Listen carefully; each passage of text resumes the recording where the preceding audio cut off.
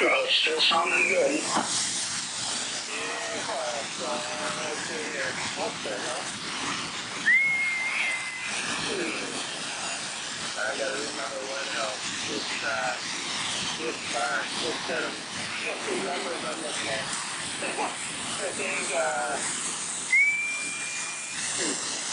looks like it's doing right around 100.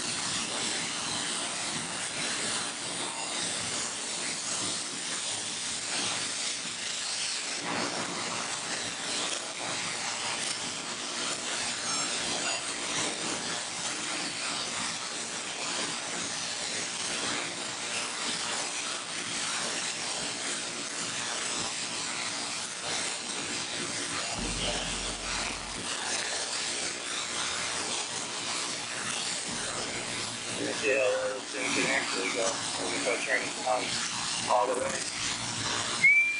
It doesn't seem like it makes that big of a difference.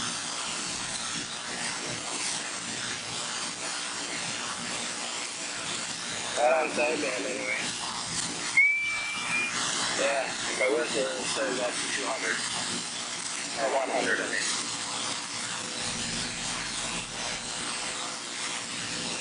I got the carrier all the way down. Yeah, sideband goes on modulation, so there is no carrier on sideband. And well, then how the hell can you adjust your output wattage on sideband? You might gain. Okay, well, yeah, that's not good. My modulation is just going to be lower, right? Well, somewhat, but if you're putting it into an amp, if that's what you're trying to do. Stand for.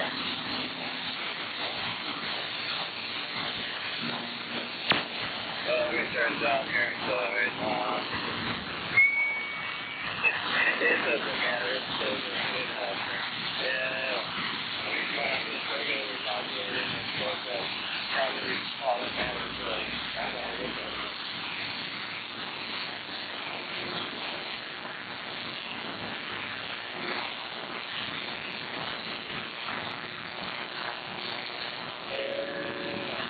Yeah, right around. Oh, you know, it's beat up.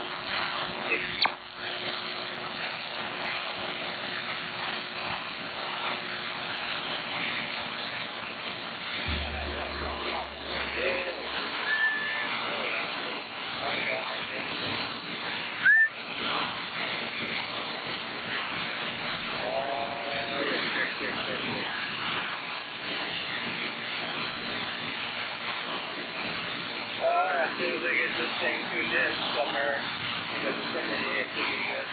Something on the big box. Yeah, I mean, you're still giving me 5S units. Sure.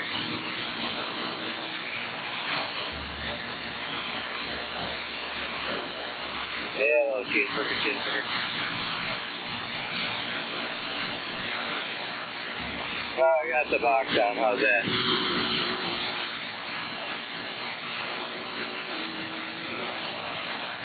Sounded the same. Yeah, Roger. I was going to say it should be doing pretty close to 300 now.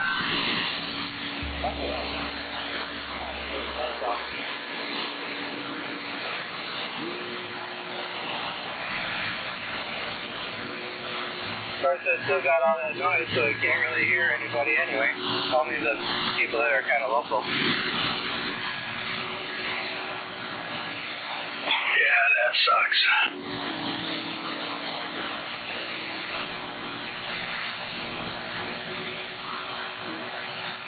I got my mic gain all the way down to 2.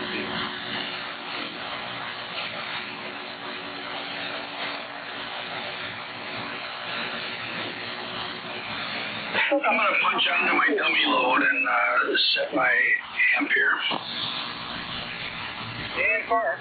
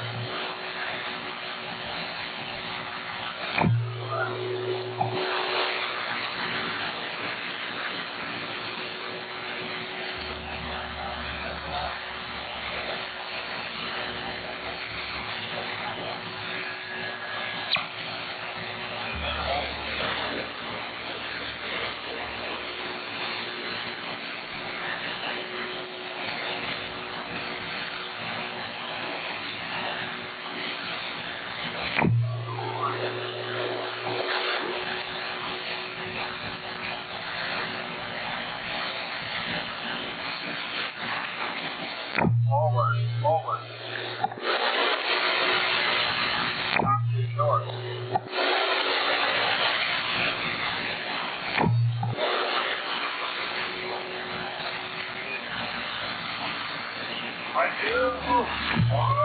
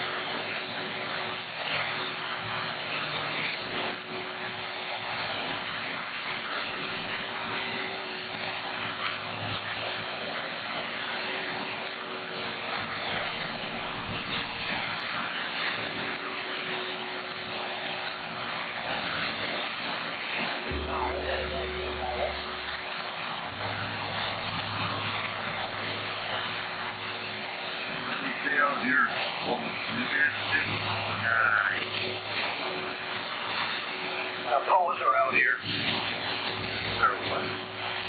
Poser, like the dead key. Right here. Audio operator. Can't hear a word you're saying, hardly. Doesn't matter though, he's a dead key. Can't tell you.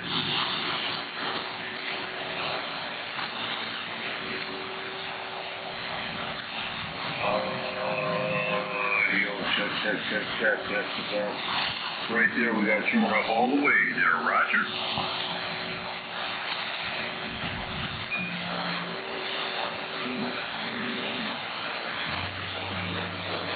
Bloody fucking bastard.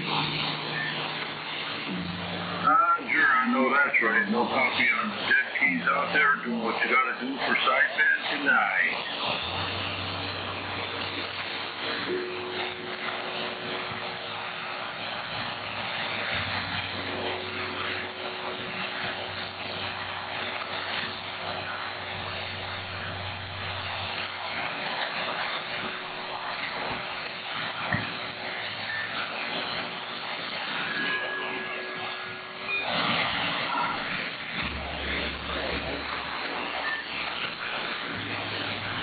You, Mike, knock it off. Not here. Who was in that shit?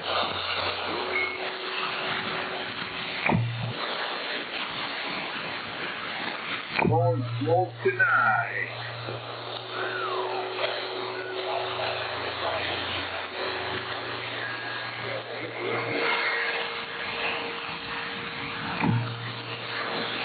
How you doing, man? All right. And what's my ice cream? After the ice cream, I just had a yogurt there, Roger. Same thing. Creamy and fruit with blueberries in it. It's almost the same thing. Not too bad. New York vanilla. It's good. And 4.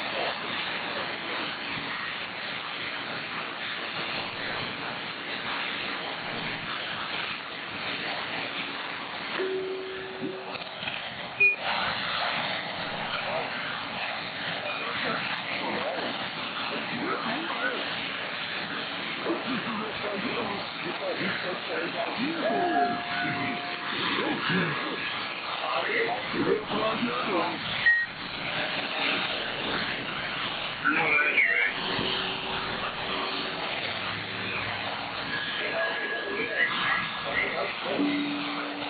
Better not give that cat ice cream. He'll shit on the floor.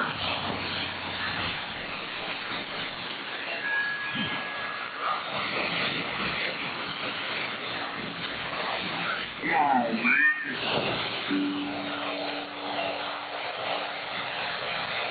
Shit on the floor with a couple links. Alright. That sounds pretty good. That sounds better with the echo off, right? Yeah. Don't echo. I'm not sure. We got it all keyed up tonight. We're just waiting for the sideband people here at quarter to 7 tonight.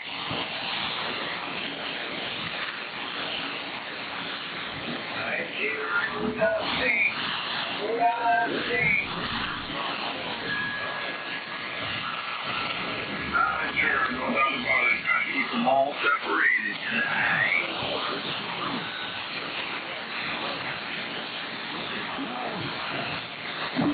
What the hell is going on?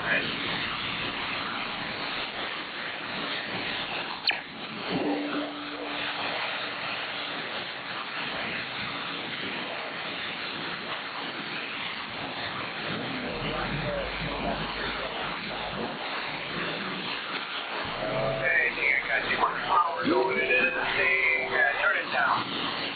Turn it down. There. That's a little better. Well, no. Well, yeah, that's better. I'm still making off.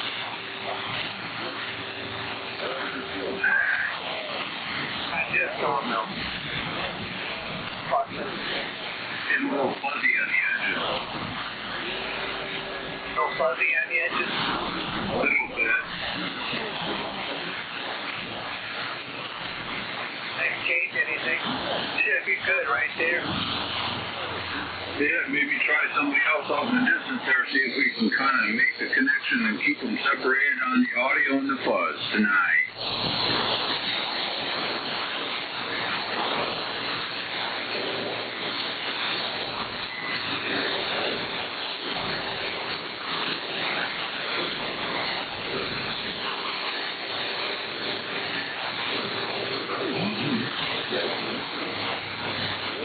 Yeah, well, what can you do with the fuzzy stuff? You can't do anything. Tonight. Tonight, yeah. That's tonight.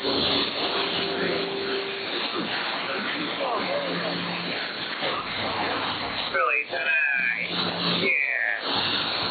Oh, tonight. Woo! Tonight we got it all separated. Tonight we do the sideband.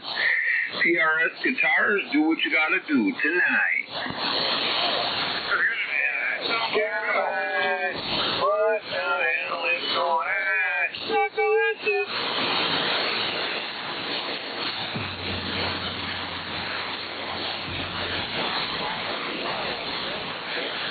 You got it all separated tonight.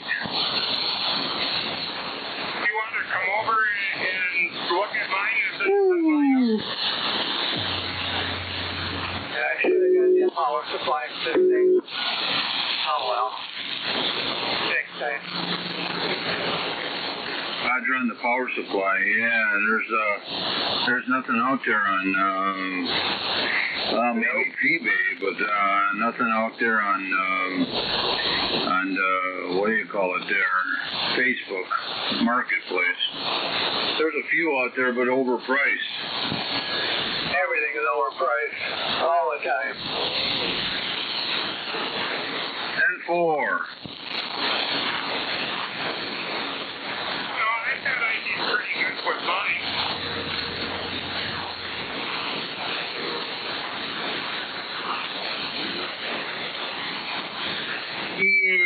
Tonight. If you want, you could come over and I could show you how I set mine Yeah, wow.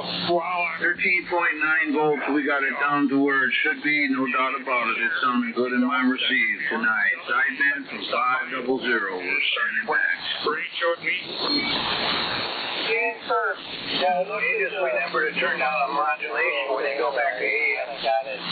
Roger on the overmodulation on sideband. I know that's right with the Turner plus 2 there, right? Enough so they can run the amp on it. Oh, you got the power turned down. Get the power turned down, the modulation for the bike gain is down, so that the output power is lower. I don't know where it's freaking Oh, you're definitely not quiet. Infer. That's right. Definitely don't sound like you're overdriving. President can. Yeah, I think I got it set where it was right around the 35 watts, and then right around the 100 up. Alright, Ken.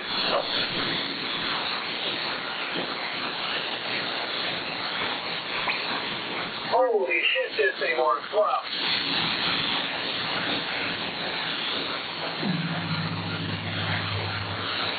Now you're not overdriving me. At least, sure. Well, no.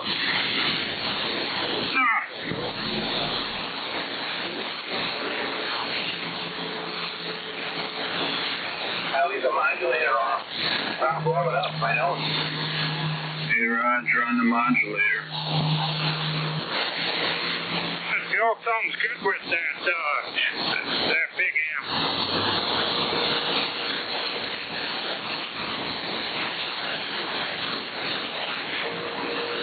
Yeah, modulator. Yeah, we're clicking away. Is that Carl filled? And I got, remember what my full size. He say? So, I don't have a big enough power supply to run it. That's what you said. I got a 35. Well, I got a 50 amp and a 60 amp, but neither one of them are big.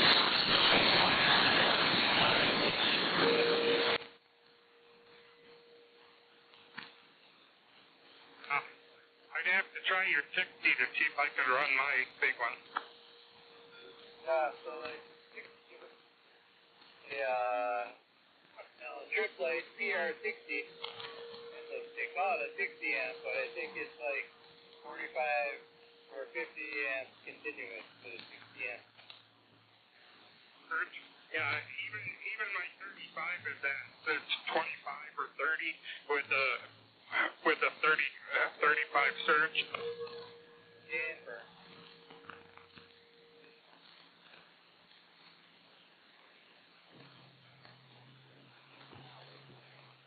I want to say when I had the big box hooked up, the thing was like, maybe it was put by 400. Like hardly anything, like still under driving. Too early yet, like, huh? and giving it enough Not juice. quite to 10-2. I'm afraid I would screw something up by running it that way, so I don't know.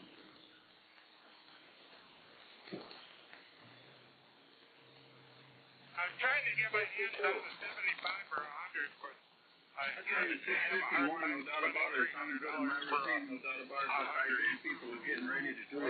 I've seen some of those RV ones, like the one the old man was running, and I'm pretty sure you could get one of those for in the like $150 range. but they put out a noise to them. I got one. And what? Didn't know that. Yeah.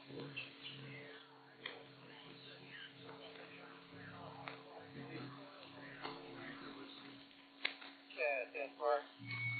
Something that makes me know how to. That sound like my buddy out there around the X-Land. That sound like my buddy out there around the X-Land hitting that foot pedal. My Striker 955 and we're standing by. It sounds really nice. That rooster? Yeah. He said before when he was talking to you that he was on his North East Coast, Puerto Rico, San Juan. Buddy, I heard you. I had to bump it right back down. You know who he is? Your friend on this hill. Wrong side of track over this point. Which one? I'll see you. You're Skip, but it's on the description. Thank you, sir. 10-4 right here to Skip out there, no doubt about it. They want to check in the old radio tube night, sideband night tonight.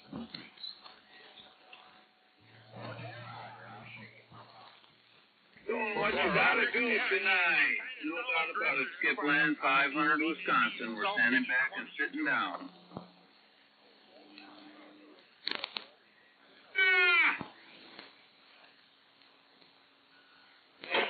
Yeah, you got it. I mean, there can't be a whole lot of speed on the northwest side of, or northeast side of West.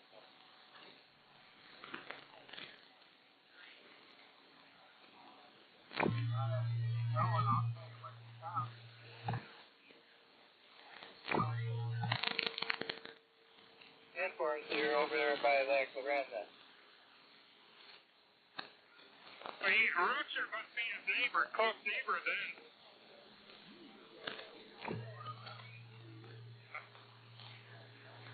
6 minutes in counting. Yeah. That's right. Night. I don't work for TTS, no. But I used to work for TTS.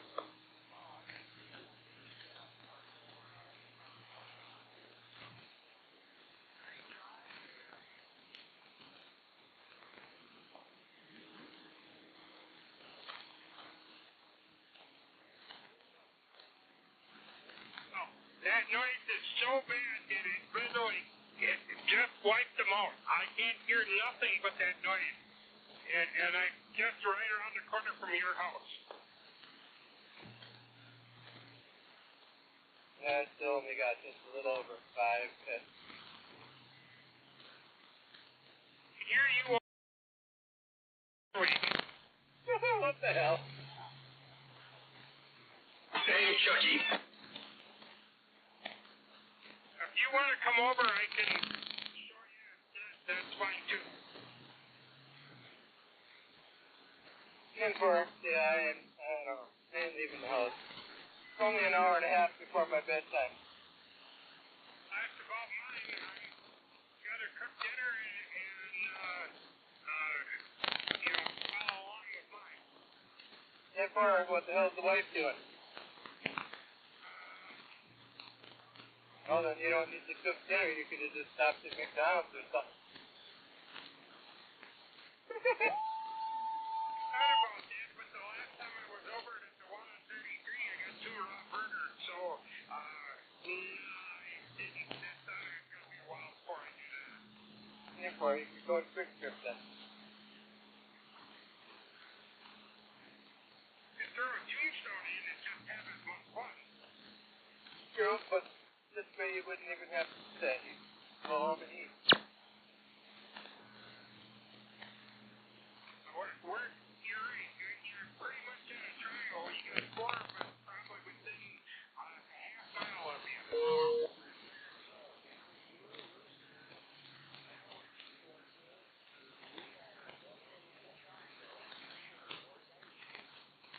Because I'm off of Clearview and Cleary.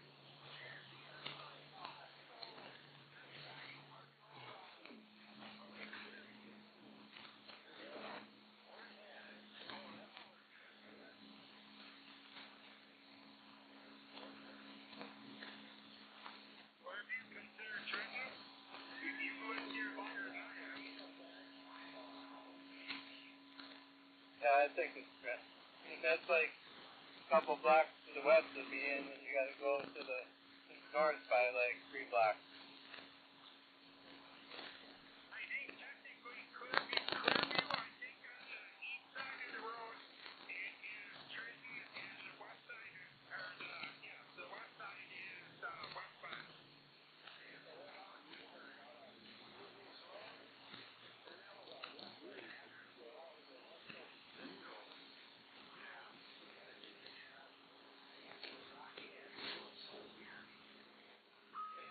I used to live in Bowlesville and I had a West Bend address.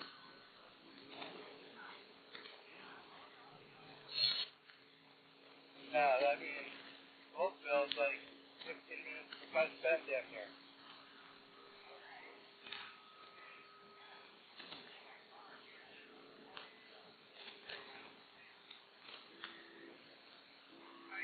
Where's the post?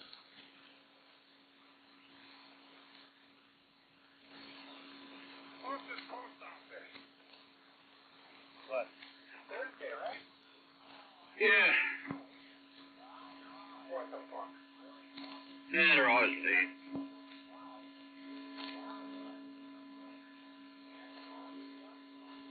No copy on LJ out in the burbs. LJ, Little John, check me in. 500 in the base station on the south side tonight.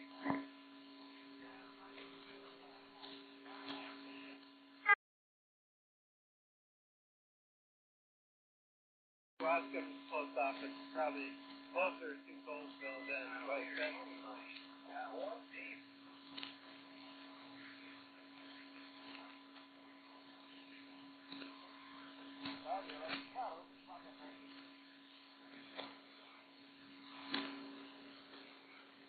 Roger.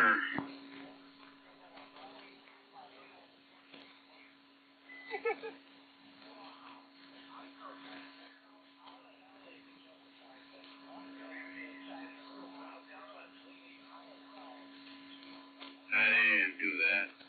16's been sideband channel since it started there, boy. It's all good tonight.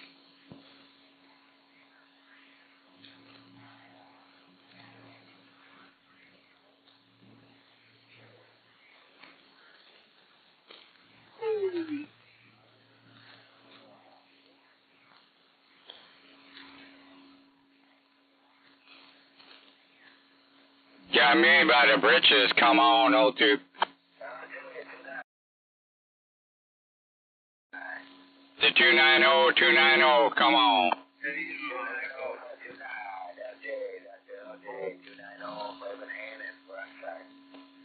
290, silly sideband check-in at number 2. You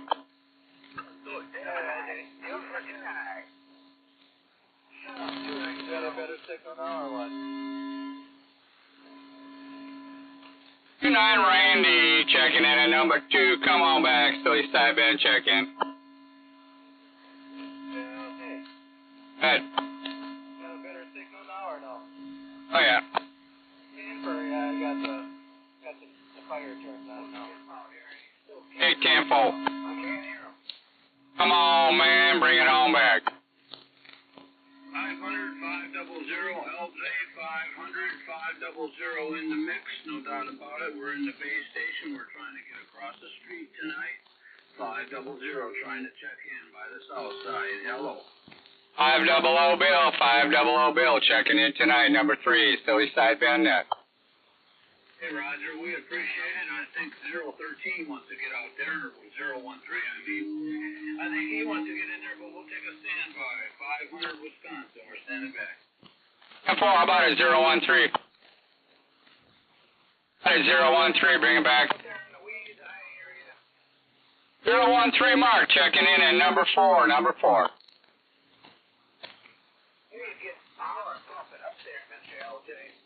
Need to get some ears. Come on, man, everybody can hear me but you.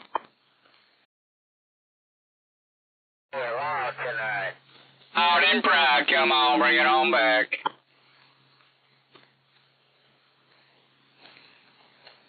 Come on back there for check-in, silly sideband net. Good evening, everybody. Yeah, Mike, Germantown Mike, checking in tonight at number 5. Roger, number 5. Are you on the pace tonight? Come on back, let me dial into you. Okay, I was asking, are you on that pace? Give me a little talk, I want to dial into you, Mike. Yeah, go ahead, dial into me. Go ahead. I was just asking if you're on that pace sideband radio. M4, we're on the pace, 10 CB 1023A, or B, excuse me. Roger. Yeah, you sound okay. Roger. Yeah, I don't know. It's warming up. I might have to dial it a little bit more, but how's the modulation, all right? Yeah, modulation's fine. Perfect. Sounds good. I tuned in the mic. Now you guys all sound good. All right, how about a G-Force? There you go. Got you dialed in good there, buddy. Sounding good. Got the G-Force signing in tonight. Silly Sideband at number 6. And for the number 6, hello, Derbytown Mike, 90.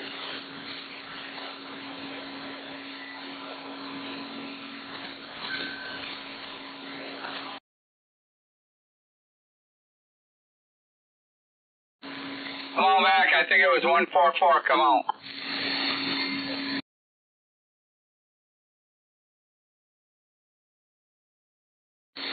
Buddy, 144, 144. Got you checking in.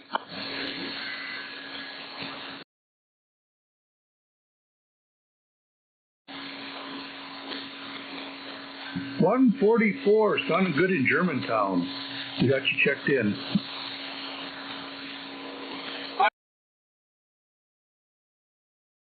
For number 7.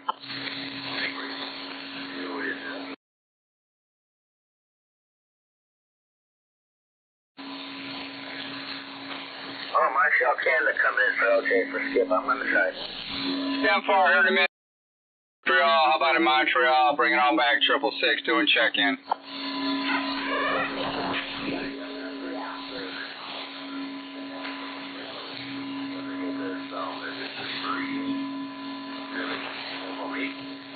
M4, come on back, Montreal. Just throw me your numbers. I'll check you in.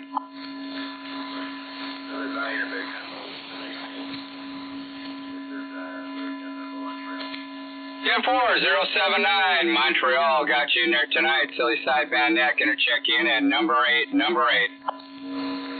Oh, boy. Yeah, this is the 666. The 666. We're in Milwaukee, Wisconsin. 10-4.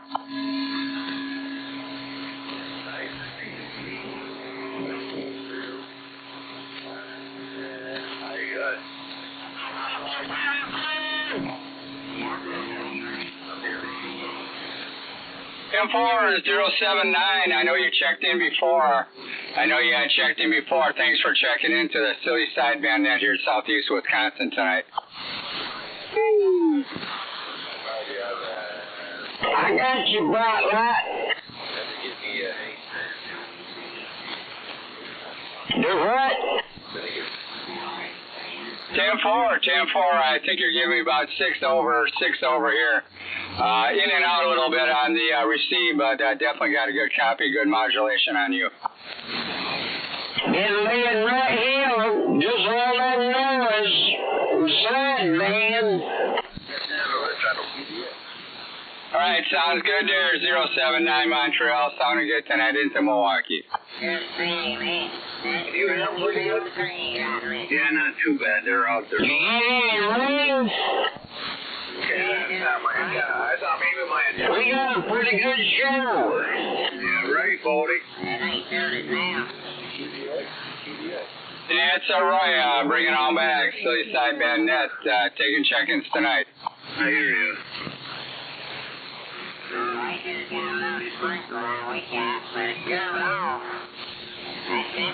How about that, Chucky? How about it, Chucky? You're cooled off now. Okay, Jim for your burger.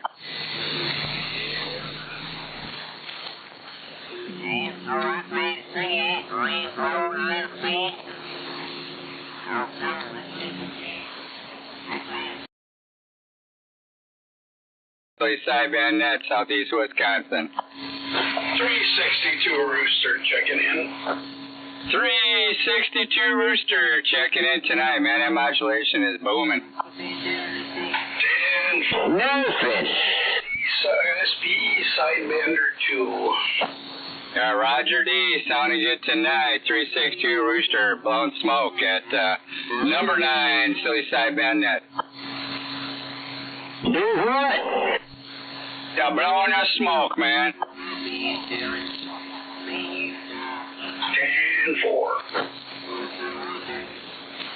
Uh-huh.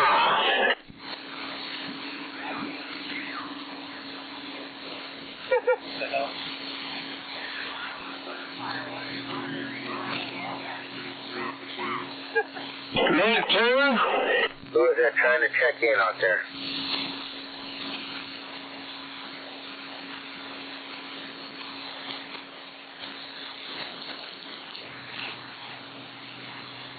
Bring it on back. Silly sideband at southeast Wisconsin, taking check-ins. Bring it back.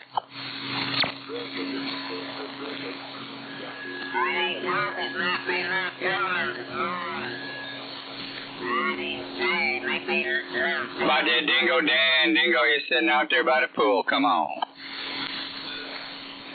Your rain changes is up to 60% for Saturday. Come on back. You got 666 Milwaukee taking check-in.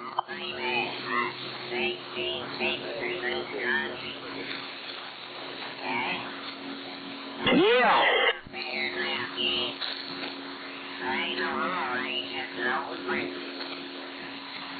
There you go. Oh ho, radio. Bring it on back. Silly sideband net. Check in.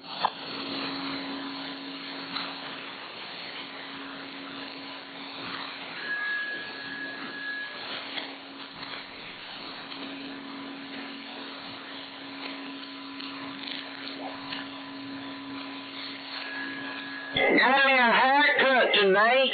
Whoa, what is this?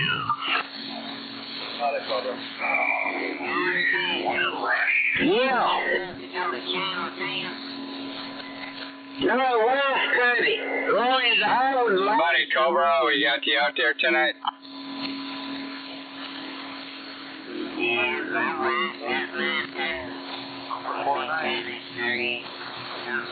Come on back, I heard somebody rolling in there.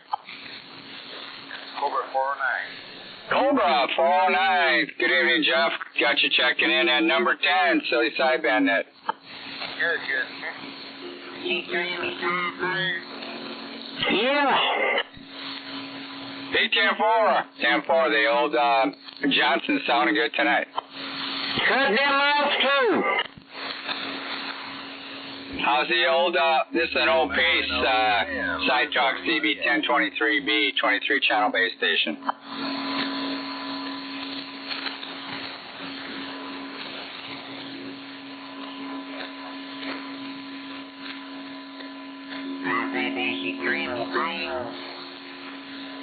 And that is E. Roy, bring it on back, southeast Wisconsin, Silly Sideband net, taking check-in. No, she cuts them off.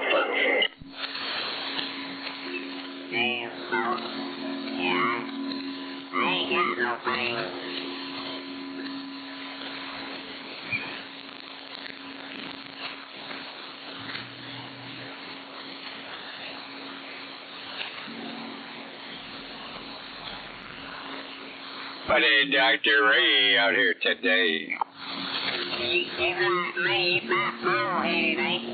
Yeah.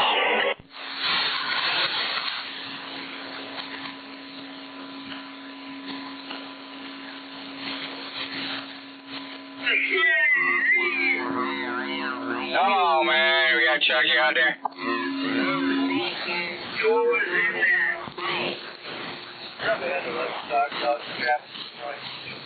Yeah, mine goes fast all over.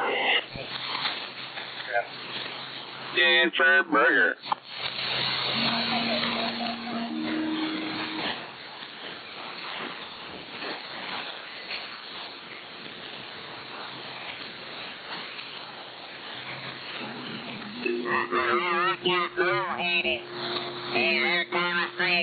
Buddy, Dr. Ray, come on.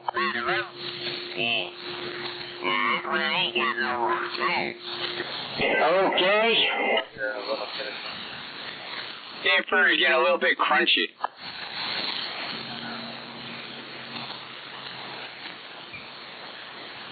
I say for the one you put out, three will take its place.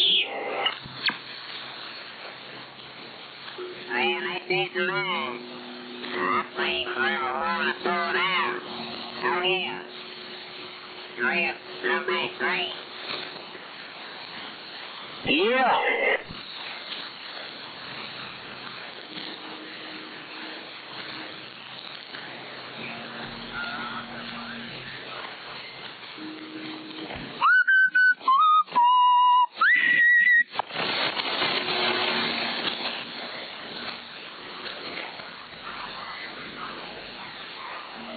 Mike, what's the scope look like tonight? Oh, it's busy. Yeah, there's a lot of skipping there tonight. Jennifer! Do what?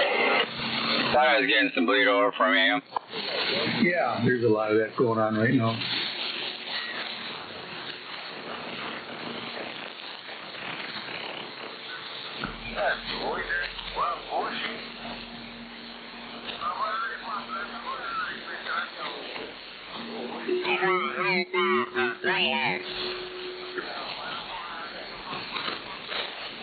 Have to get you some of that just for men tonight.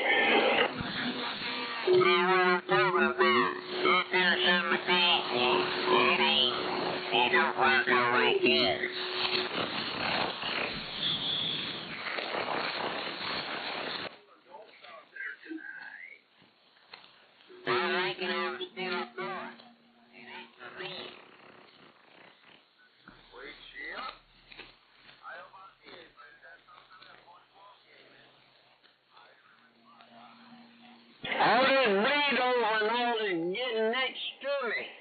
It's a big team for a burger. Bring it all back. So you Sideband net. I heard about Mark number 3. Mark number 3 checking in tonight. At number 11, Mark 3, Green Scorpion.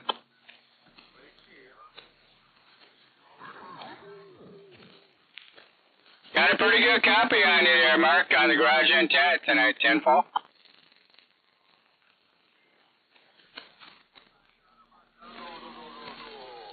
Yeah, I know. I was a little bit hairy last night. But we got a copy on you this way.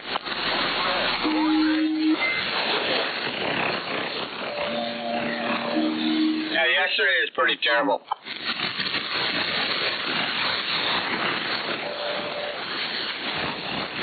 Yeah, I tell you what, Danny Tone on that antenna is doing it.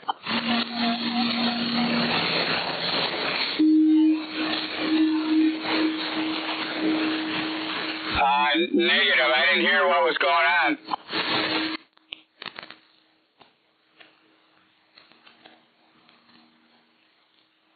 You mean 013, Mark? I ain't getting nothing but a bunch of bleed over. I just checked the Mark number 2 in.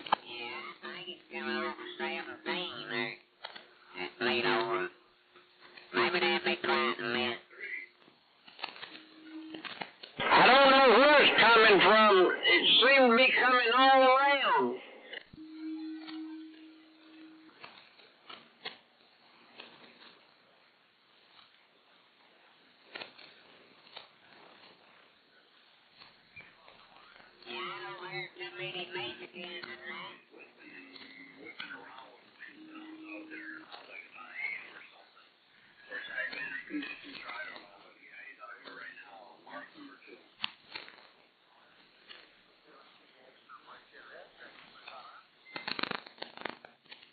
Yeah, we're getting a lot of AM bleed over there, Bill.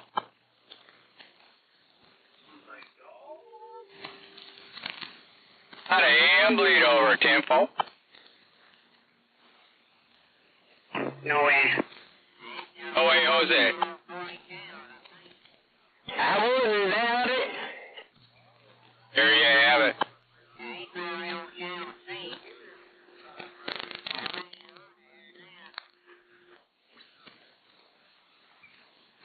Yeah, I just checked him in. He was in there just a little while ago.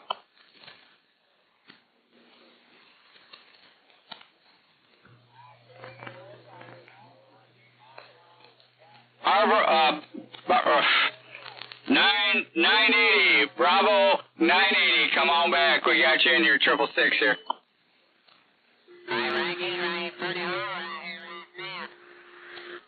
Good. You get that good little Bravo 980 Mark. In North Carolina, got you checking in tonight. Silly Sideband net here. Southeast Wisconsin, number 12, 10-4. You know you have to get out in the morning and cut it. Roger, doing a good job yourself up here to Beer City tonight. Got a real good copy on you, buddy.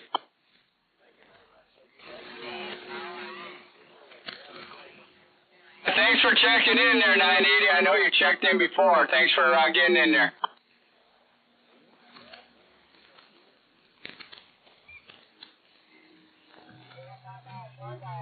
Got any other check-ins out there? North Carolina, bring it on back.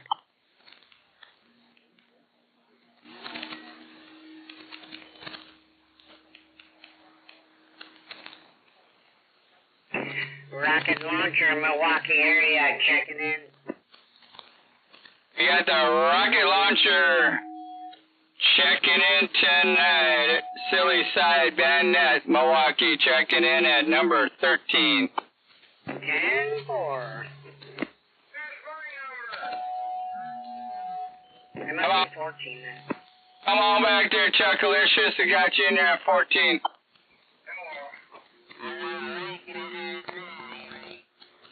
Got Chucky checking in tonight. Silly Sideband net at number 14. Dingle Dan checking in. You got the Dinglicious Dan checking in at number 15, Dan. All right, number 15. Sounds good. How's the weather outside there? Oh, beautiful, beautiful, clear skies. Kind of a little cloudy water in the pool, but nothing we can't handle. Yeah, real nice night. You gotta stop peeing in the pool. Oh, God, yeah. Do what? No! I can't get out of all that noise going on. Good, I got the 710 outside with the stock. Wow. Yeah, nice audio. Yeah. It's got really Right, Chucky. frequency response. Yeah, we just tried again not at the same time.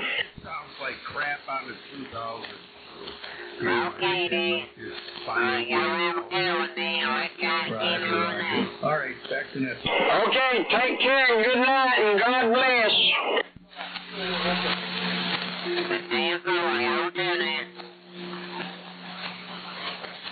And it's Arroyo.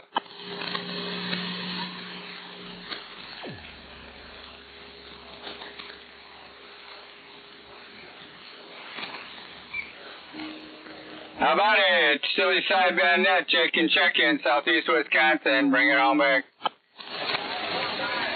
You're still coming in loud and clear. At the 519, got you in there, 519 tonight. Silly Sideband net, checking in at number 16. You're still coming in loud and clear. At number 16, 519. No, I just have some more leftovers.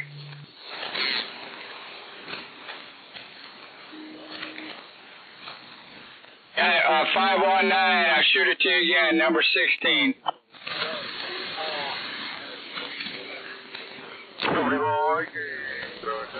Hey, 10-4, got you in there at 16 tonight.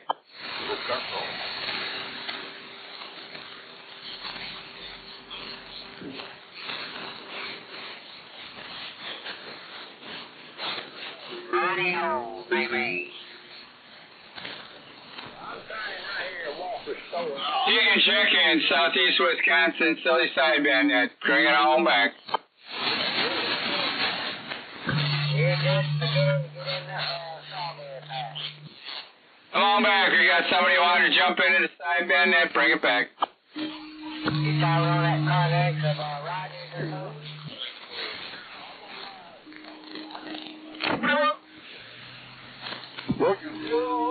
Fica primordial, ya la tuya es hora ya.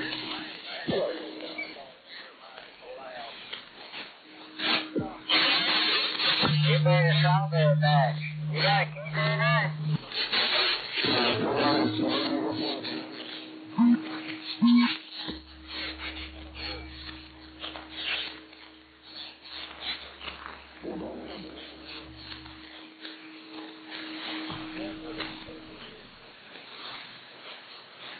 And it's Roy, bring it on back. Silly Sideband, that's southern Wisconsin. Come on.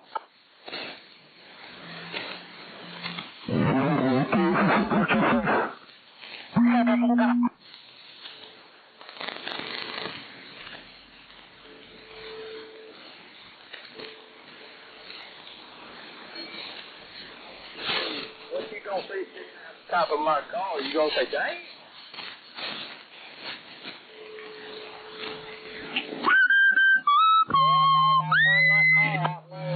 Just see if you can hear this background antenna. And that's Roy, come on.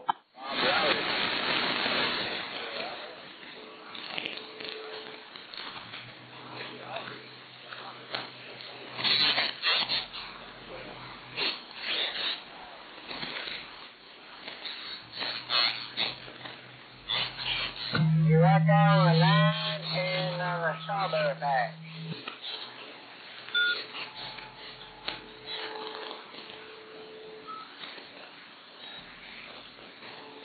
Where'd you go, Mark?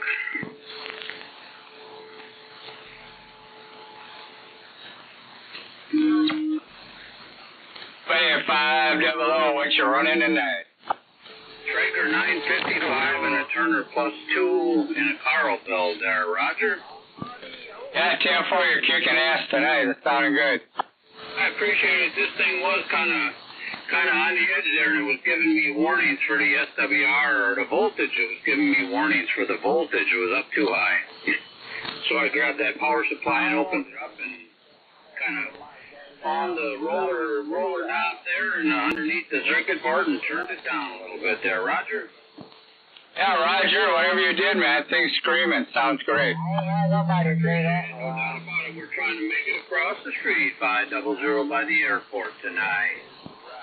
Oh, yeah, that thing's a smoking tonight, man. Good copy out here. You guys are doing a pretty good job now. It was a little rough before, but now it's sounding pretty good tonight. Is Ray out there? I haven't heard the doctor yet tonight, no. Hey, Roger. Well, we'll take a sit back and see what happens there. No coffee and sweet and sour, 500 Wisconsin. We're standing by. Big 10-4, I didn't know there was something going on with Mark there. I know he checked in. Yeah, he checked in and that, you know, and he's feeling better and all that. They let him go and that, but he should be out here. I just checked him and he's not here, but I don't know. He was here when he signed in and all that, so he should be here pretty soon. Yeah, 10-4, I know I checked him in. Okay, I just want to make sure everything's cool. Sure, yeah, they sent him home. He's doing all right. He's doing better. 10-4, good report. No doubt about it, 500. We're sitting back.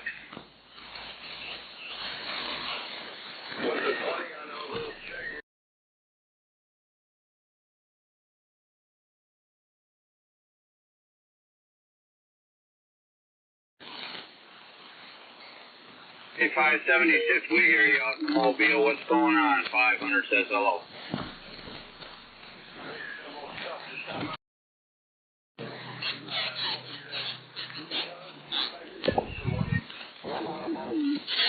Hey, Roger. Yeah, we might have to 10-5 for you there. 576 in the Mobile, 576 in the Mobile. LJ wants to check in tonight. 576. 10-4 and the 576, I did hear him in there. I heard the 576 in the Mobile there. Come on back, 576. I'm going to check you in tonight. Silly Sideband net at number 17.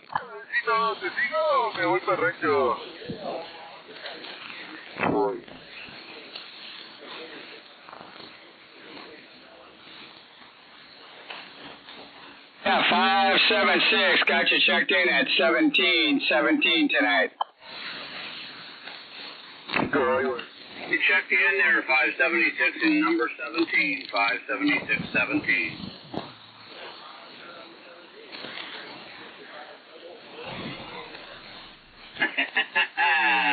I know that's right. It sounded good in my receipt. Do what you gotta do. 576 in the Mobile sounded good. Oh, no, that's right.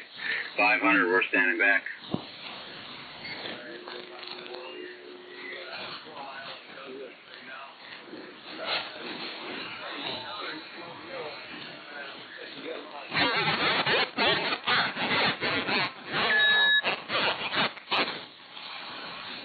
on the 600, doing what you got to do in the 4-mile road there in Douglas. Sounding good.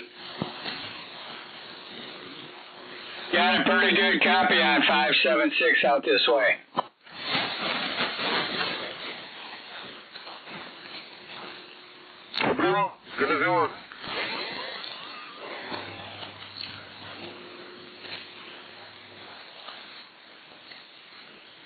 Yeah, 500, 144 is live streaming the net tonight.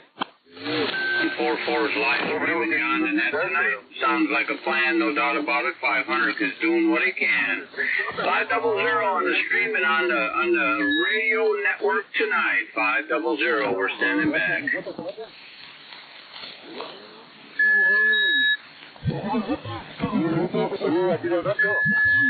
Bring it on back, silly sideband net, southeast Wisconsin, take in, check in.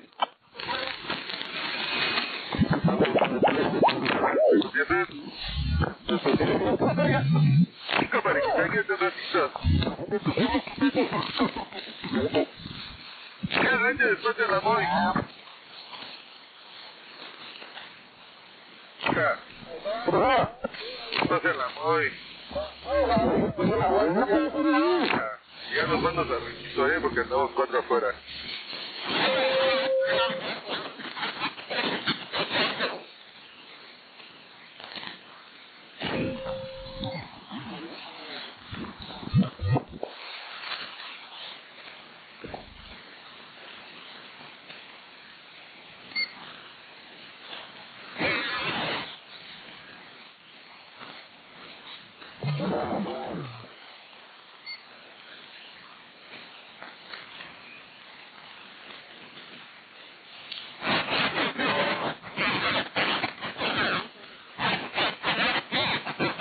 A ver, si ¿todavía estás afuera?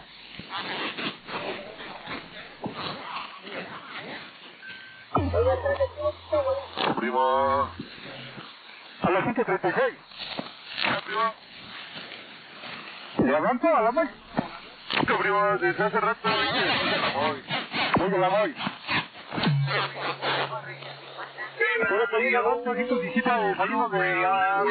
Sideband tonight, 500 on the top, rolling through and sitting back on the side, 500. Where's that sweet and sour? Alrighty then. They call me the headman. I'm checking in. How about that, headman? Bring it on back. Bring it on back, headman. It's Pizza Thursday. Roger on the Pizza Thursday. Sounding good out here tonight. What's going on, Bubblegum? Sounding good there, headman. And you checked in your silly sideband net. At number 18. No, not too bad. Finally getting around. Number 18, headman. Did you say 18? 18 on the headman. Roger on the number 18.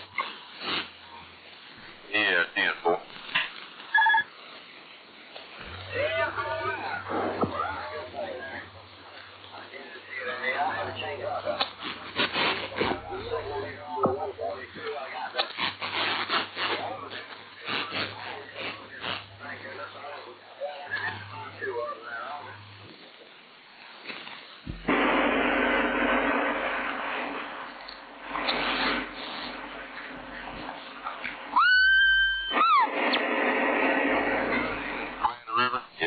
I've been out here working. 363 Armadillo, checking in.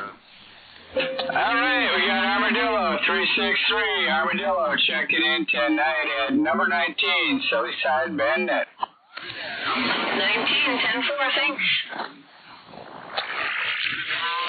That's all right, man. That mic is screaming. Just the D104 or whatever he's got hooked up here. Yeah, Roger, it's cranking.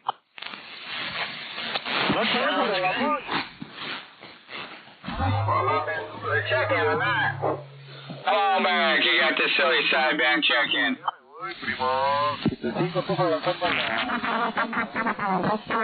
Yeah, a little bit of skid coming in. And Bring it on back to the silly sideband check-in. on the lower side. That's right. Ain't no check-in tonight. Today's Thursday. I'm thinking today's Friday. Yep, it's Thursday, silly sideband check-in. I got my days mixed up there, Roger. It's Thursday, come on.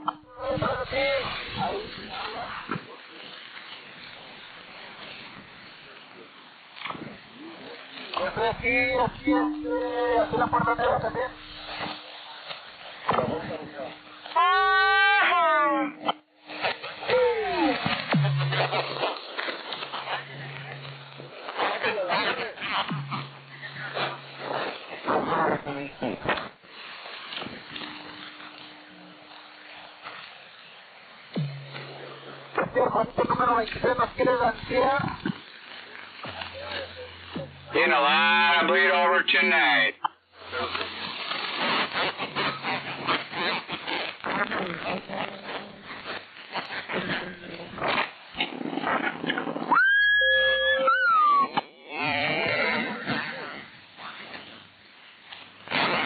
Come on back to silly sideband check-in.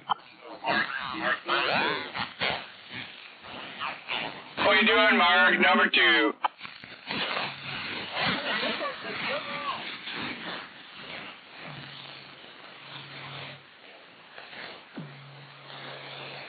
Getting tore up by some splash, man.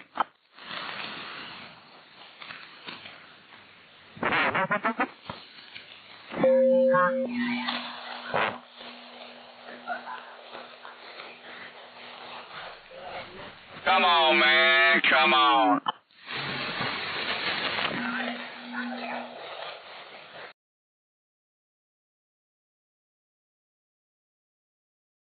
Your condition's conditioning.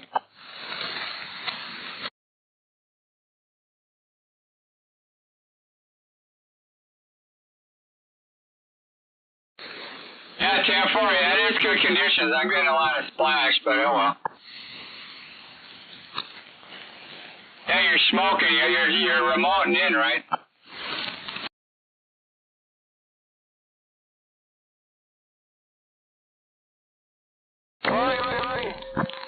Big 10 for a burger. So is your live stream on the YouTube or is it on the net?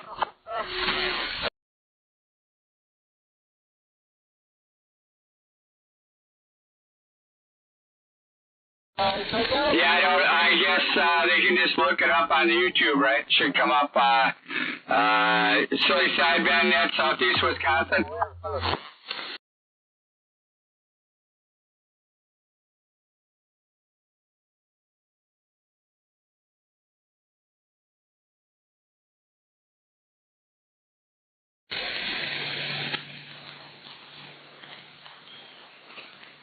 Mike, did you copy that? You can check it out on YouTube live stream. Roger, I did copy that. Big Tanfer. Breaker. Go ahead there, Breaker. Blue Liner checking in. Right, we got the Blue Lioness checking in tonight. Silly Sideband Net. At number 20 tonight, Blue Lioness. 10-4. Raj O.D.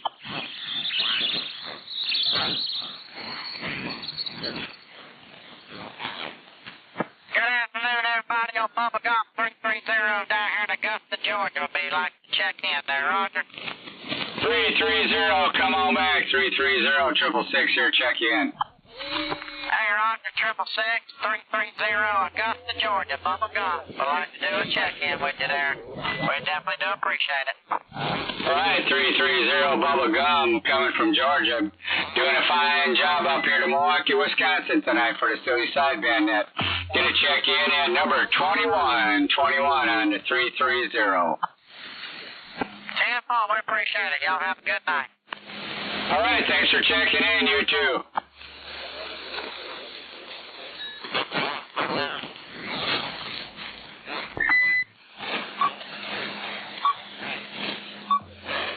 Got any other check-ins here on the Silly Sideband Net? Come on back.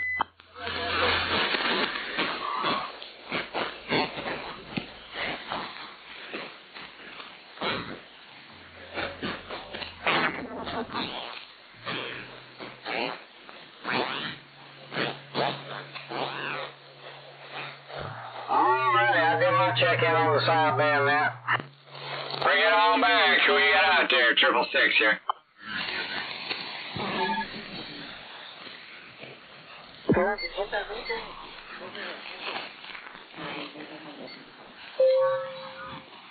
Bring it on back. Check-ins for the silly sideband net southeast Wisconsin. Bring it back.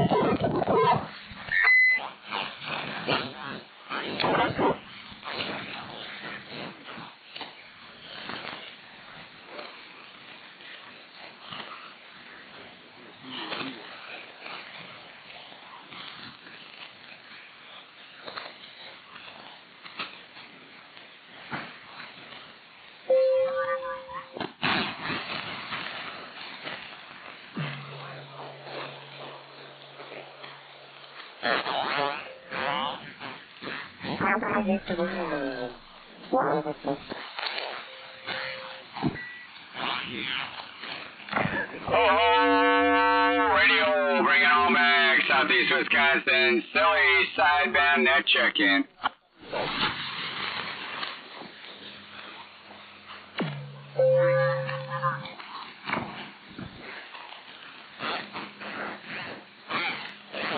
Buddy, Dr. Ray, come on.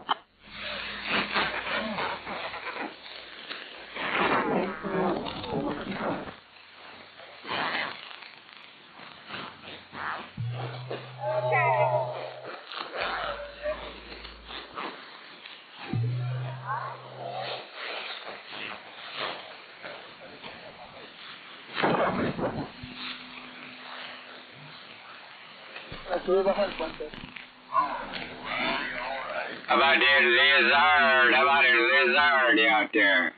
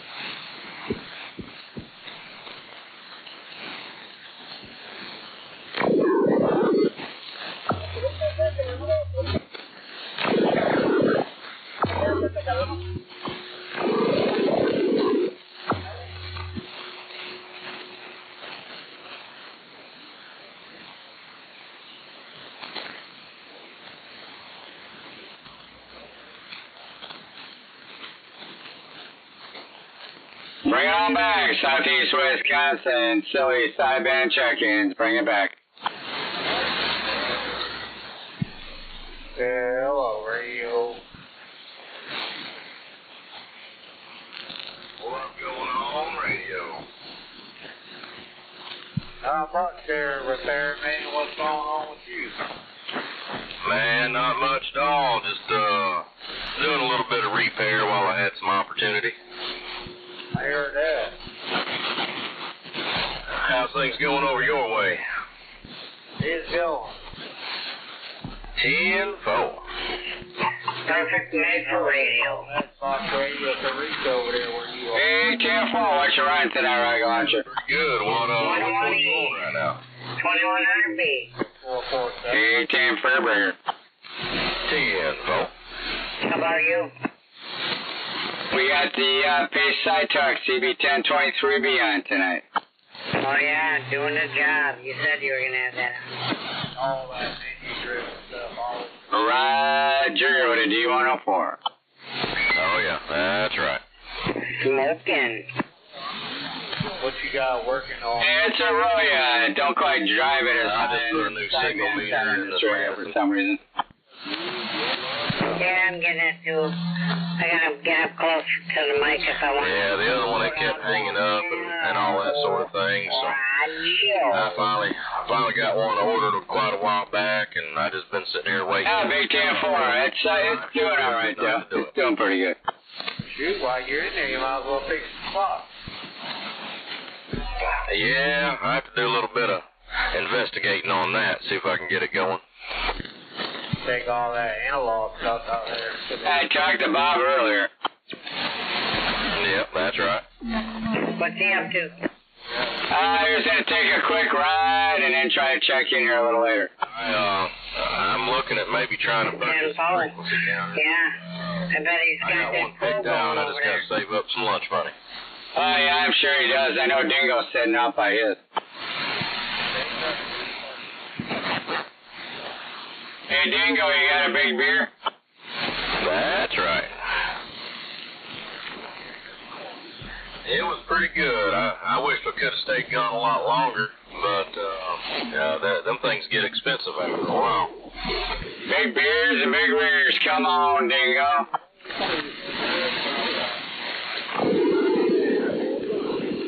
Yeah, I mean, we went out to eat a couple little restaurants there on the island, and it was a pretty good time, you know, all in all. Wife caught me napping down here. But, you know, it's to be expected. Nothing I will. Hoping my she's here.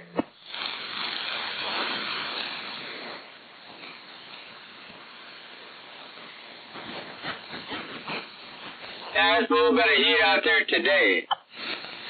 No doubt. Working on a freaking cement mixer. Pull the oil pan off. One main cap and one You running on cap that? just to check, because blown head gasket and a bunch of coolant got in the oil. Yeah, Karunsky, big cleanup, huh? It's all good. Sadly. I never get that dirty. Very rarely. Didn't mess anything up, did it? 10. Nope. Both them.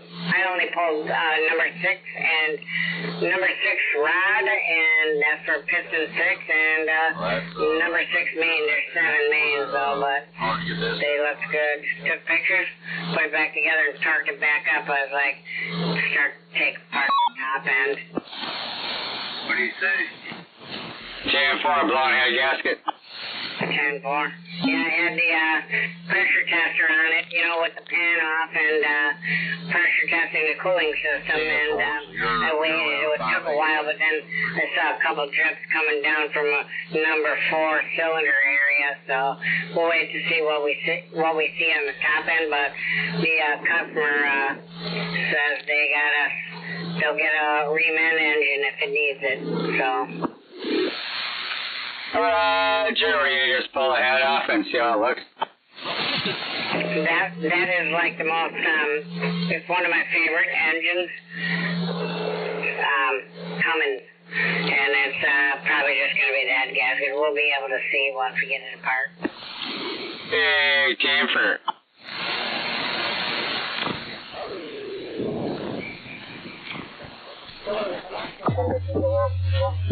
Only pisser, you can't really use a creeper under a mixer. You gotta be up there, you gotta be crawling around, you know. So I had my knee pads on and pretty much ruined them with all the goo on the floor. Right, Joe. Big mess. Yeah, it does. I can imagine.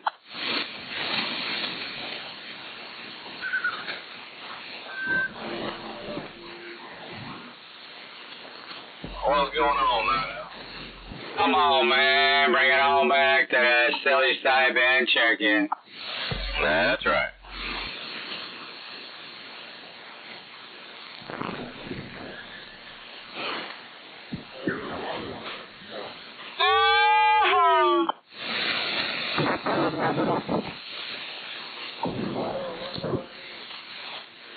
Hey, Bubba, go. Hanging on back for the Silly Sideband check-in, Southeast Wisconsin. When you put that signal meter in your radio, did you have to make adjustments in there to get it to read correctly? Yeah, I had to turn up that variable resistor in there. Yeah, conditions aren't the best for kids right now. But give it a little time. Turn that out there. Yeah, they're kind of trickling in here and there. That Augusta, Georgia was coming in pretty good for a minute. Yeah, I'll have to do. I got to 310 on that. Got to adjust on this. Oh yeah, there's one in there for receiving, and then that failed. If you can't get it up there to where you want it with that, then you gotta adjust that little bit forward with that meter to get it where you need it. 10-4. Yeah, while I was in there looking around, I do have the same chip in this radio that 440's got. Must be a different 440. Two little switches, a little bit of wire, and two solder points, and you can get some uppers and lowers in that radio. 10-4. And I looked at my variable power. I'll have to see if I can figure out a way to map it all out. There's I guess one of the factory wires that went to that switch is unhooked. I'm not sure where all the rest of them are going. I'll have to do some digging. 10-4. Well, it should be pretty simple. Went to Kilo a little earlier. He popped out the Big Chancellor! Oh, Jeff. Well, there's steak, chimichangas with margaritas. and then he added a Yeah, sounding good. better, so it's probably something similar like that. 10-4.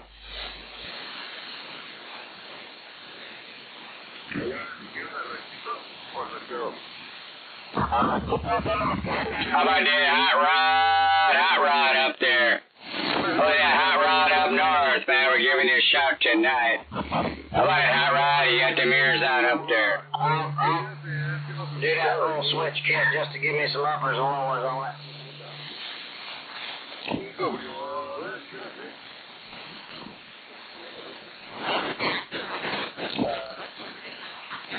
Yeah, that'll be good right there.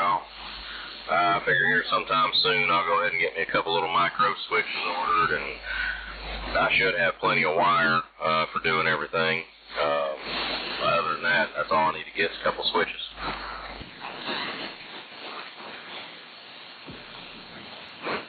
Yeah, hey, that's a cute little trick. Everybody was doing that back in the day whenever you couldn't get the little channel kits. You get 40 above, 40 below, that was just jumping out the PLL chip. I've done it on a couple of radios. It's a pretty little simple little trick, so hey, you know, it works. Yep, that's right. Yeah, if I can figure it out. I did see one guy do one on in Washington, and he utilized the like the CPTA switch on the front, and maybe the SWR switch on the front. I don't know. I'd kind of like to be able to do that instead of having to add switches in.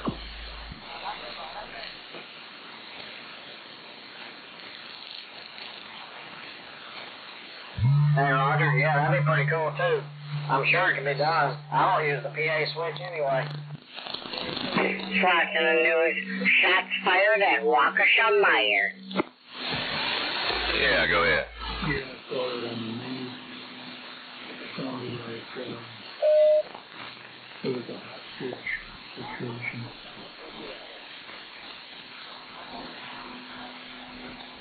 VR1. Yeah, it's out of control around there. 10-4. I appreciate that. Sounded good, Mike. Yeah, we're doing good here. Competing all on Sunday. Good time. Yeah, we had fun. I was chatting with the Iron Man's wife on the Facebook. They might be cool with us having a walkie-talkie fest out at their farm. Oh, okay.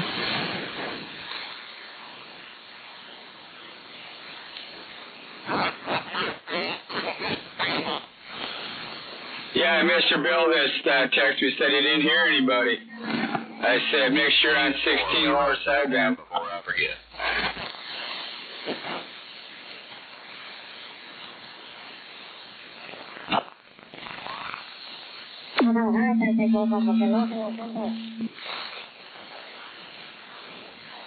Oh, G4 sleeping already? I don't think, I don't know if he went off the air or not. It sounded better. Sounded like he was tuning in good. That sounded like he had it dialed in. Yeah, for me on the 101 too is like. All right, you gotta listen up for Mr. Bill here. Shoot for, so where I try to aim. Aim for, how about it, Mr. Bill? Come on, dial me in there. 16 lower here. 16 lower sideband, Mr. Bill, come on.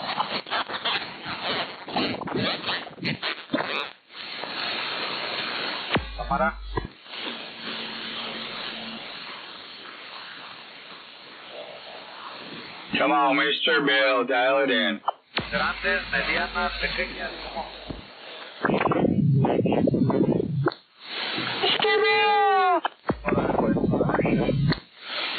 I got a lot of Martian fart. Mr. Bill's texting me. He said he can't get out. Oh. I just said make sure you're on 16 lower. Come on, Mr. Bill, dial me in, buddy. You got your clarifier turned probably way off the beaten path there.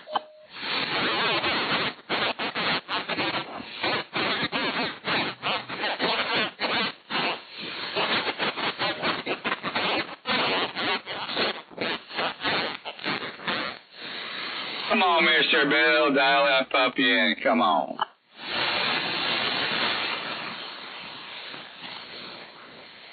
Yeah, make sure, Mr. Bill, make sure you're on lower sideband.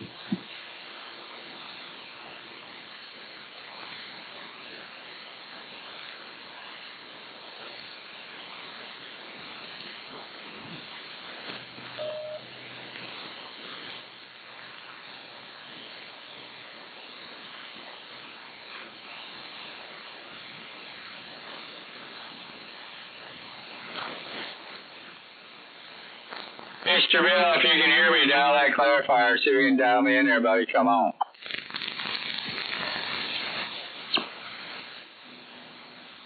Get on 16 lower, Mr. Bill.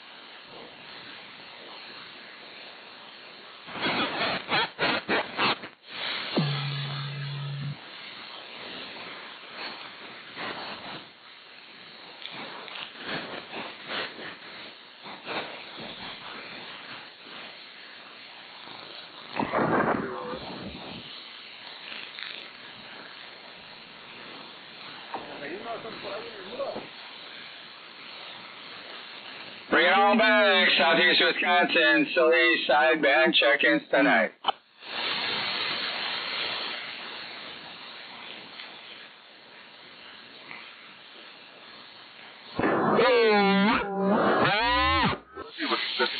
Is that you, Mr. Bill? Come on, dial me in there, dial me in.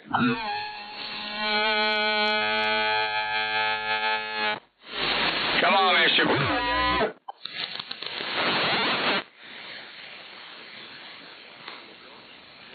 Mr. Bill, come on.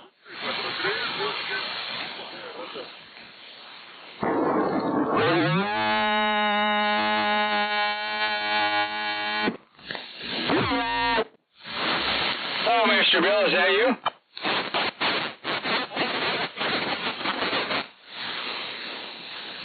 Mr. Bill, call him Mr. Bill.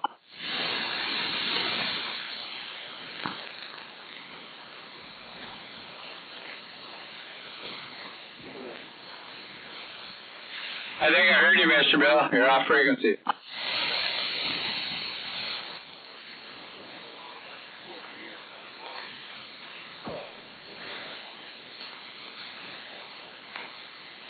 Earth to Mr. Bill. Earth to Mr. Bill.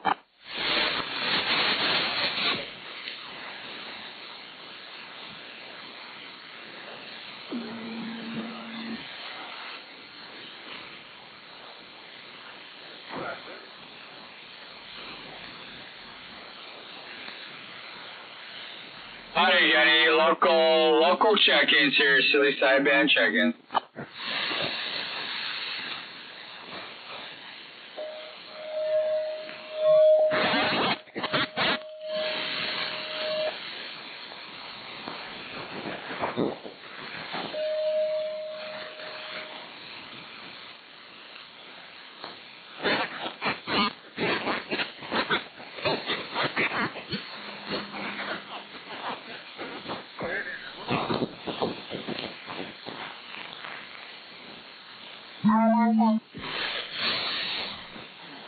Yeah, it's Arroyo. Bring it on back. Southeast Wisconsin. Silly sideband check-ins. Bring it back. That treble tick.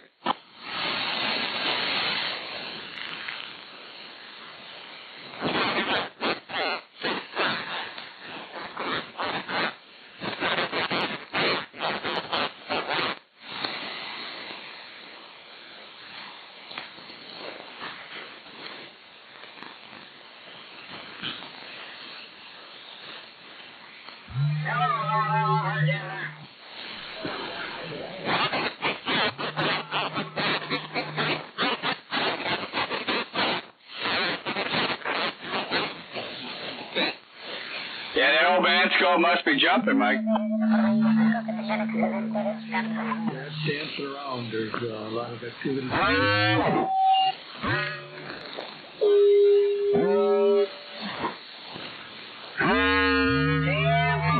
I'll be looking forward to it.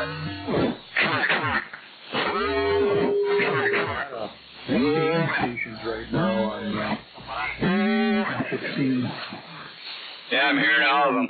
Yeah, I'm sure hoping the governor will come up with his decision by tomorrow.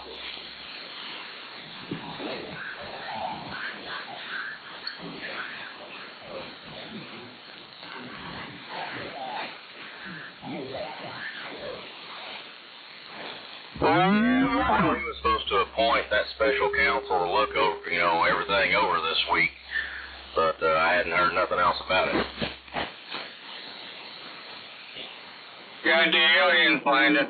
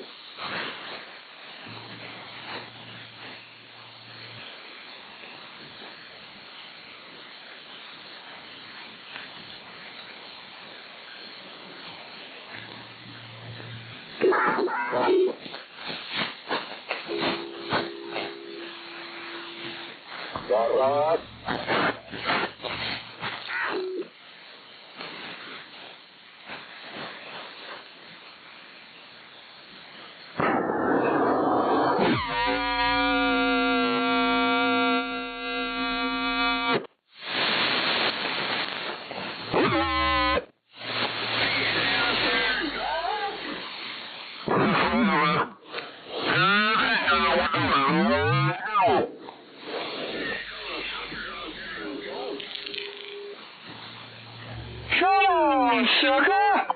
Y'all have a good rest of the night, and we'll catch y'all tomorrow.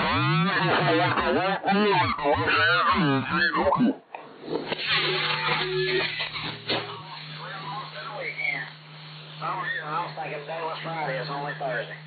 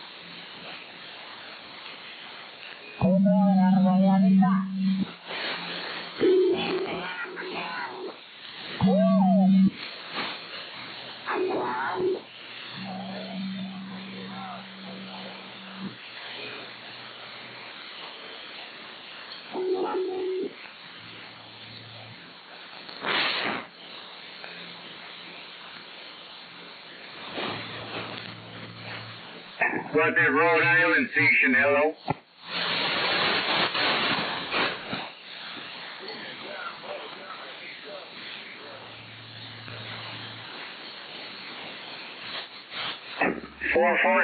around Milwaukee, waving hand around Rhode Island.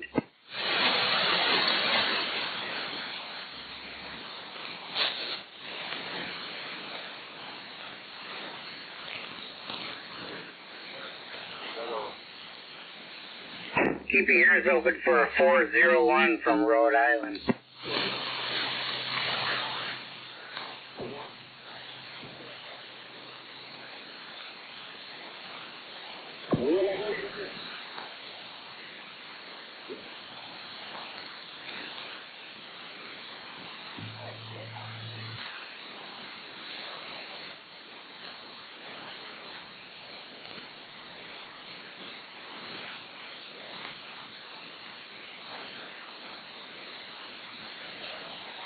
Still live here, LG?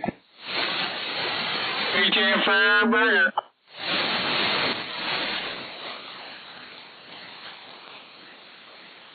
Yeah, just talking to Rhode Island, coming in really good. Told him come down and check in. Sure, I don't know if I went off freak or if you went off freak, something's a little out of whack, but come on back there, Rhode Island, 666 Milwaukee, silly sideband there, take a check-in. 666 Rhode Island, 401 Rhode Island, operator Carl Charlie Alpha Romeo Lima, check in. Yeah, 401 Rhode Island, got you in there, buddy. Silly sideband at Southeast Wisconsin tonight, 666 here, checking in at number 22. Roger that, 666 Wisconsin. Okay, 401 Rhode Island. Thank you very much. We're standing by. Yeah, 401 doing a fine job in Milwaukee. Yeah, any other East Coast out there want to check in tonight? Silly sideband at Southeast Wisconsin. Come on. 401. Yeah, come on. Every Thursday night, 7 p.m. Central Time. We're all here. Roger that. Hey, if you guys would like to check out a Facebook page, I've got 13,000 members on CB Radio Collector. You know, we talk about radios. We, post pictures of our stations on Facebook. CB Radio Collector, 13,000 members. Check it out. We'll be happy to include you. 10441, we got a Facebook event too. It's Southeast Wisconsin, Old Tube and Classic CB Radio. Roger that. If you would like to post on my site, I'll be happy to promote your site. How many members do you have? We just opened up not that long ago. We got at least have a couple hundred by now, maybe 400. I haven't looked lately, but run that by me again. I believe I've seen your post out there before. Run it by me one more time. Yep, roger that. It's CB Radio Collector. My name is Carl. Anything that you see on blue carpet is part of my collection. I've got a ridiculous amount of radios, but I welcome you to promote your site on my radio, on my page. I'll be happy to invite my members to join your site. All right, sounds good, Carl. Sounds real good. I know I'm pretty sure I checked into your site before. I've seen it, so 10-4, we'll do that. CB Radio Collector, 10-4. Like I said, we're Southeast Wisconsin, Old Tube and Classic CB Radio. Roger that. I'm a big fan of tubes. I've got trams, I've got Brownings, I got a whole bunch of tube stuff over here. Like I said, anything that you see on blue carpet on the desk is my radio, and I've got, I got one or two or three or, like a whole freaking bunch of them. At 10-4, we also run the Old Tube and Classic CB Net on Wednesday nights. Wednesday nights on channel 21 AM from Southeast Wisconsin also. Feel free to promote that on my site. We're all about promoting radio there, Roger. Big 10-4, yeah, we do this one because we got a bunch of old 23-channel sideband radios, and like back in the day, we were on 16 lower, so we also have this one, Southeast Wisconsin Silly Sideband Net, on Thursday nights, also on 16 lower. Oh, that's fantastic. I've got a bunch of 23 channel radios over here. A bunch of my buddies over here in Rhode Island got them as well. So, please, promote all of your stuff on my page, and we'll spread it around. Yeah, 10-4 sounds good. Yeah, we got a good page. Just open up quite a few people here in southeast Wisconsin with good old tube radios. We got a shitload of them too over here in my station also. Yep, roger that. I got a bunch of Brownings. I got some Trams. I got a bunch of tube amplifiers over here. I'm a big fan of DNA amplifiers. I got a whole bunch of them, over here. So yeah, that'd be fantastic. All right. Well, good to talk to you. I don't want to clog up the channel. So 73 is good to talk to you. Like I said, promote your stuff on my page. I'm welcome. All right, sounds good. We'll do that. I get it out to the other people on our webpage also.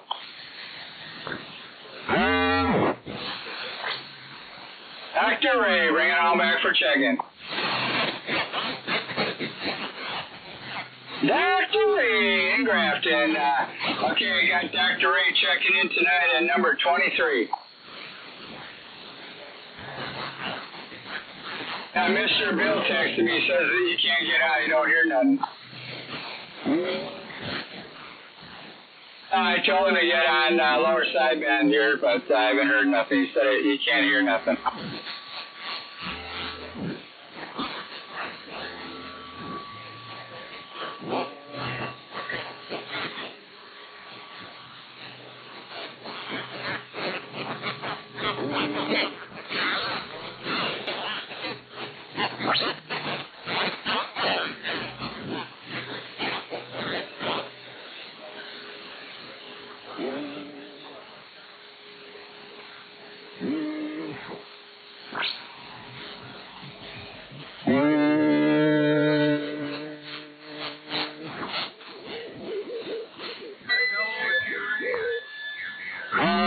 You doubled.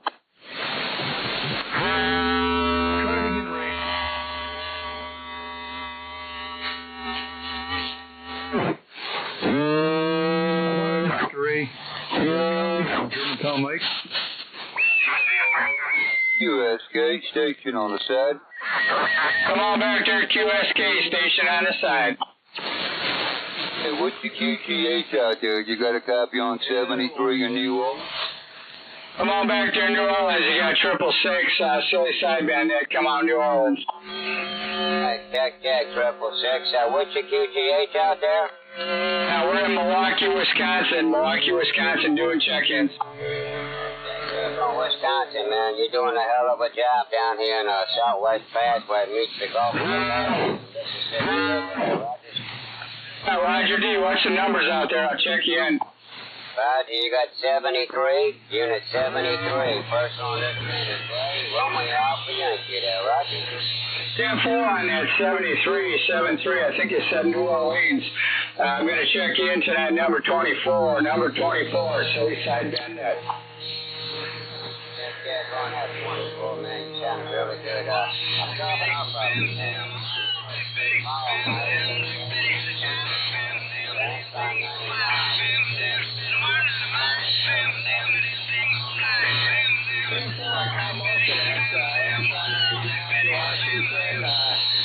Your base station just got running, Temple.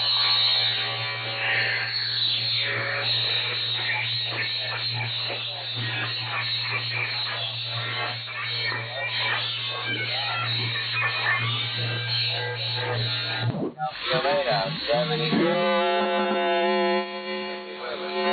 You are dead. All right there, 73 New Orleans. Thanks for checking in tonight. Silly sideband net. We're southeast Wisconsin. We're on Milwaukee, 666 here. Check, 666. Good night, thank you. Good sound of radio, my friend. What's this dude on AM? He's just a dick. The old checking in on the road squawker.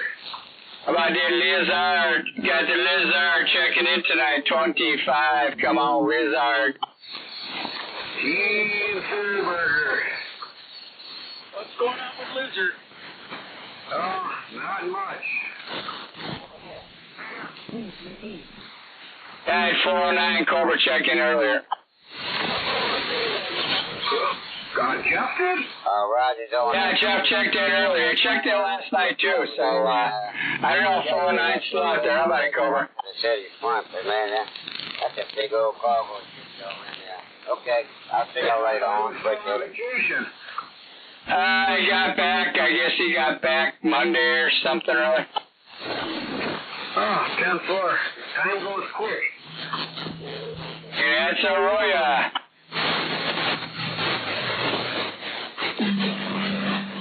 Yeah, New Orleans was still talking when you guys were. Yeah, Roger's on that. New Orleans, if you copy, thanks for checking in to our Southeast Wisconsin. Yeah, I got the visit. We open tomorrow, so here we go. Have a good night. Yeah, I heard him talking to somebody else in there. Have a good one. 7-3, New Orleans. Do it. That's Roger. Okay, 73. Yep, 73 is here from Germantown, Mike, just outside of Milwaukee, Wisconsin. who was that again? Mike, you said? Roger. Handle here is Mike. We're just outside of Milwaukee, Wisconsin. We're part of the Southeast Wisconsin Silly Sideband net. Just want to thank you for checking into our net, and you have a good night. Hey, Mike, got y'all down in there, man.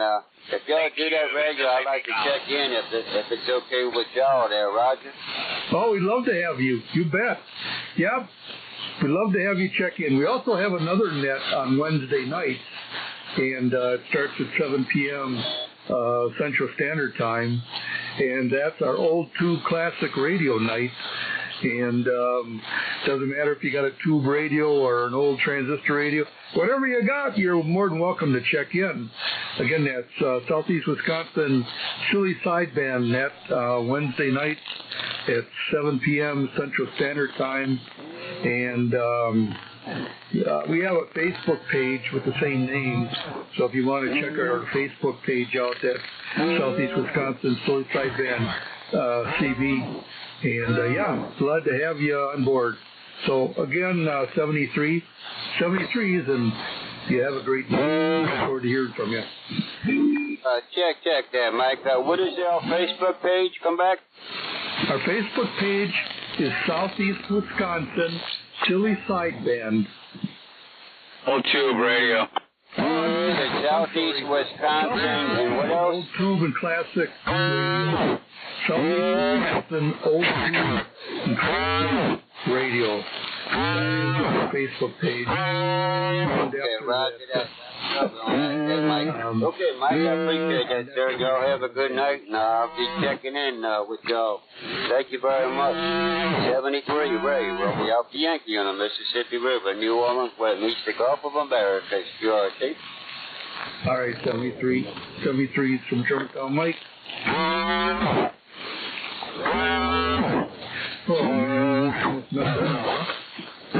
Yeah, I was like, well, I ain't going to find that one. We might find it. Southeast Wisconsin, yeah. Oh, man. Yeah, old age, I guess. Huh?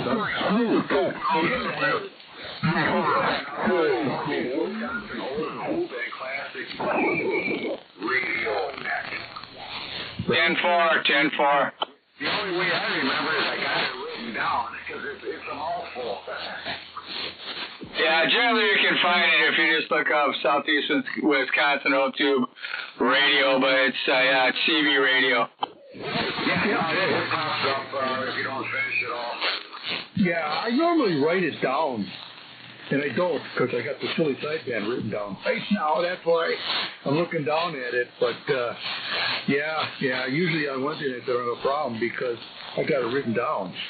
You know, yeah, it's lousy getting old. Did you catch that other one, Mike, from 401 out in Rhode Island? It was CV Radio Collectors.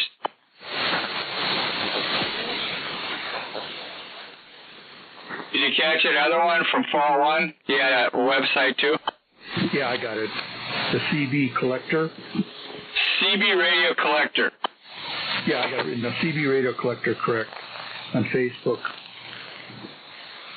LJ, did that guy have a name? I'm a member of his group, but I don't know if he's, the admin is Carl. I don't know if that's him.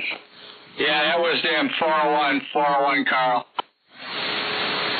Roger, I'm a member there. I'll drop him a note. Yeah, drop him a note, let him know ours and the nets we got on and stuff like that. I told him he said we could put all that on his site. Roger that, I caught that. I just didn't catch his name, so I'll message him. Big Tan for a burger. That's a big 10 for a burger. It's a Roya. Mr. Bill's having issues with it. What's going on? I'm going to have to check out. Something probably blew again. He said he had all the kickers on and everything.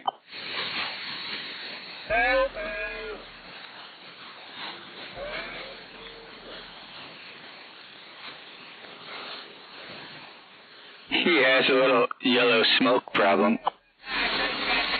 Ooh, not magic smoke. That's bad. I hate that when that happens. Magic smoke. That's a big 10 for. Yeah, here he knows all about smoke. Hey, I think I got that under control now. I got this nice watt meter. I kind of got dialed in what I can do with the amp, and I've been okay now for the last couple months.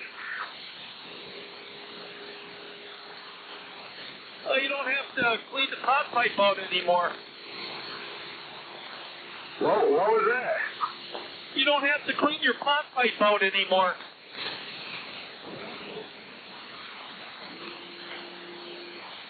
LG, what did you say? I didn't quite hear him. He said you don't have to clean out the pot pipe anymore, the screen. Oh, okay. I know something about that.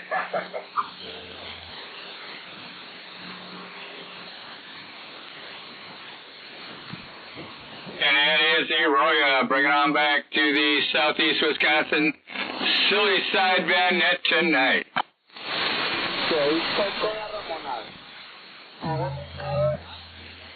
I can hear that static, John. It's fucked up. I can hear it. Yeah, it's back again. Those bastards. I don't know what's going on. My cell phone service between my modem, my cell phone, and everything else ain't working right. I don't know what's going on, if that damn thing outside or what.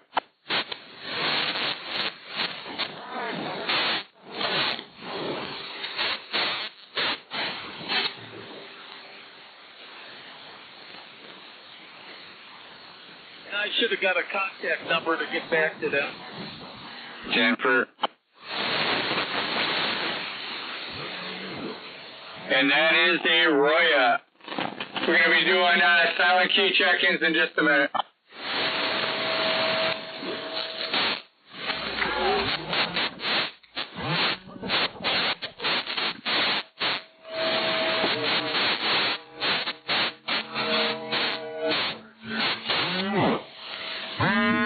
Germantown race is right here.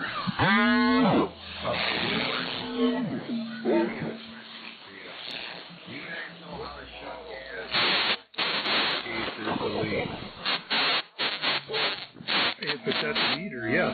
Other than that, no. We don't. We let We Energies take care of it.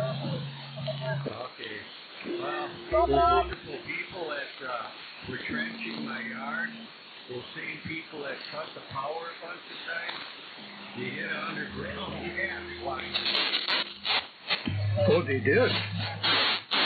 So you have We Energies out there? Yes, you seen the fire department go down there, and then a little later, you seen We Energies go around there, but there was a long delay for We Energies. It's like, how long would you need a gas line leak? Well, they respond. They never give us estimated time of arrival. They won't do that.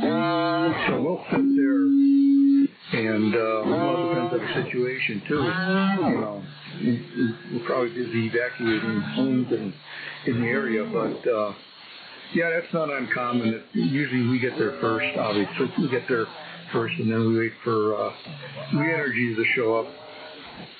Alright, that's why I asked if you guys shut it off or you just sit there and wait. Well, we don't have the tools for it. Plus, it's more dangerous. Actually, it's more dangerous to turn it off. Now, if the leak is at the meter where it goes into the house, obviously we could shut it off at the meter. But if it's before the meter, we don't touch it because we just get everybody out of the area, make sure there's no ignition sources around the area of the leak. Okay, so if it's an underground pipe, if they hit with their little putt-putt machine, that's what happens. They are blowing gas out of the dirt. How big of an area do you evacuate?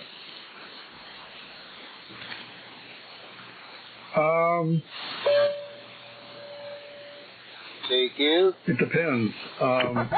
If it's a leak into that goes into the residence, we don't have to do much. If it's one of the larger gas mains, then we will start evacuating 2 or 3 blocks.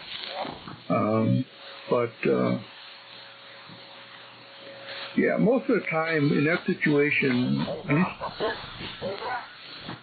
with our community, re-energies gets there really quick, especially if it's a major break, and then they can go out on the street and shut it off. They've got the tools for that. Oh, yeah. I'm not sure if the line was going in the house or if they hit the main one. I know they hit something. They're doing real good. They're cutting spectrum cables. They're cutting re-energy power lines. Cut the main, I think, about 3 times. Where the whole subdivision lost power for a while. So they're just doing a bang-up job. When I heard this one with the gas line, I'm like, thank God nobody blew up. Yeah, usually if it's a line going to the meter, which it sounds like your situation, that's a low pressure line, and then when it gets to the meter, then it gets reduced even more. But yeah, normally those lines that are running in your backyard, those aren't major PSI. It's the ones out in the road, obviously, that are the ones that could really cause some problems. Those are the ones that can back up and increase the pressure, and that's where you hear some of these, where houses are blowing up and that kind of stuff. But that usually happens out on the main. Okay. I was just curious. Like you said, these guys are great. Yeah.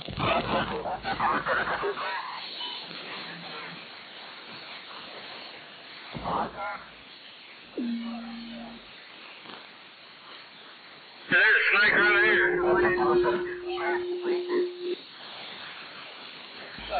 We're going to do some silent key check-ins now. I'll start off with Dennis. Dennis, brother. 10-4, Dennis. Silent key Dennis checking in tonight at number 26. Silent key Dennis checking in. Check you back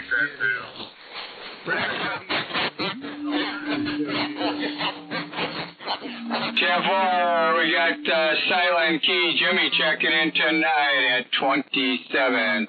27, Silent Key Jimmy.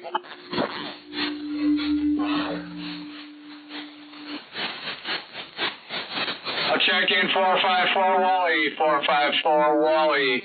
Silent Key is checking in tonight at 28. Miss you, brother.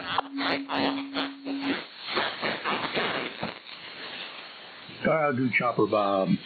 Chopper Bob! Rest in peace. All right, we got Chopper Bob, Silent Key, checking in tonight at 29.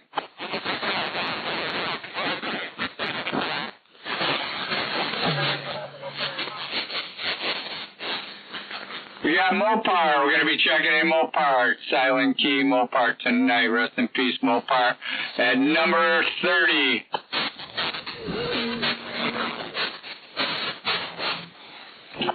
Anybody else with any other Silent Keys that want to check them in tonight? Come on back.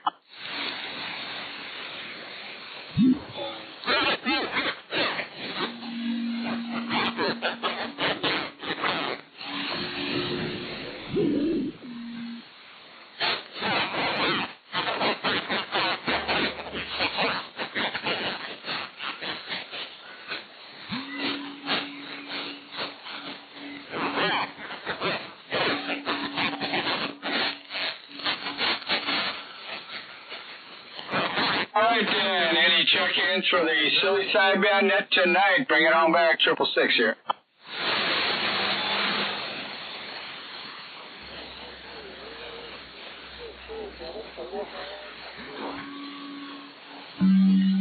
How about an any DX out here? DX on a check-in to the Silly Sideband net, Southeast Wisconsin, bring it back.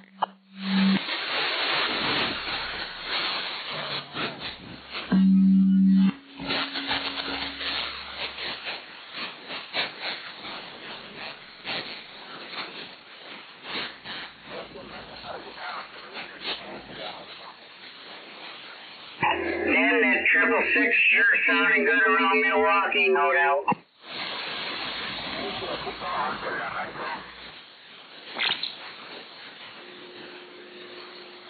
Got a lot of hash and trash and splash tonight. Come on.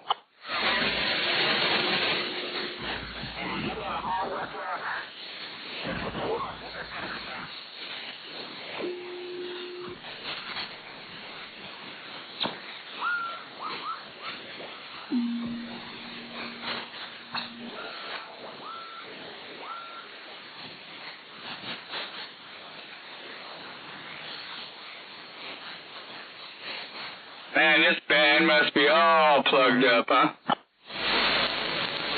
Oh yeah, it's pretty dicey out there right now. I see a lot of lines on my pan adapter. Yeah, they're bouncing around here. This is a really nice patio radio. It only needs one thing, a built-in power supply. Yeah. Well, yeah, you're right. It is a nice small radio.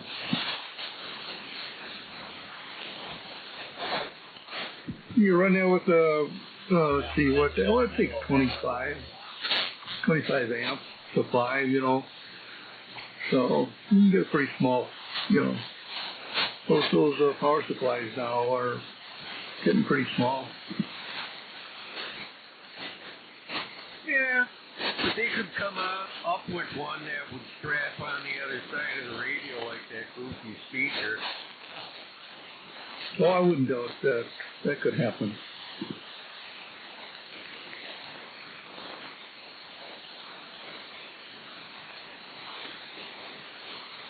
You got a monitor on yours?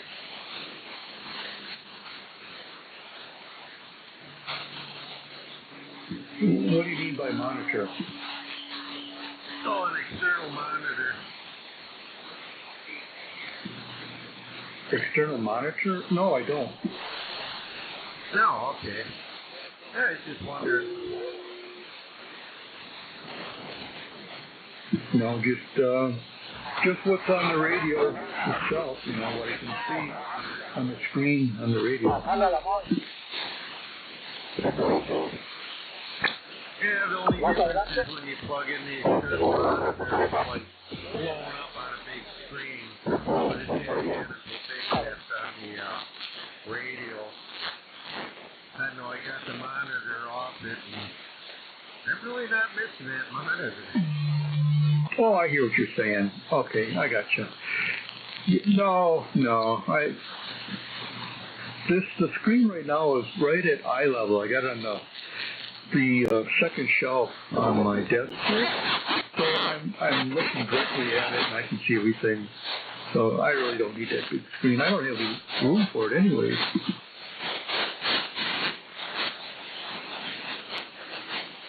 Now I know how that is. They ran out of the room in the bar a long time ago. I gotta consolidate some of this stuff. I had to start doing the same thing. Well, every shelf space is filled. I actually, when I got a radio, then it bumps another radio off, and I just put that one somewhere else in the basement. Like if I'm not using it, then I just, there's a couple of radios I had to do that with. So I got them on a shelf on another part of the basement.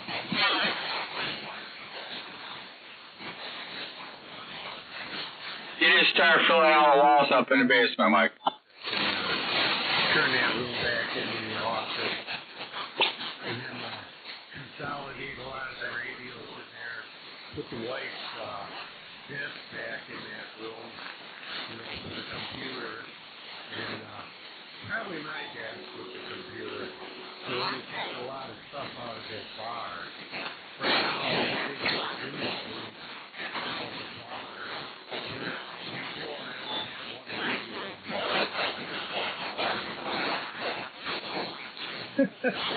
Yeah, I hear you. Yeah, I'm out of real estate down here. This is a room that used to be somebody's office, and so half of it is my radio room, and the other half is my workbench. Oh, yeah, I'm out of room here.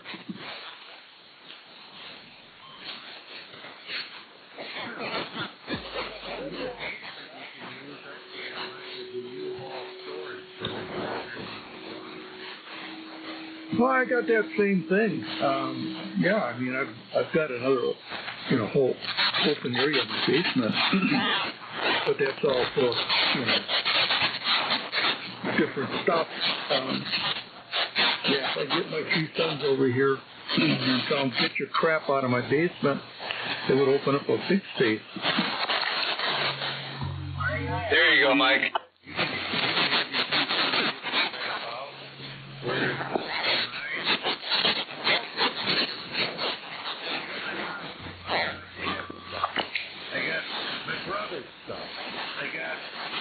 But I got her mother's stuff down there. And, if that isn't bad enough, my brother's crap is in my basement. Yeah, well, my 3 sons, 2 of them have their own houses. So they got room to come get their crap and put them in their basement and get them the hell out of my basement. Oh, man.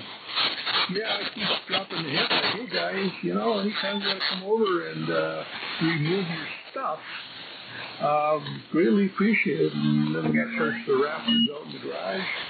That's got crap in it, and it's not mine. It's all their stuff. And you have a nice big area, Mike. I know. I have a very large radio shack.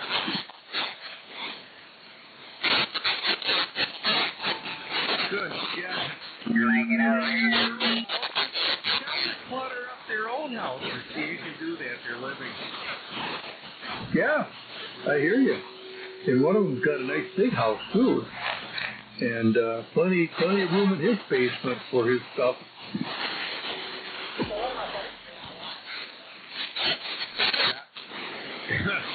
Oh, boy.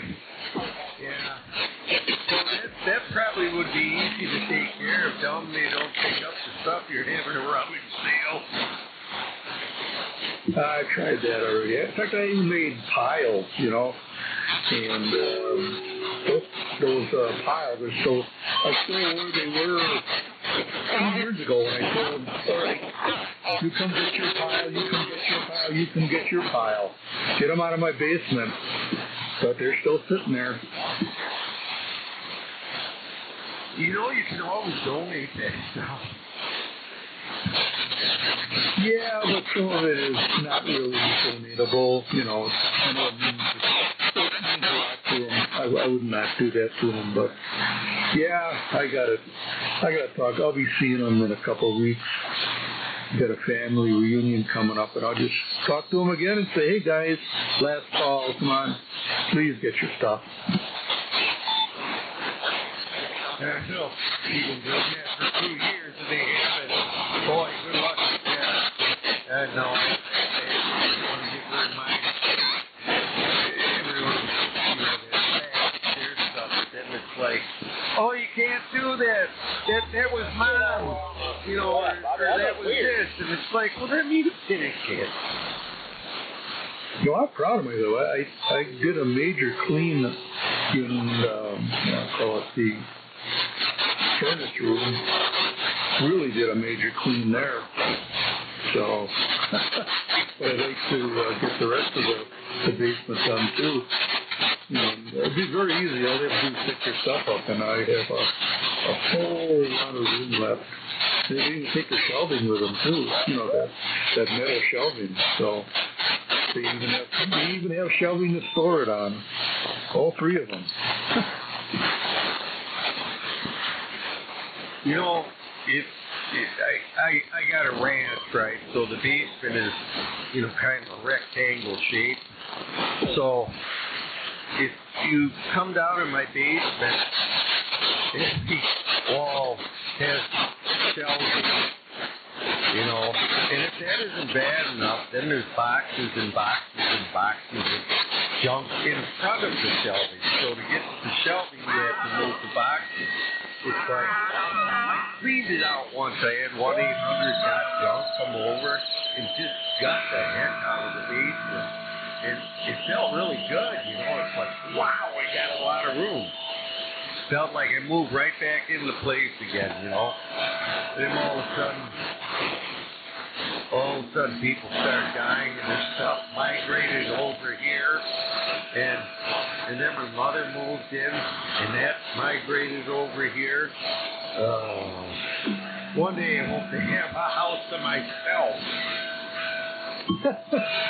Well, I got a house to myself, but yeah, I got the same situation. I got everything in shelving, real nice, you know. It's not my stuff, it's theirs. But then there's stuff, yeah, just like you said. And then there's additional boxes in front of all that. And again, it's not my stuff, it's theirs. So they need to come to either, you know,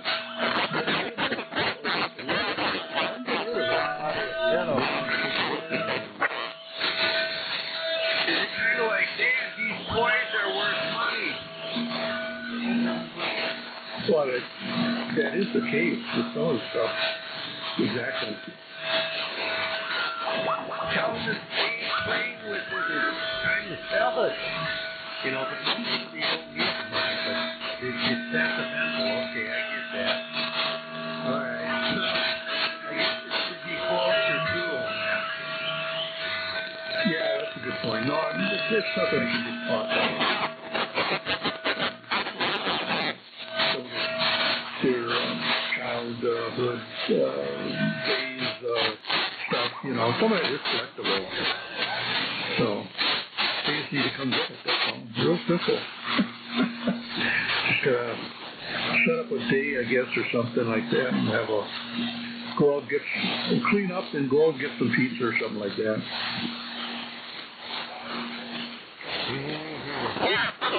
So you won the walkie-talkie shootouts in the medium power? Yeah, I did. I got the trophy I'm looking at right now. Yeah. What walkie-talkie were you And, yeah, it was a lot of fun. But, you know, a lot of good food, and a lot of good company, and came out and we did the walkie-talkie shootout, and that was fun. Ray showed me the trophies. planned on going to that, but we had a medical emergency, and I ended up in the ER Saturday, and they kind of shot the whole week, Monday and Tuesday. So now it's back to work, but we're on light duty for a while. What happened, Dan? Sex put you in the ER? What? Were you on the show Sex Put Me in the ER?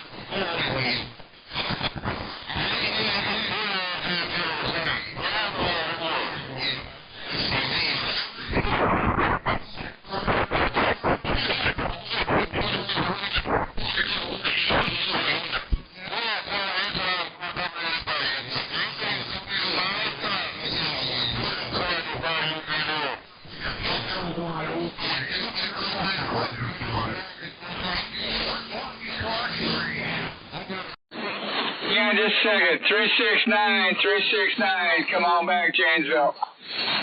Yeah, I heard you come back to me there. I can barely hear you guys. I'm getting a lot of flash from Channel 6 and stuff like that. But I figured I'd see if I could check in out there tonight. It's been a while, and say hello to you guys out there. Like I said, it's a little rough on my end. A lot of bleed over. But I did hear you come back to me there. So I definitely appreciate it there. I'll take a standby here. Maybe conditions will kind of calm down here a little bit. I'll take a standby outside here. All right, 369, Janesville, we do got you in there, buddy. On the silly sideband, going to check you in tonight at 31 on the 369 Janesville. Good copy tonight. I think he said 369. I think that's what I heard.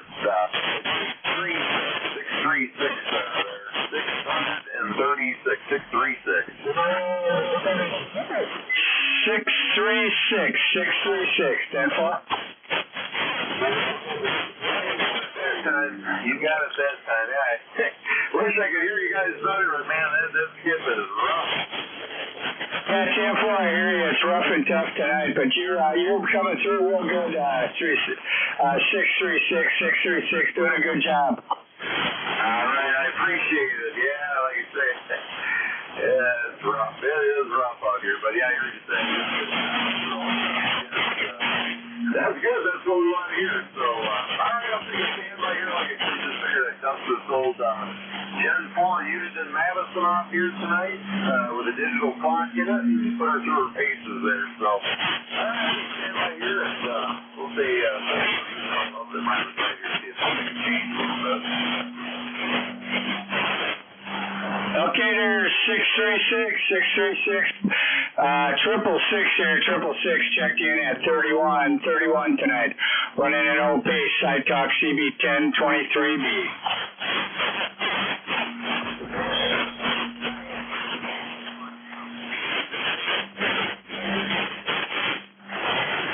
Anybody else out here want to jump in and check into the silly sideband net? Bring it on back. A lot of hash and trash here.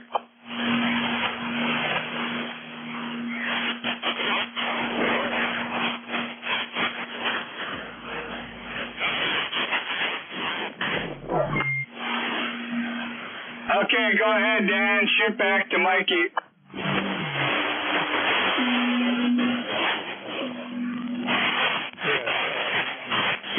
Walkie-talkie.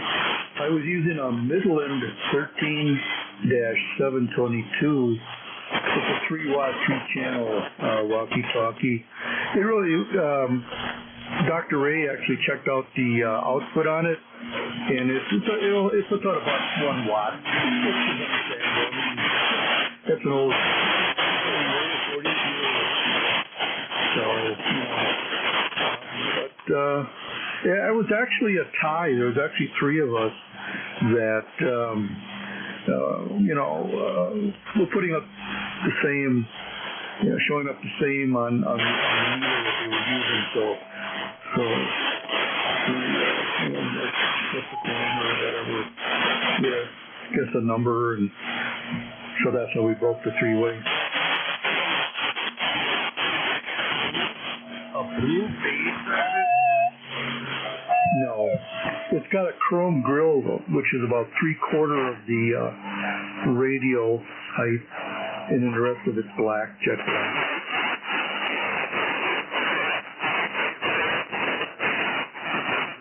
And it's a blue face one. But it is a nice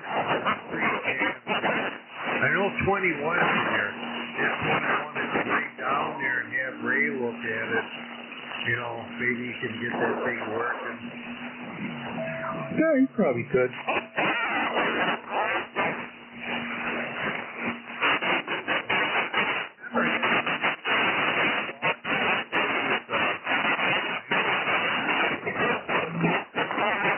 It was all black. Might have had chrome, but I had a leather case or leather, whatever it was, over it.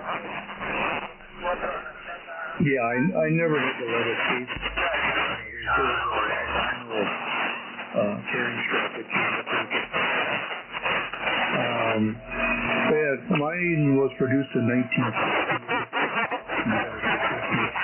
That year.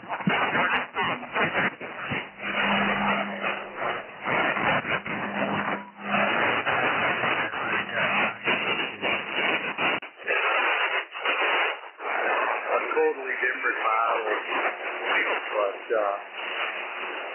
yeah, that thing was all done. That thing was great. Had it for a long time. Yeah, I used that radio, and the time I got it, until I got my actual base unit, I worked the hell out of that radio, and it's really a cool radio. But that was for me, that was the big time getting the CB, going for my 100 milliwatt to the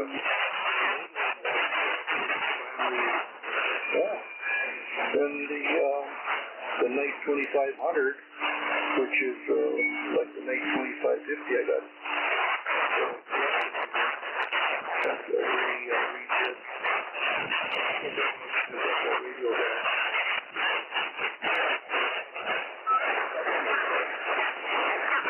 Now, I got the original radio I started out with, for a base.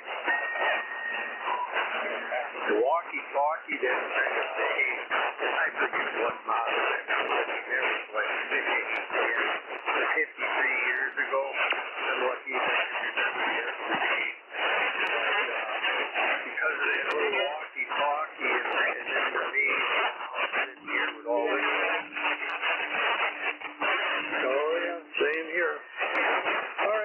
turn it over to LJ. Check this. If we got any more check-ins tonight. Silly sideband. I'll be on the side here.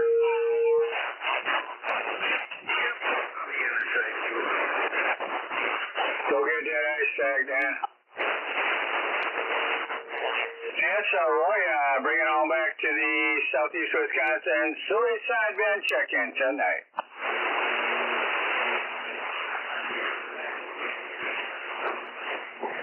Abide out there in DX land, Southeast Wisconsin Silly Sideband net, taking check-ins, 666 here.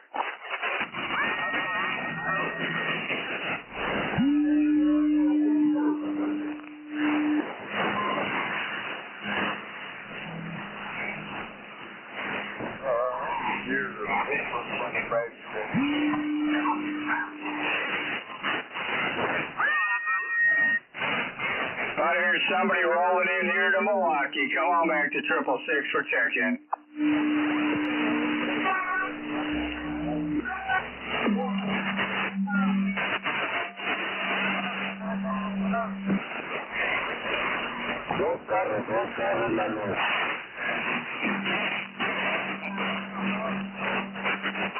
Come on, man. Come on, bring it on back. Silly Sideband check-in.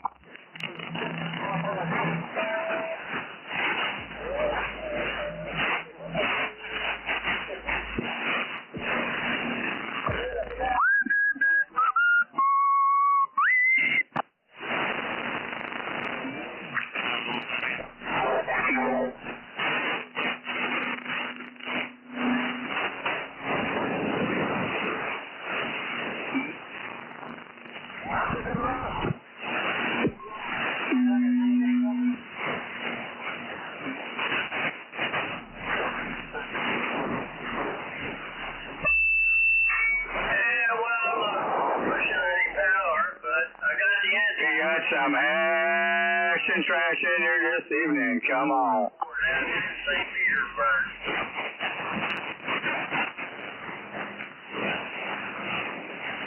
There's somebody rolling in there. Try it again for a Silly Sideband net. Hey, Roger's on that.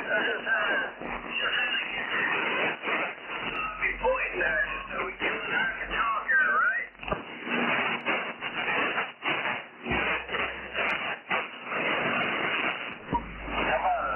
St.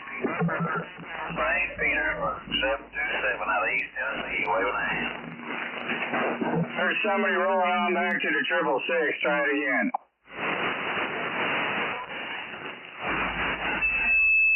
Well, there you go. I always said if you take those two tin cans with the string tied to all and you pull the string to it, you're gonna hear.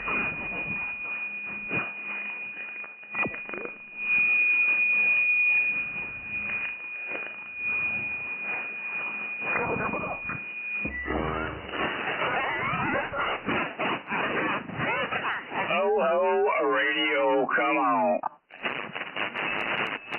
Yeah, that's pretty much right. Mother Nature is, she's the main one out there playing the game. It's all up to her whether we talk or not, right?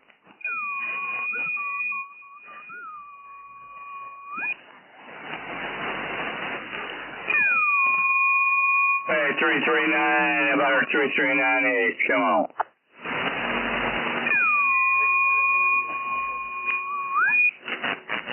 Come on, 339, come on. Hey, Roger's on that. That's right, Bill, so. How about it, Mr. Bill? You trying to get in there?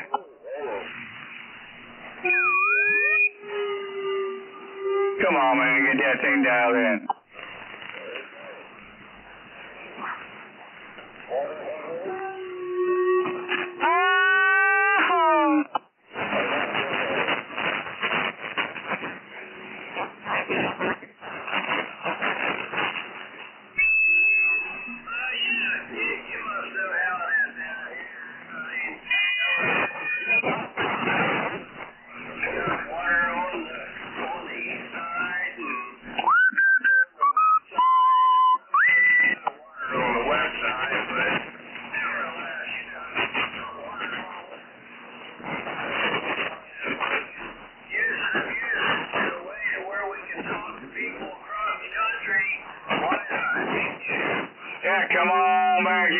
talk to people there in Milwaukee.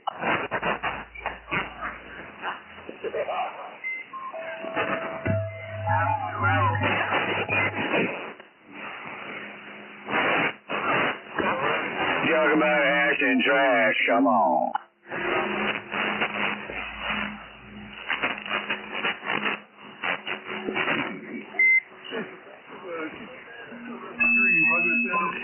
We got what I think is out in Missouri.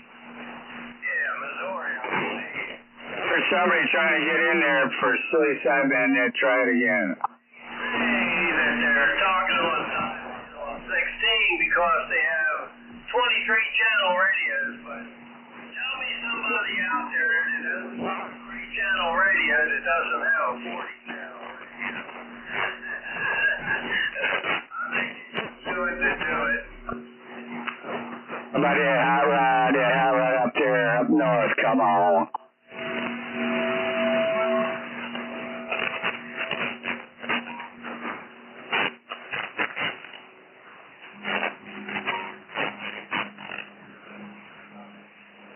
Somebody a Rusty Ranger out here tonight.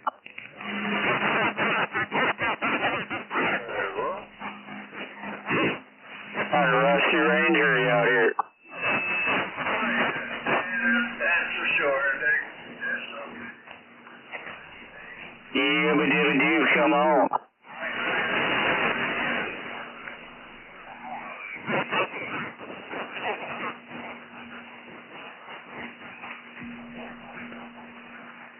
Whiskey Tango 10, Whiskey Tango 10, come on.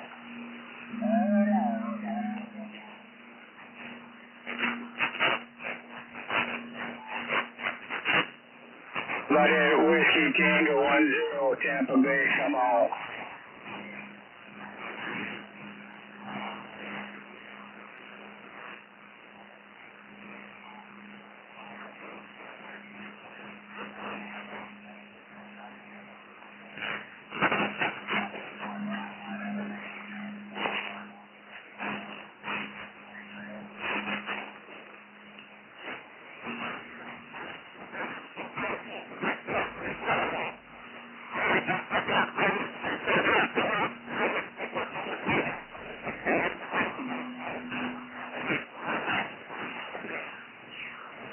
How about that Whiskey Tango 10, Tampa Bay? Try it again.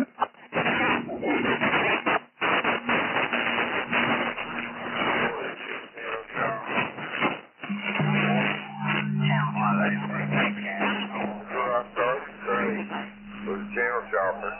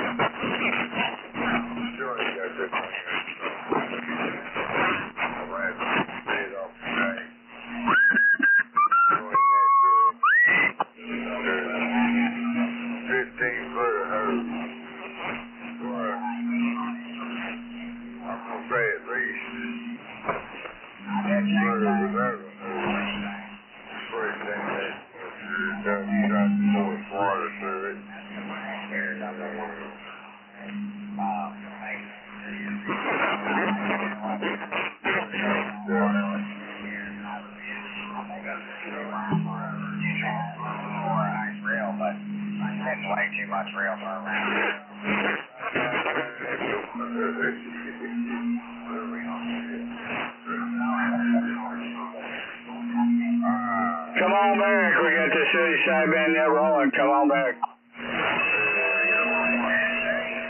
All right there, Party Animal Walker Shock, doing a good job tonight there, buddy. Gonna check you in at number 32 here, silly sideband net.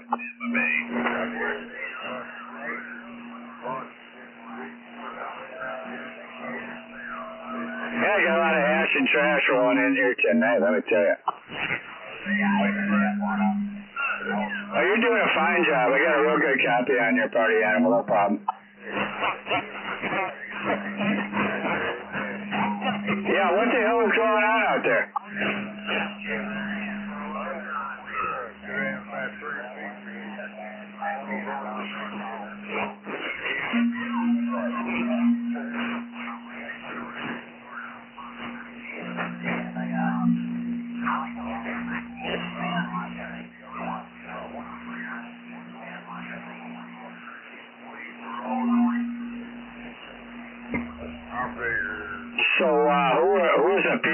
doing it? The employee?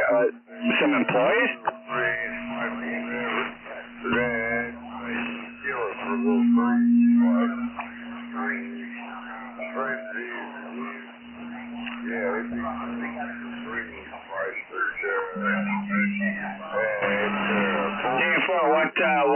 What location was that at?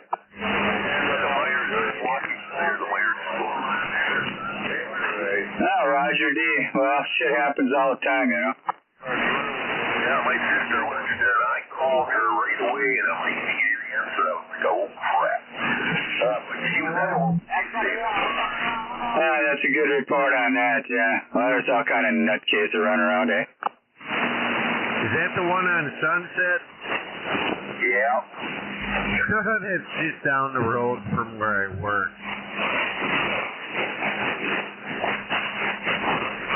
Yeah, 3 hours later, there's still no news briefing. Did they shoot and kill a guy? Or didn't they say anything? They injured him. They shot him in the leg, and they handcuffed him, and then I think they brought him to Freer, the other one to Monkey Memorial. There were 2 of them? Yeah, there was 2 suspects. Wow.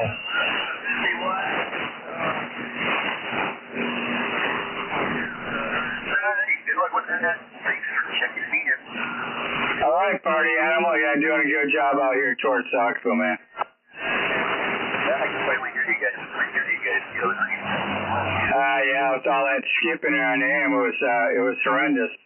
A lot of shit rolling in here, from AM tonight, too. Yeah. I don't feel like today. Can't tell me sitting on the side here. All right, party animal. Thanks for checking in, man.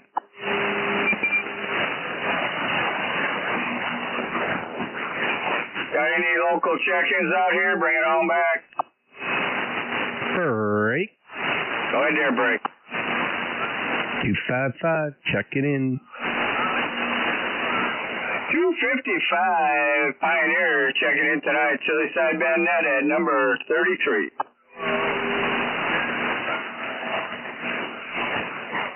How's it going tonight? It's going pretty good. Got a lot of bleed over. Must be a lot of skip rolling there on the AM. Yeah, that's about normal lately. Yeah, so at least it's better tonight on the sideband than the AM side, you know. Yes, sir. Yeah, we had a pretty good count last night. I think it was 57 or something. Oh, that is good. Yeah, it is good for not being able to pick anybody out right at the beginning, man. It was too tough. Yeah, that was a mess. Yeah, it's been kind of sporadic on the DX check-ins tonight, but they've been out there. Wisconsin, check-in made at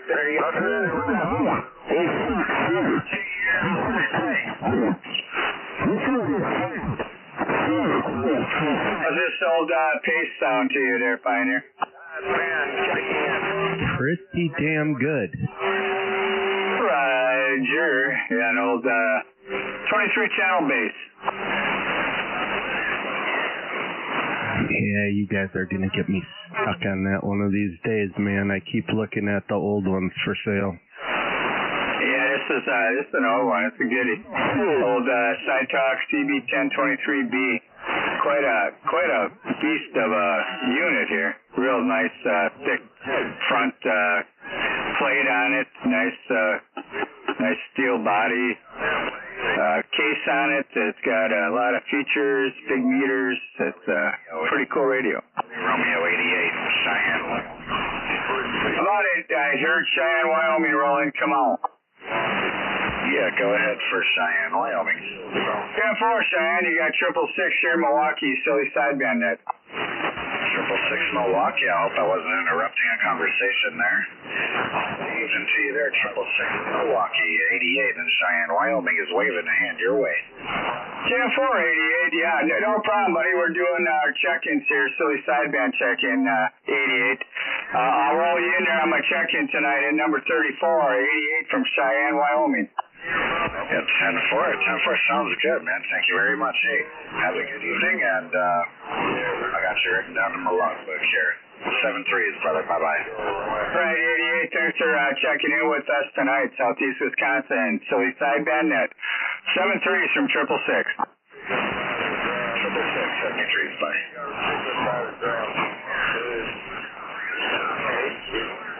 Hey, LJ, what do you think?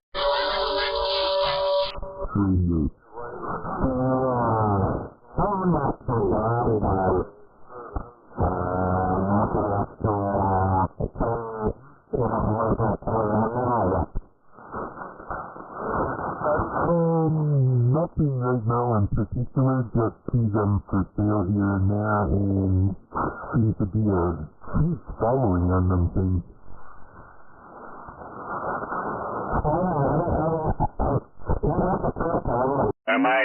I don't know really what to say about him. I don't know a whole lot, but Ray would be the one to ask about him. Mike, what do you think about a 10 Tech? Excellent radios for amateurs. Yeah, they were always top of the line as far as their capabilities. Now, I don't know, and Ray would know this, I don't know if you can mod those for 11 meters. Like I said, excellent radios, but you'd have to check with Ray and see if those are modifiable for 11 meters. Copy that. I'm pretty sure they are because at least the ads I've seen say that they're able to be used on 11 meters. So I don't know. I just wondered. I think they're kind of cool looking, but I didn't know what everybody's opinion of them was. Well, I've never owned one, but I know they're very very reliable and high-end radios. And I think if you want more information and more technical information, Dr. Ray would be the guy to talk to. He might be familiar with that end of it. 10 Tech. Well, just a 10 Tech line. Any particular model Pioneer that you're looking at? No, sir. It's just everybody on the net here. Everybody that I talk to and 144 talks to, y'all have the old radios, and everything that I have right now. Well, I have the Yaesu 2000, but that doesn't have tubes either. So I figured if I'm gonna go out and find something, I want it to be highly sought after and a really nice radio. So I'm trying to decide what line I should start my search with. Okay, so you're looking for a tube radio? Yeah, something to fit in with everybody else here. Oh, okay. Yeah, I don't know what... Yeah, I'm not that familiar with their tube, with Tentec's tubes, more in line with their solid state.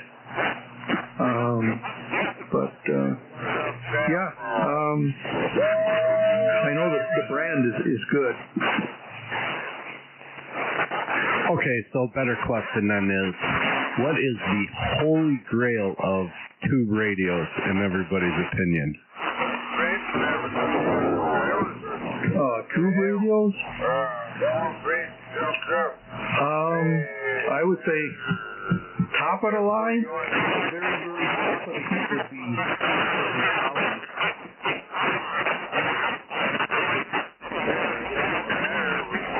Okay, but Collins is everywhere. What's the holy grail? Something that's out there that everybody wishes they had one of those kind of things. You mean the 101E? No, man, everybody has one of them. I swear. I think all you guys have them. I wonder why. It's the Holy Grail from back in the 70s, man. Well, the Holy Grail would be the common S line. S is in Sam. S line would be a separate transmitter receiver, but those are very hard to come by. But they don't have AM. Yeah. For 11 meter crowd, it was the 101 back in the day. Still is. Hey, Eggman. There's a guy that would be able to tell you, Pioneer. He'd be able to tell you because he's got quite a line of those. So, yeah, Eggman, Pioneer's looking for the Holy Grail of amateur radio for HF. I don't want to pretend to be the know-all of all things he knows, but does he want all mode operation in one package? In other words, sideband, AM, AW. Does he want everything, or just looking for sideband? Because if you get into the Collins S line equipment, you have no AM transmit. Yeah, I would want all of it, AM and sideband. And Eggman, this is Pioneer. I bought the tower from you. All right, Pioneer. I'm a little down in my noise here tonight, but I'm back here listening. And, hello, good evening to everybody else out there, especially LJ up there in the Northland. There's a lot of stuff out there, but if you want a really high quality AM, there's a lot of stuff you can get that's a fantastic single sideband operation. But to get everything in one box, that's a little tougher. It's a little tougher. I heard them talking about one series line. That stuff was a whole lot of fun 50 years ago, but it could be a whole lot of trouble nowadays. They need a thorough if you've never done it before, it's a total pain in the you-know-what. So, I don't really have a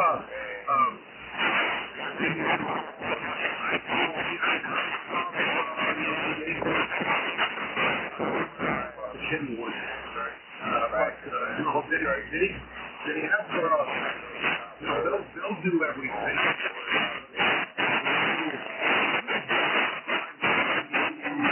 You can deal with that with a modification. So, find yourself a modern icon, the last decade, or a name,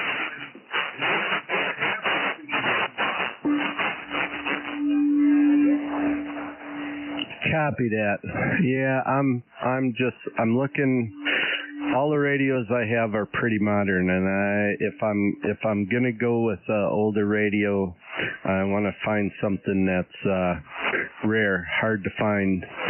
It gives me a challenge to look for it, and then hopefully, if I find it, Ray can do his magic. Well, keep looking and hopefully find. But I'm just telling you, there really isn't a quality all-in-one box. That's going to do what you want.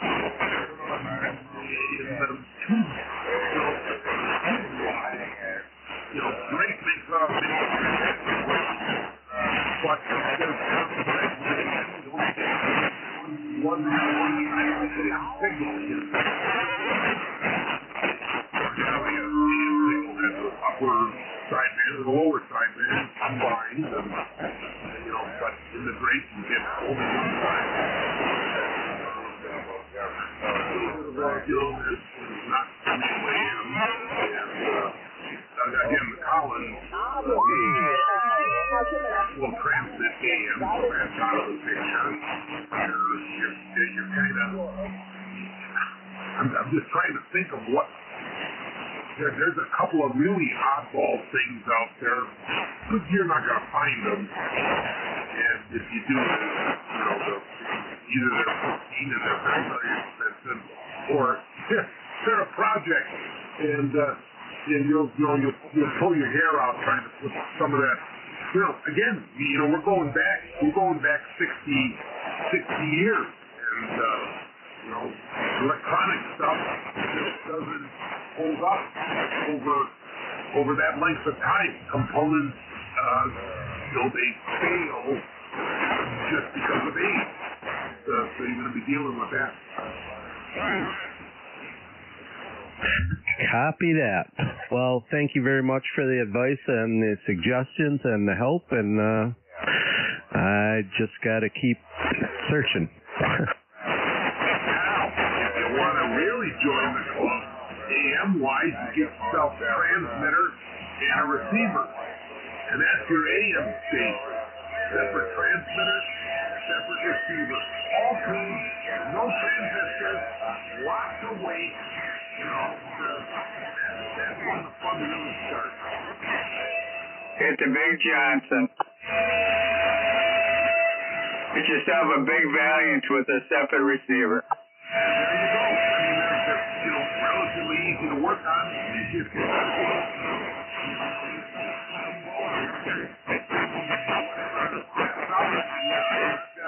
I've got some values over here that, you know, we go back to the you know, the early, the mid 50s, I guess, probably.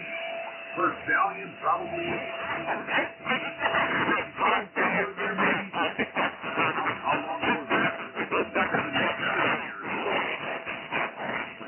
Yeah, 10-4, kind of like, you know, the guy, there's a bunch of dudes out there running them old Johnsons with the receivers. That's the best AM plate modulation. You know, you want some good plate modulation, you get them bad boys. So, good evening, George. I'm going to check you in tonight, man, at number 35. Okay, LJ. Thank you, sir. And, yeah, I was in and out of here, and I heard you guys talking, and I was almost getting ready to shut things down here, and I heard the fellow there that was interested in finding a do everything in one box tube AM single sideband, blah blah blah, and they almost don't exist. Yeah, 10-4. It's just, you know, I mean, there's so many different things out there, like you said, the old Collins, the old Johnsons, the big transmitters, or you can go to a combination, you know, Yaesu or something, you know. My favorite radio is my FT101, you know, so I got all the equipment for it, all the pieces, all the amplifiers. I've had it for like 35, 40 years.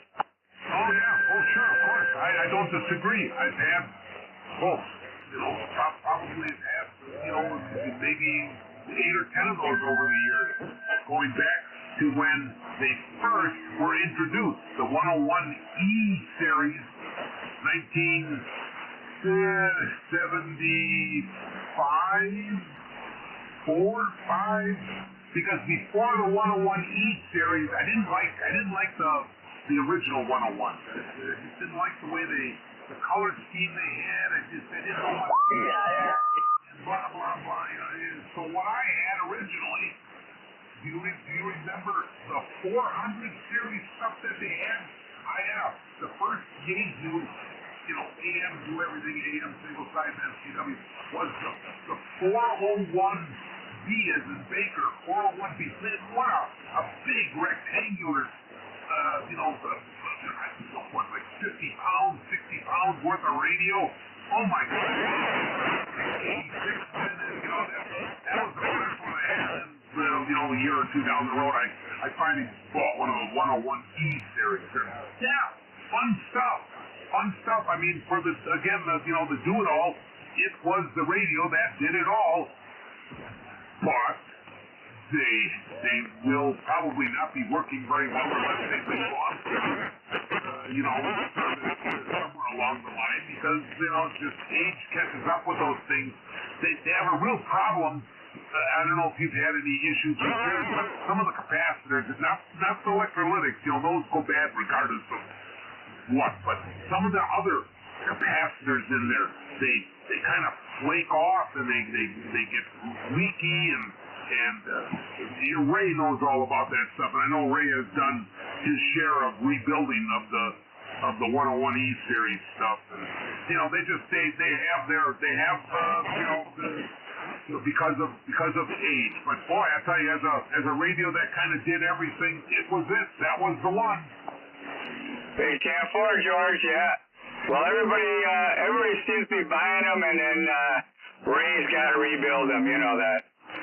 Ray's had to work on mine a number of times, like you said. It's an old radio, and they need attention every once in a while, but we know the man that knows his shit about them, and Dr. Ray's like the 101 guru, so, if you get one, he generally can do something with it, or I'll let you know he can't, but I don't think I've seen one that he hasn't got going yet. I know he's been servicing those exclusively, along with, he's pretty good at his technician duties. He's a handy guy, and he's worked on lots of 101 over the last, how long have I known Ray? Probably close to 50 years, 40 years. Big 10-4, George. Time flies, man. Oh, my God. I think back when I got this radio, with Ray, and it was an estate sale of a silent key. He went there, and he knew all about it. He goes, yeah, get this one here, and whatever. And so, yeah, the doctor's been taking care of mine for years. Well, one of the things was a little fumbling thing there too, and you're trying to work on your own radio, that little stuff, the boards and the soldering techniques and all that can be a little bit of a challenge. Another thing that's pretty much old stuff. Lots of room in there. You get in there with that. You can start taking things apart and putting it back together. You can't wreck anything. That is true, George. Not like these new HF radios, man. Oh, my God. Ray's got them microscope soldering stations and whatever, It's amazing all the different soldering stations, like a microscope he uses, Yeah, I got a friend that has got a microscope and magnifying stuff, and he's the best worker on electronic stuff that I've known in my personally for a long time. But yeah, and you gotta have that stuff to work on that newer stuff, especially the stuff now. If you think it's a little tedious on an old 101 from the 70s, that's child's play compared to opening up a brand new Icom, Yaesu, or Kenwood, or any of the modern stuff with parts that are, you can balance them on the tip of the lead of a pencil. Yeah, it's amazing. It's amazing that stuff that Ray has. I look at it. Exact temperature. Got to have the exact temperature on them things, the MyCs, and my God, it's unbelievable, how small it is. Part of the problem I'm having now, I work on some of that stuff. I've had my share of repairs to be done on the newer stuff, but my vision is, with age, especially my left side, I'm probably getting close to cataract surgery time, I think. But you got a vision, and you need good vision, even with sharp. You know, if you can't see sharp, if you can't focus sharp, even with extra help, you got problems. You just can't do anything inside there. It's way too small. Yeah, it's a big 10-4, George. You've been working on mechanical shit now. Bikes and that. It's getting harder and harder, so. Yeah, I hear you. It's a bitch getting old, but oh well. Yeah, it's always better than the alternative. Put up with a few the downside, but better than the alternative. Okay, I'm clogging everything up here. I'm sure you got other guys out there.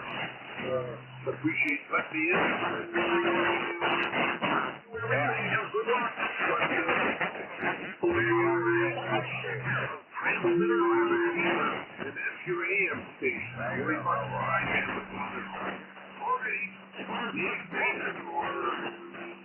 Strange love or ground control or whatever I'm calling myself for the week. Good evening, one and all. I'll sit and listen for a little bit, but I do that stuff to get done here. Good night, everybody. All right, George, have a good night, man. It was always good talking to you, man. We'll catch you at the next meet. Hey, George. Good talking with you. Germantown Mike here. Waving a hand to you. Yeah, Pioneer.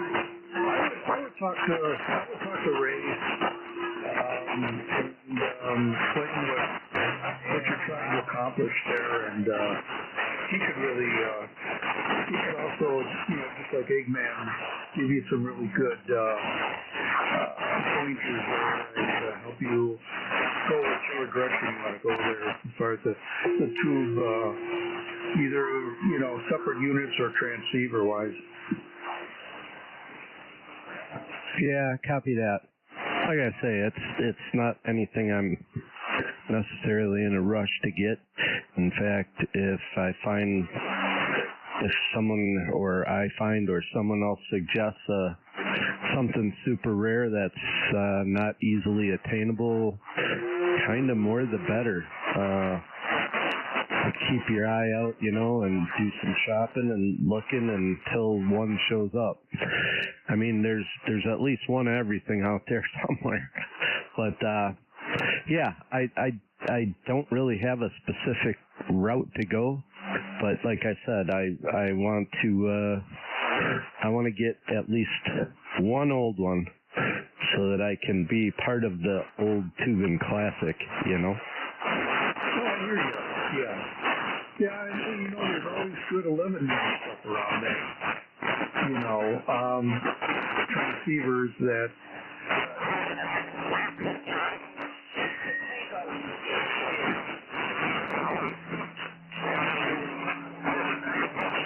It's a good looking mic.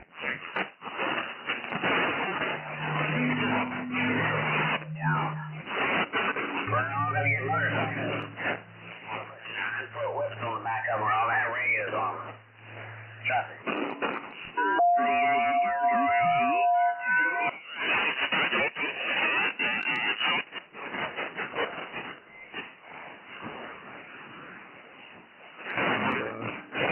See what route you want to go there.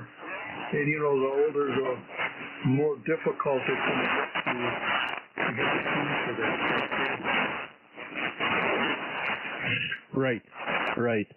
Now this would, I guess I'm fully committed to the 11 meter side. Anything on the other side, I know where I'm going. I know what I want there. But it would be nice, I guess, to have just one that works good, that looks good, that's really nice shape, and yeah. So if any of y'all hear of anything out there, you'll have to let me know. Yeah, you'll find what you're looking for. You gotta search. First, you gotta determine what you're looking for, and then what kind of a price range you're willing to pay because some of that older, especially the amateur stuff, they can go for some pretty good bucks now, especially, you know, if it's all restored. So you got to kind of do your homework and then start, you know, looking for that equipment. Probably, you know, a ham fest would be a good place to start once you do your homework, and you can talk to the vendors that are selling it and get a better hold on what that particular piece of equipment can do, and you know, if you need parts for it, you got to start looking for that too. Who can I get that can supply any parts that go back on it? And, you know, so you got to take that all into consideration when you're talking.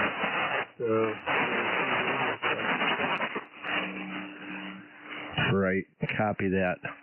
Okay, well, I think I sucked up enough time on the net with this subject. Sorry about that, the rest of you. Anyway, LJ, I won't bring that up again. That's all right, man.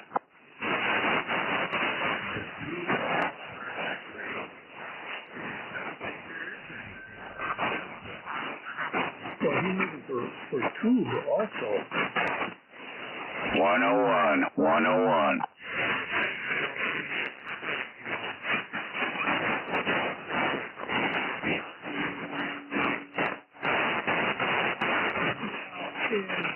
You know, the era where they started going solid state, like I had a TS-20,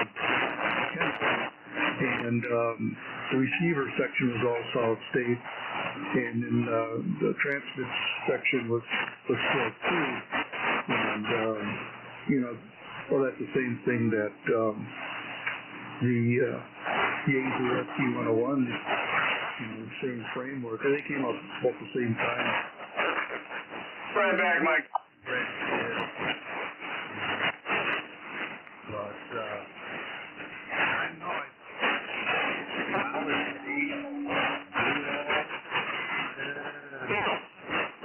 I know. Maybe what was it? Yaesu, I think it was a 757. Most things used to scream at me. Yeah, he's looking farther back than that. I think, well, in my opinion, it's probably going to be, you know, 101. The 101 has the AM, but then there's all other drip modes, you know.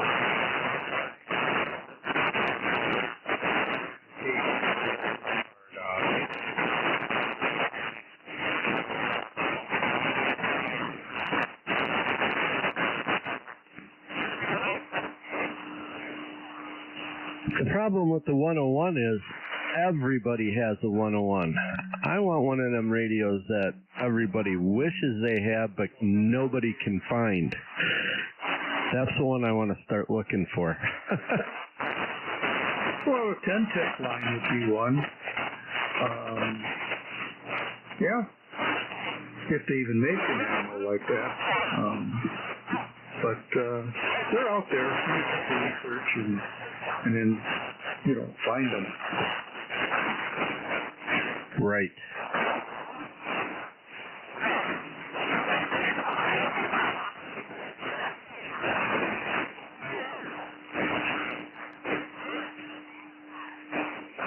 What's the story with the 101Z? Well, you need Dr. Ray right now. He could answer that.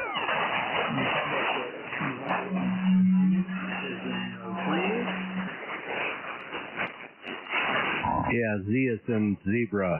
I think, wasn't that one of the last 101s of that model, the Z? Boy, I can't help you there. Don't know the history of the 101. Ray was, I don't know, LJ, you know the history of 101 was a Z Zulu 101 model came in. what year? I think he said he'd be right back. I think he's not by the radio right now. Oh, okay. Yeah, I think you do. You can. I would go. You'll probably somewhere have listed, the different models, the 101, that when they came out, and which ones included 11 meters, that's all searchable. The 101Z, you can modify it and they used actual transmitters. They didn't use sweep tubes.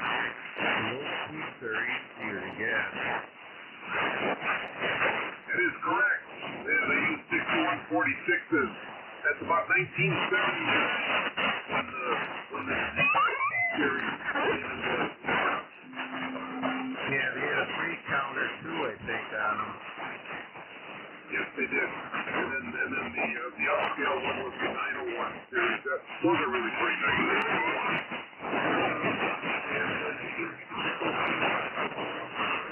The 101 you have to buy a separate AM board for it. And the early models of the 101Z didn't have AM. They upgraded it by 79, 80.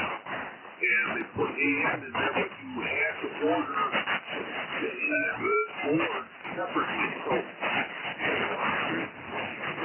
for sale, they probably don't have an AM board. What about the 102s? I don't know about those.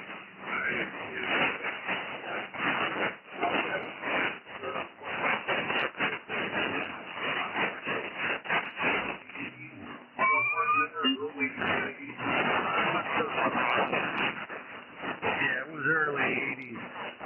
But I know they used 3 tubes in those. Yes. The last of the tube transmitters they made. Yeah, I think that's 6146 in there. Yeah, they had 3 of them in there. And those things sound great on AM and here again, if it's not a radio, you're lucky if you can find some of the electronic parts for the board and Good golly, Miss Maya, what's all that splash? 101 series, old-fashioned 101. There's plenty of models to be had.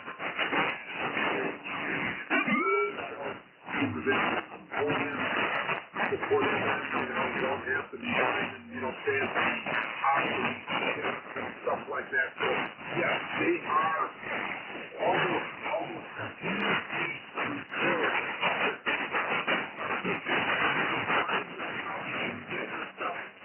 Keep a 101Z series going for as long as you care to keep, fixing what takes the crap on you from time to time.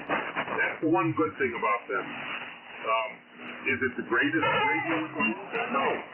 But it's good at doing and if they're operating correctly, they're plenty stable, and their AM is as good a sounding AM, the AM side of things, as anything you're going to find out there. So, it has a lot of things going for it in the right direction, but again, it's not the greatest radio, and there's going to be things that after 50 years, there's going to be stuff that needs attention. But when they're working, they're nice. When they're working properly, they're fine. And the final problem, hate that. A TV you used to be able to buy at the drugstore for $2.50. Back in the day when they were still using the Jones. Now, trying to find a 6G, something like that. I forget exactly. You see those things, especially the Japanese Green Bandits or the Toshibas, any you pay $100 plus for a pair of boots. So you got that $9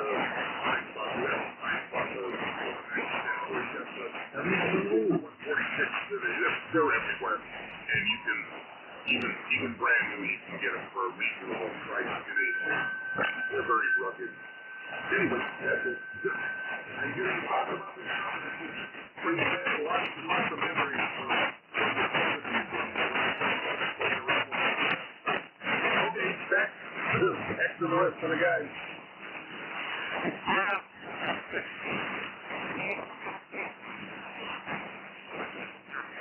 Man, I am getting splashed by Cal. Pioneer. So got some we got some homework to do there, and then yeah, you can always fall back on Eggman or Dr. Ray. Good resources there to help you out. They've been there and done it. I really wasn't into the old tube stuff as far as amateur radio. My first amateur transceiver was the Kenwood TS 520, not 20S, but 520. Went up to 80 meters, and that was my first entry into amateur radio. So, but yeah, just the real old tube stuff. Never mess with any of that. So, but yeah, you should have some fun trying to find all that stuff. But you know, George brings up a really good point too. You know, you got to find the tubes for all that, and those tubes are getting much harder to find. But I guess that's part of the hobby. You know, going on the treasure hunt and trying to find all that. Copy. That's part of the fun. It's getting me some big time splash now. Yeah, I don't know what's up with that. Hey, LJ, you have a tram? I do not have a 201. Nope, I got some mobile units, but no, I don't have the big one. Tram 201A, yep. I just some of the other earlier models. Sought after vintage 11-meter radio gear, and the 201 came up. But you do have a Johnson Messenger 223? Yeah, I got just about all the series of Johnson.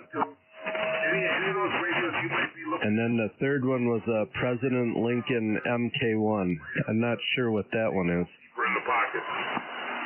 Roger on that. Yeah, I noticed with some of the Amfests there are some vendors that do have pretty good stock of tubes. So yeah, that's a good point, George. But well, you still have fun. You know, trying to get all that together, and then once he has a station up and running, he'll have a really good old tube. You know, whatever he goes with, a transceiver or 2-unit, whatever, you know, he'll have a little piece of history there. Before you know it, we'll have 20 more. Yeah, right. You know, the funny thing about it, Mike, is I've been fooling around with this hobby since I was 11 years old. I was still in grade school when I first started with the CD, and over all these years, I've been collecting and hoarding and you name it. I've been doing it, hitting all the Amfests, and the worst thing that could ever happen to a guy like me is when eBay started up back in the late 90s, whenever I first joined that. But I always make the joke, and I'm the guy with 10,000 tubes. Well, 13 years old with my pennies walkie-talkie, my $5 pennies walkie-talkie that I got at Penny's Warehouse. Oh man, yeah. So it's a fun journey. Really, I love the radio part of it. So, all right, I'm going to take a standby and turn it back over to LJ, see if we got any more check-ins. But yeah, George, thanks for your input on that for Pioneer. Give them a little base, to start out looking for whatever direction he wants to go. Oh yeah, the search would be more fun than the operating. You watch. it'll get a little frustrating too.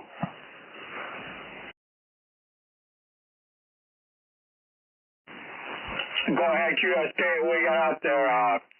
How about it, Mr. Ed?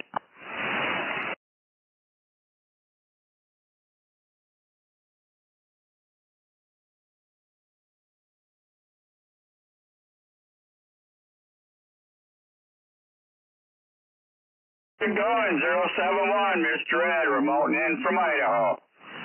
Good evening there, Mr. Ed. Sounding good tonight on the silly sideband net there, buddy. I'm going to check you in first here at number 36.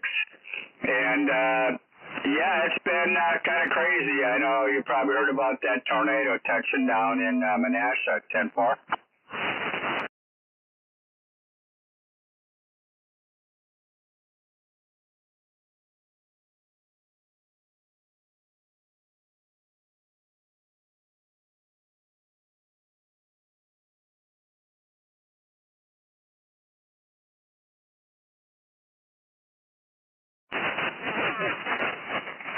Yeah, that's a big 10-4. Well,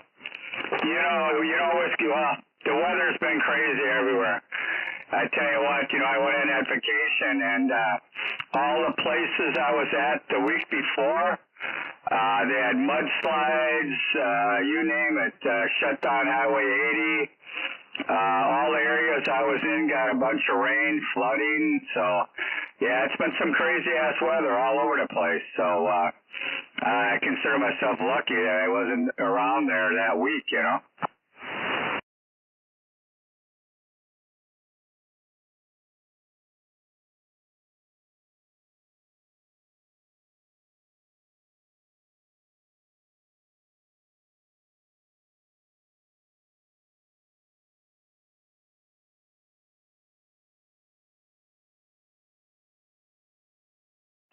Big 10-4. Well, it's good to hear you, man. I know 144 checked in remotely from work, and I know yesterday was really crazy as far as skip conditions. It was rough and tough yesterday for check-ins, but we did get, I think, 57 of them. So I didn't hear you last night, so.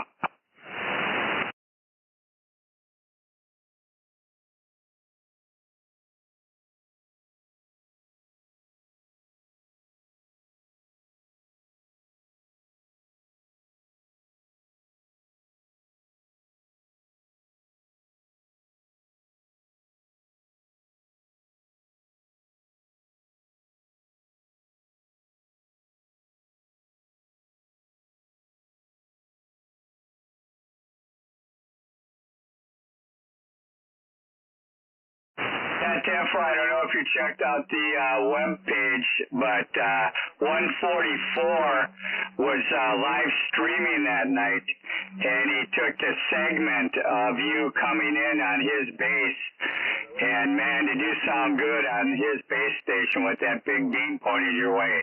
I tell you what, man, it was cool as hell.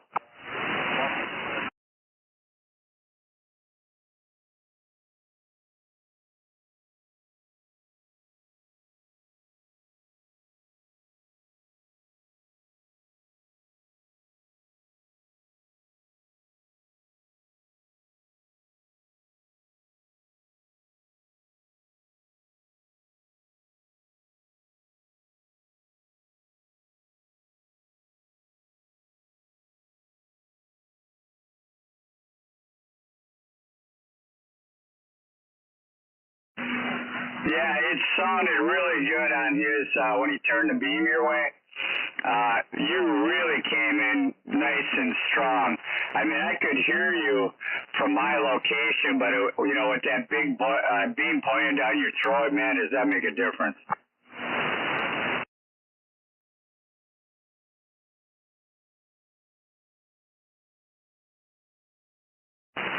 It's a 4-element vertical horizontal, similar to like a big gun or a moonraker.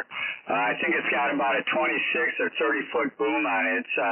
It's a big monster, man. It's a hell of an antenna.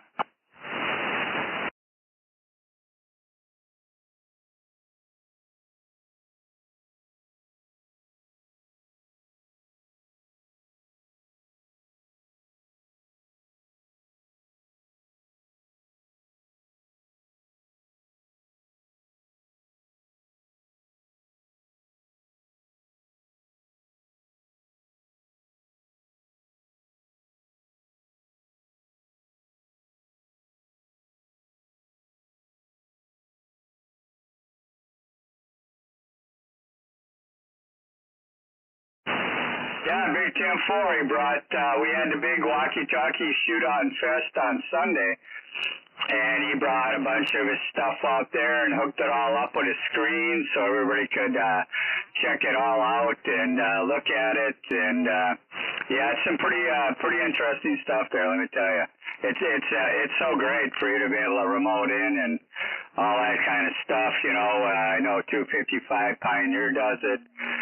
He remotes into his base, so yeah, it's some pretty cool stuff, you know. And I don't know if anything got posted yet for our walkie-talkie shootout on Sunday. We had a great time there. A lot of guys showed up and had a hell of a good time. A lot of food, a lot of good time, walkie-talkies, and you'll have to check that out on the webpage.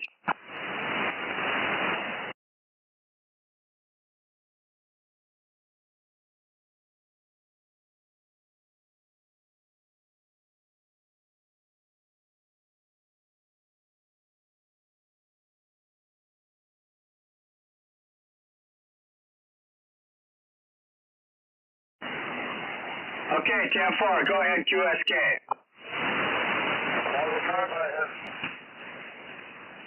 Hey, is that 73 holes? Roger. 73 holes checking in tonight. What's my power strapping off here? Alright, 73 holes got you checking in tonight at 37.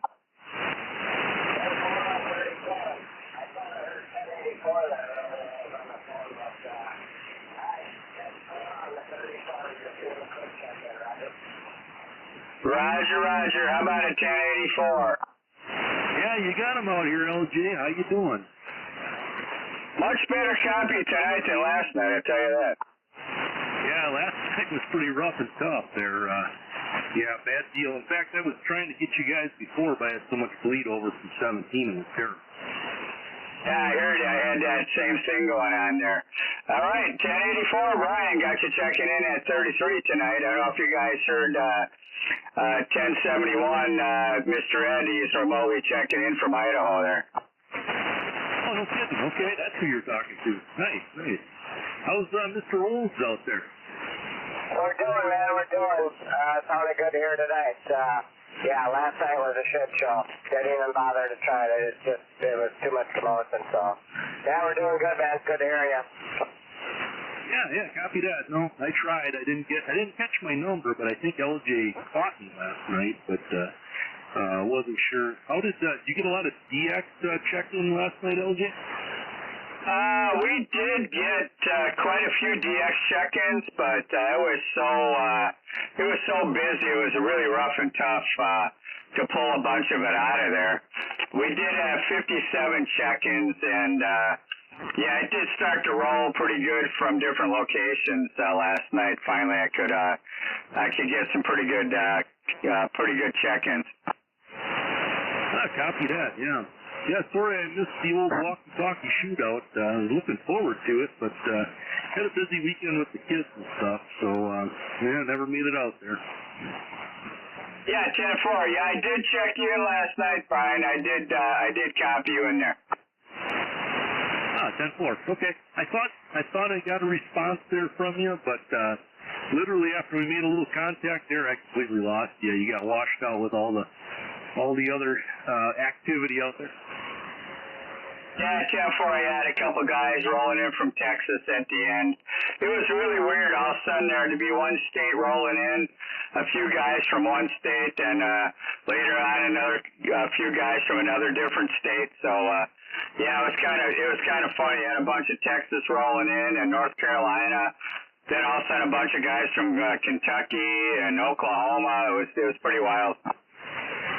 Yeah, 10-4. I scanned the bands there and rolled in on a couple of conversations that sounded local. You know, just a couple guys like up on 505. And come to find out they were out in middle Iowa somewhere. So yeah, you just never know. Big 10-4. I don't know if Mr. Ed's out there. If anybody wanted to jump in and say hi to Mr. Ed out there in Idaho. He's running through 144's base station there, Tony's base station. So I don't know if anybody wants to jump in and get back to 071. Yeah, I'll give it a try. How about it, Mr. Ed? Germantown Mike, we're waving a hand to you. You're sounding good tonight.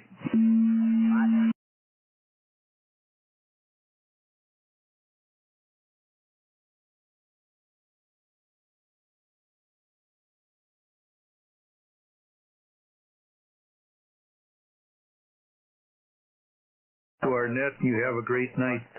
Germantown Mike, we're standing by.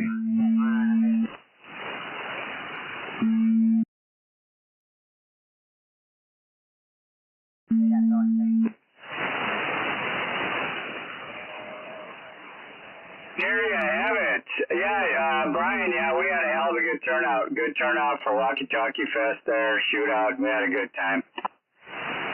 Good to hear. Good to hear. Get a lot of radios on. Yeah, we did. We did get quite a few walkie-talkies out there, and then we had 3 different classes. We had low power, medium, and high power walkie-talkies, and Thrifter actually made up some little trophies. So we handed out trophies for the top winners in each class. Oh, very cool.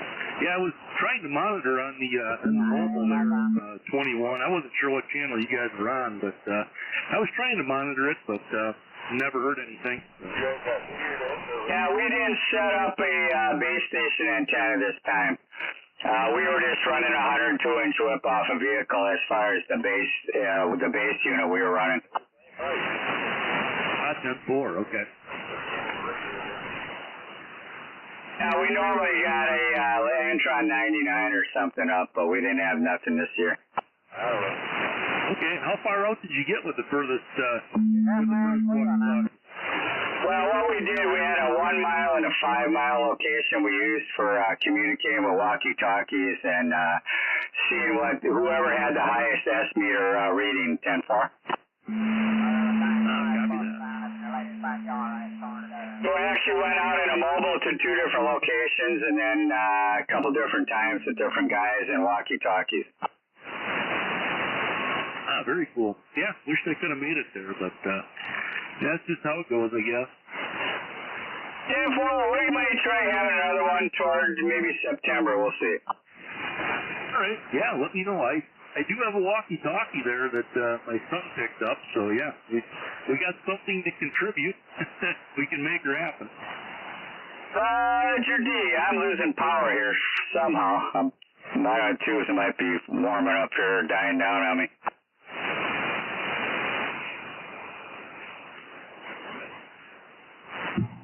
Hello there, 1084. Germantown Mike waving a hand to you.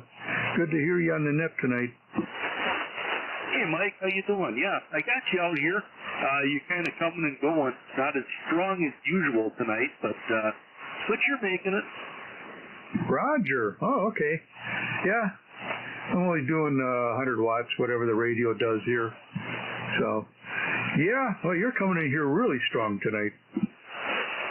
Good to hear. Good to hear. Yeah, I still got some of that noise there. It's channel or 2 up, so just getting a bit of bleed over now and then. So it's kind of hard to make things out.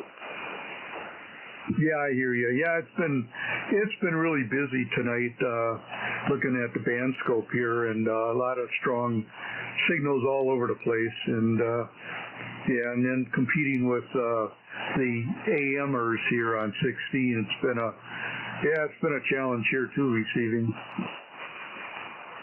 Yeah, watching on the screen now, you can see a lot of bleed over there yet still, and it's not quite as colorful as it was half hour ago, but yeah, there's still a lot of DX going on, a lot of skip rolling. Roger, Roger. All right, 1084, great talking with you. I'm going to stand by here and see if anybody else wants to get back to you. Yeah, 73 is always yelling for you. How about it, 73-year-old? You still in there? Come on, man, come on. 73-year-old, you still there?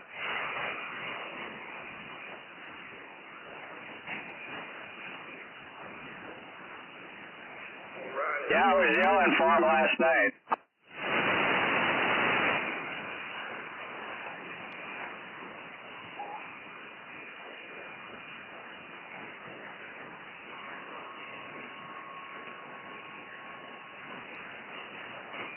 And he's out of there. He's had enough already. Yeah, I was yelling for him last night when it kind of settled down.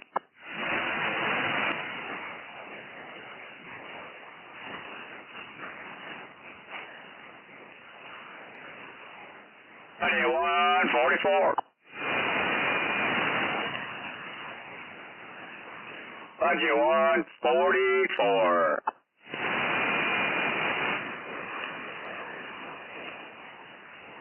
He should be on his way home now. I forgot to give me a yell.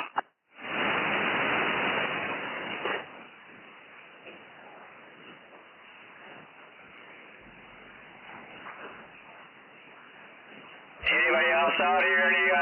Any local long distance out there want to check in? Come on back.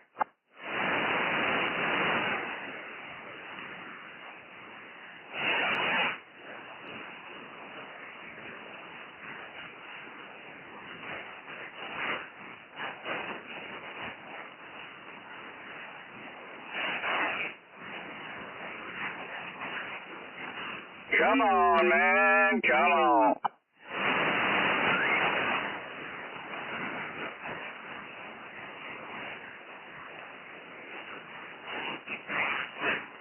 Yeah, I'm getting pounded by that noise level.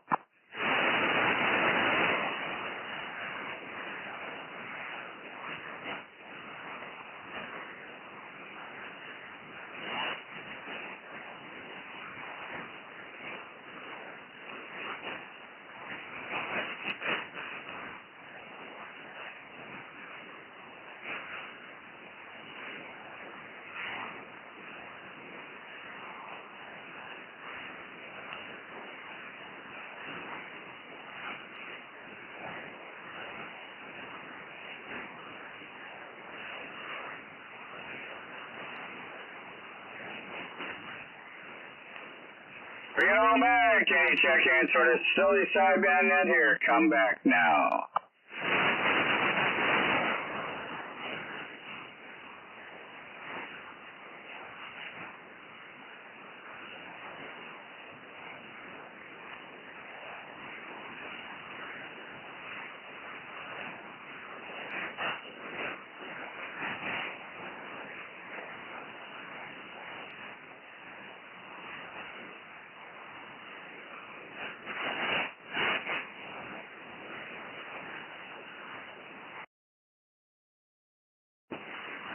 Hello, come on.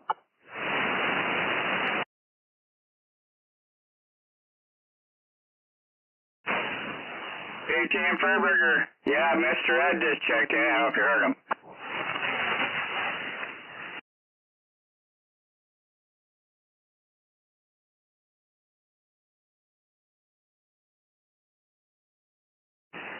Yeah, I checked in about 10 minutes ago. I don't know if he's still monitoring or not. He did check in here and get checked in.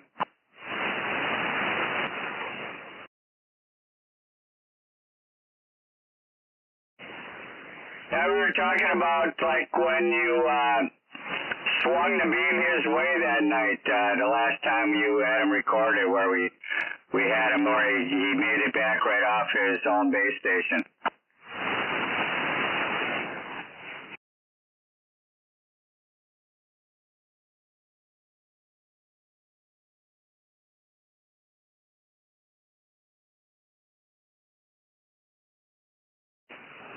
Yeah, we were talking about, he said, yeah, once you got that beam pointed his way, man, wow.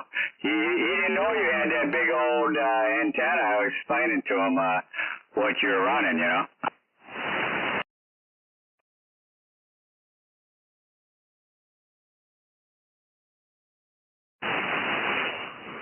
Yeah, 10-4, yeah. I said, yeah, it was amazing when you got that beam pointed down your throat, how well you sounded, just straight out of the old base there.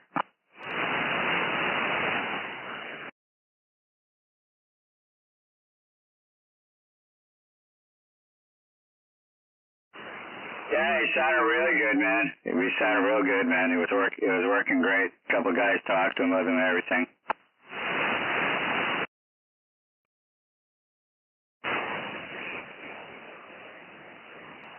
Yeah, his audio is really good.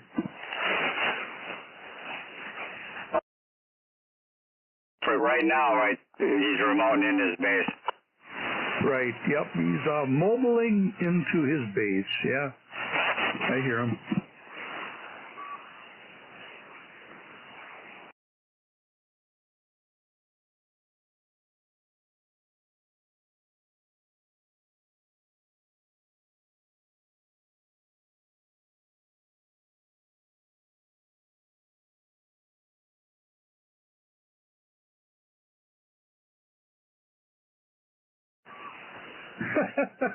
You're doing good here. Got you almost between S3 and S4, so yeah, it's doing its thing, man.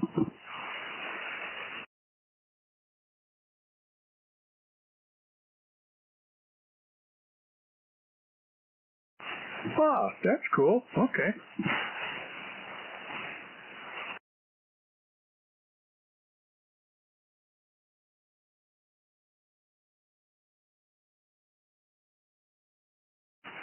Roger. All right.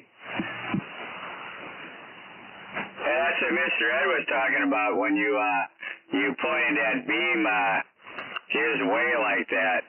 He said, "Man, what a difference that was." He said, even with us, kind of rejected our signals.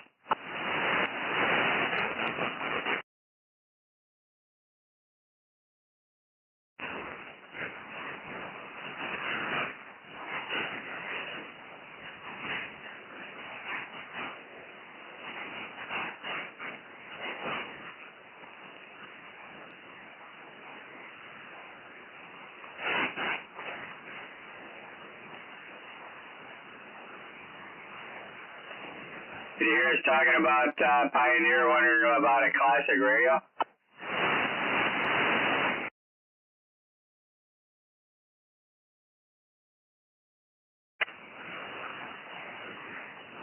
Yeah, did you hear George Eggman?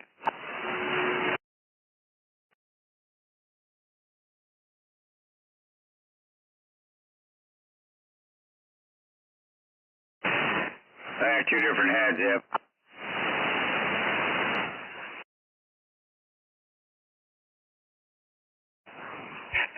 That's what she said.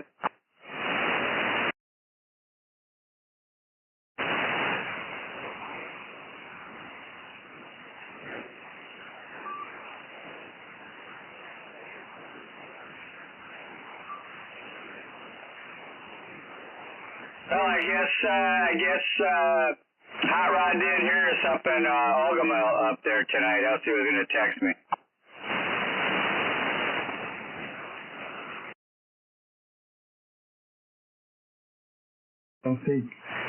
I don't think there was much of a chance we could have heard him, but we get one of those nights, where we get the the ground wave condition, and we should be able to hear him. I mean, we've done it before.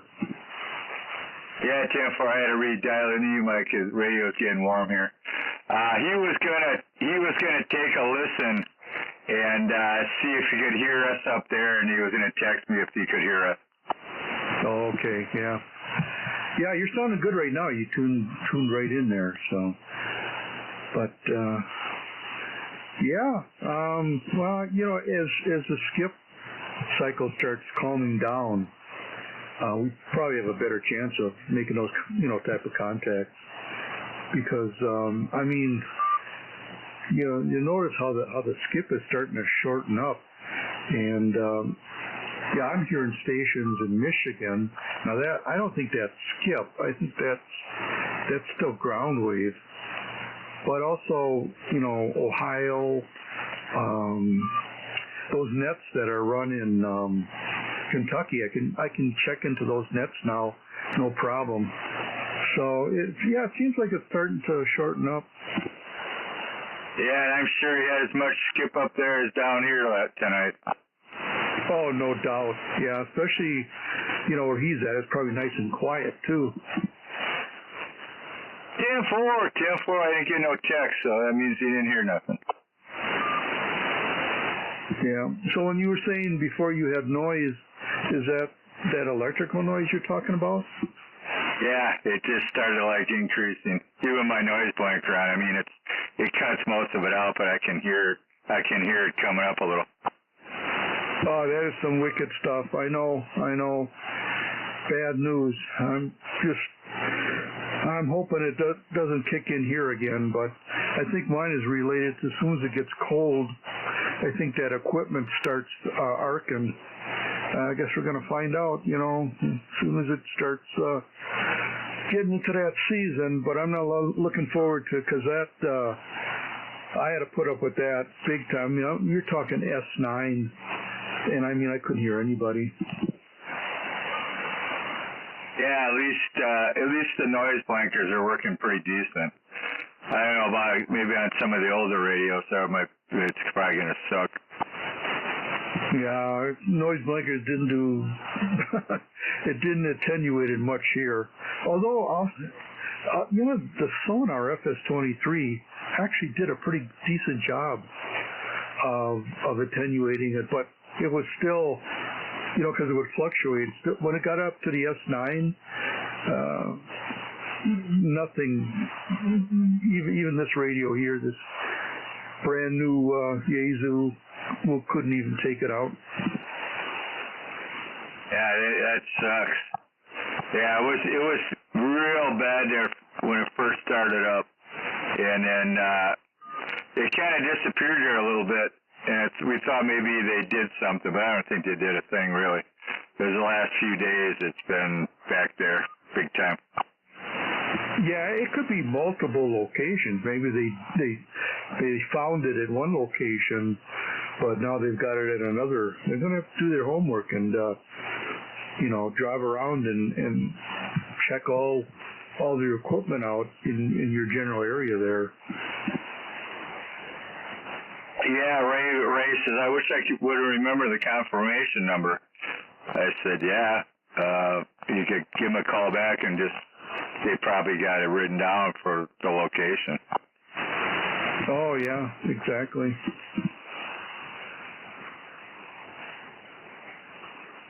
Yeah, even this radio drifts as it warms up.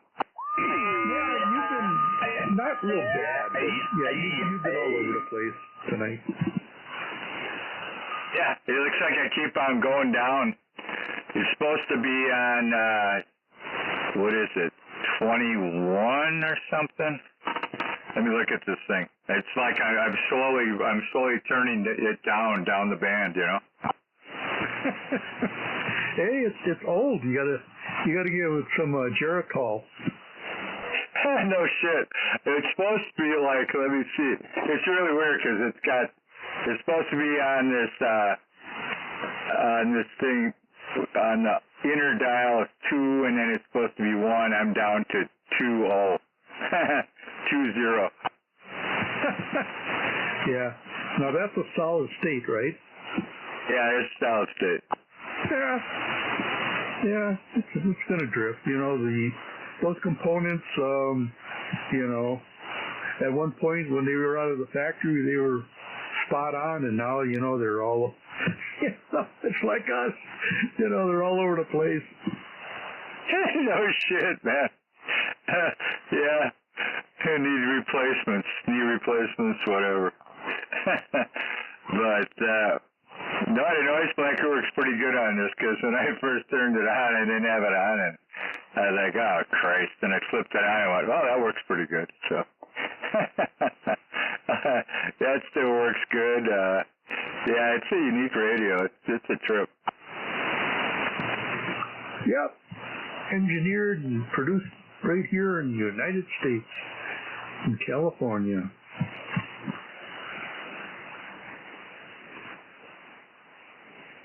I've seen like different versions of this, Mike. It's still a SideTalk CB1023B, and it's got this like really cool looking little metal placard with, you know, all the stuff written on it. I've seen some versions where the big meter is sitting higher and the placard sits below it. This version has the placard above the meter, and but the whole rest of it looks the same, you know. Oh, that's interesting. So, yeah. Because it changed that, because that's all metal. I'm assuming, is that front, does it look like it's a casting, or was it stamped out? Looks like a casting, Mike. And you know, the big opening for the meter in that placard is cut into the front. So it's like some versions have the meter pushed to the top and the placard at the bottom. This version has the placard at the top and the meter below it. Yeah, that's interesting, because to change that, they'd have to, you know, the expense of producing a brand new die would have, you know, would have put cost into that. That's interesting that they would, you know, I could see changing the guts of the radio, you know, the circuit board and all that, but, you know, to do a change out on the faceplate, that took some doing, because, you know, somebody had to design that, and then, you know, they had to make a mold for that. That's interesting. Yeah, but the weird thing about it, Mike, is like the cutout for it is into the metal, so you could actually, if you wanted, you could put the meter higher in the cutout and then put the placard right below it. It's like one big square hole, and whatever configuration you wanted, you could put in there. Oh, so that's what they did. Oh, okay. Oh, that's interesting. Okay. A little metal work there on the assembly line and changed the look of the radio.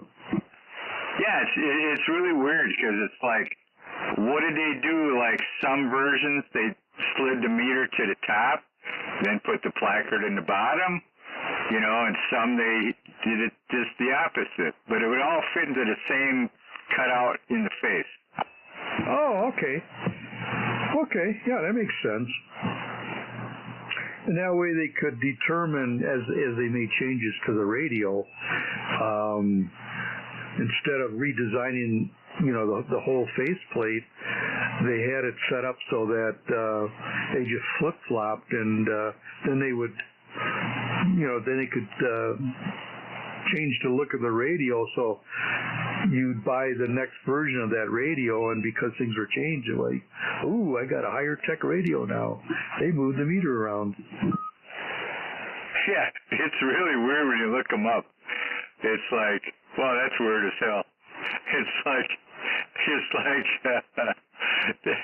yeah, I don't know, man. It's like, what did they put these together on Friday this way and then Monday a different way?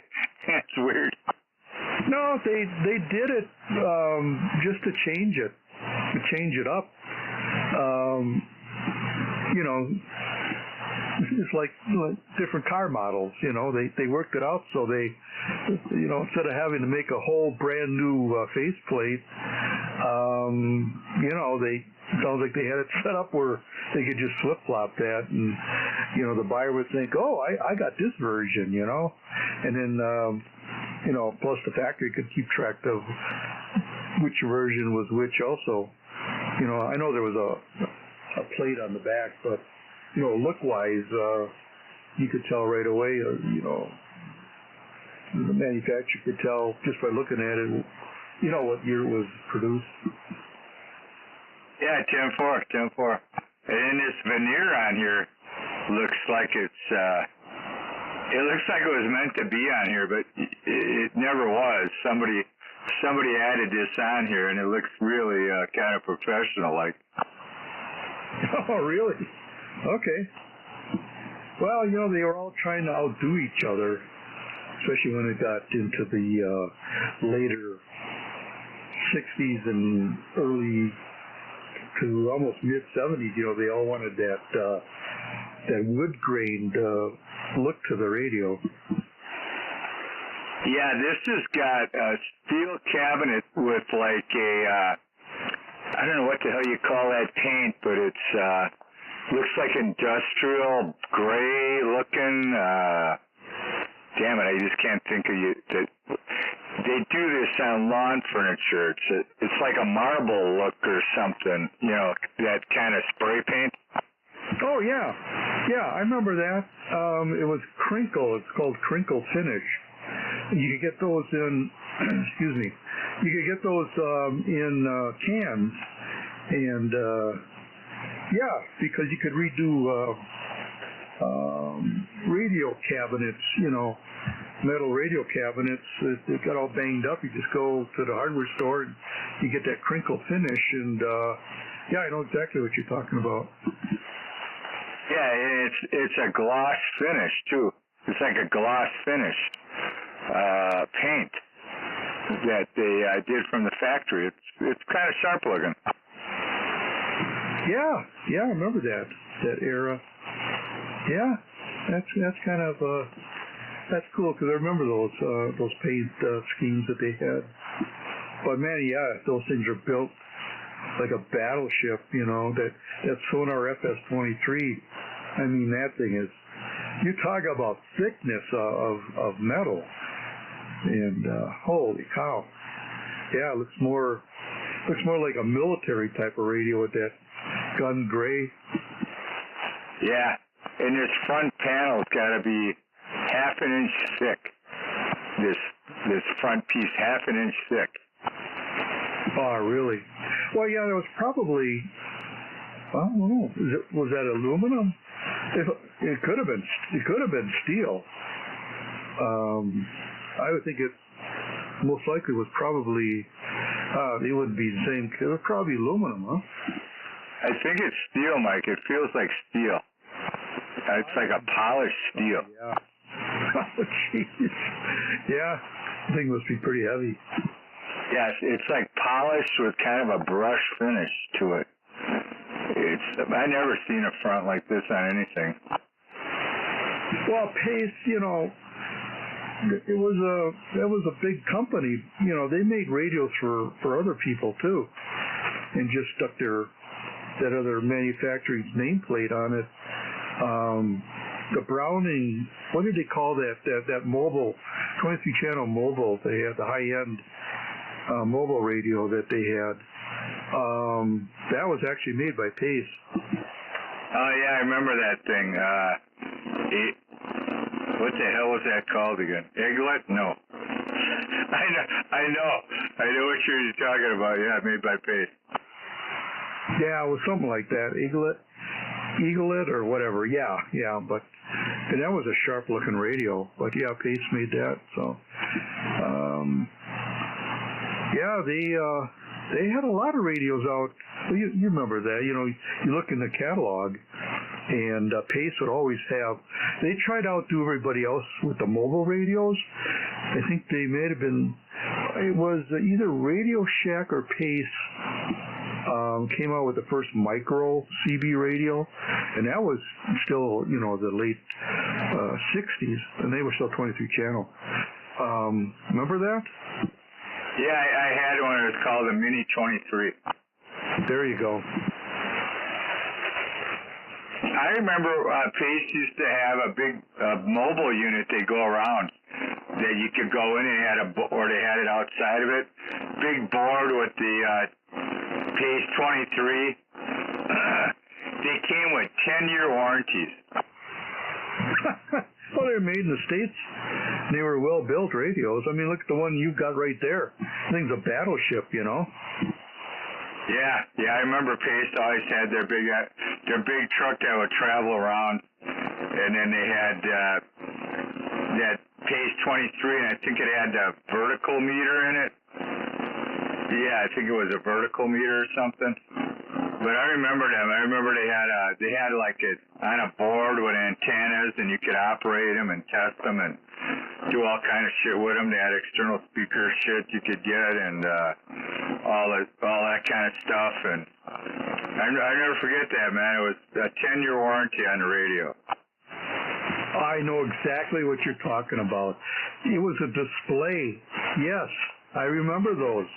You're right. It had a mobile antenna, and then all the radios were within. I don't think it was cardboard. It was probably wood. But I know exactly what you're talking about. And it displayed all the different radios, and you could actually operate them. Yeah, you could flip the switches and operate them, and then they had like the power supply you could get for it, a speaker, all that stuff, you know, and all the accessories, operate them. You could operate them. Yeah, I don't know if it was Amateur that had it, or maybe it was RC Communications. One of those two had that display you're talking about. Yeah, they had that display, and then they had actually a mobile unit that would drive around to different activities or with something going on, Hamfest, or they actually had a mobile unit too. Okay, yeah, I don't remember the mobile unit, but I do remember the other displays that you're talking about. Yeah, that was cool. And then remember they were E.F. Johnson used to advertise. I know I think it was Channel 12 or maybe Channel 6. I don't remember, but E.F. Johnson used to advertise on the television. Yeah, they had. Remember that? When it was the big trucker rage. They had commercials like that with truckers using them. Oh, I do. I absolutely do. I do remember those. Yeah. There was a website that you could go on that had all those old advertisements that made it to the radio and also television. And I was watching it. You know, of course. Radio Shack, and then E.F. Johnson. I'm sure Pace. Yeah, Pace had one. Oh yeah, they sure did, because they were really into that trucker stuff. Yeah, I think I've seen that video. It showed all the old commercials that were out there with all the CB radio sales and all that. Right. So that. What was that? Smokey and the Bandit. That was a Pace radio that they were using. I know on the semi, that was a Pace. I'm pretty sure the one Burt Reynolds, wasn't that a Pace also? Yeah, that was a Pace, and it was a certain model, and people are trying to sell them for big money. You see them advertised for big bucks because people want to do replicas of that car and they want the exact radio. Oh, I did. Yes, I did see that. And where they were talking about, those that were trying to replicate the car were trying to get that exact model to put in the car. So they were asking almost $1,000, probably, I think even more for that radio. You know the funny thing about it? Ray's got a couple of them. I says, Ray, you got to put them out there on eBay. Well, yeah. If someone wants it bad enough, they'll pay those big prices. I know. I was telling him, I said, shit, I've seen them things going for like $500, $800 and shit. Oh yeah, big time. Yeah, there was that a couple of years ago already. It was getting ridiculous. There were Brownings like the Mark III going for the guy was asking $2,000 for the Browning Mark III. That's crazy. Yeah, there was that one guy out there. He had like a Model G sonar. It's mint, you know, and all that. He puts them out on these tables and he asks these insane prices, you know, like $800. Yeah, and you know, the reason they were doing that was because, you know, I think some of that started during the pandemic too. And these people, you know, they wanted these radios, so and those that had the money, they were willing to share, shell out that kind of money. And I think that's where that started, you know, was during that era. And when people wanted something, they wanted it. And then, so, okay, you can ask, you know, $600 for a radio that you could buy used for $100. They're going to pay it, you know. But I think some of that stuff's gone now. Yeah, you know, they get the ones that got the original boxes, or I mean, they're pretty pristine radios, you know. Yeah, was it Ray was selling? What was that? The Radio Shack base. I can't think of it right now. But anyways, Ray had the base unit and the box, and it was South Milwaukee Ham Fest. And I remember I got there early to help Ray set up, and this guy comes over and the Navajo. He buys this Navajo. And Ray goes, wait, before you leave. You start walking away. He says, yeah, I got the box for it. And the box was in pristine condition. The guy goes, I don't want the box. He's walking away. And Ray and I are looking at each other going, does that guy realize what he's, you know, that radio, you know, Ray had it working, of course. He was in pristine condition, plus the box. And the guy walks away without the box because he didn't want it. Whoa. Yeah, we're going. This guy he doesn't understand. You know, he's got a piece of history there, and here he's got the original box, which, like I said, was in really good shape. You don't want it. Oh my God. Yeah. I'm kicking myself in the ass because I had the original boxes for my Demco, and during my move from my house out here, I don't know what happened to them. Oh, yeah. When I bought this Browning, this Eagle from Dennis, the guy that, I went through Dennis, but the guy that the original owner that I bought it through, the boxes got damaged. Well, actually, Dennis had the box, okay, but it was in really bad shape. I mean, really bad. It was waterlogged.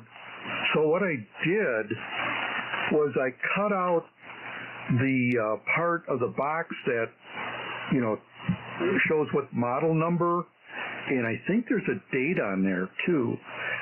I'm pretty sure there's a date on there also. I cut that out and saved that. I had to let go of the rest of the box. It was all mildew, and it was just totally ruined. Yeah, I moved, and I hate to say it, I think I had a bunch of boxes. I burned them. I don't know. I think that's what happened. You know, I'm looking around for them. I'm like, what happened to my boxes? You know.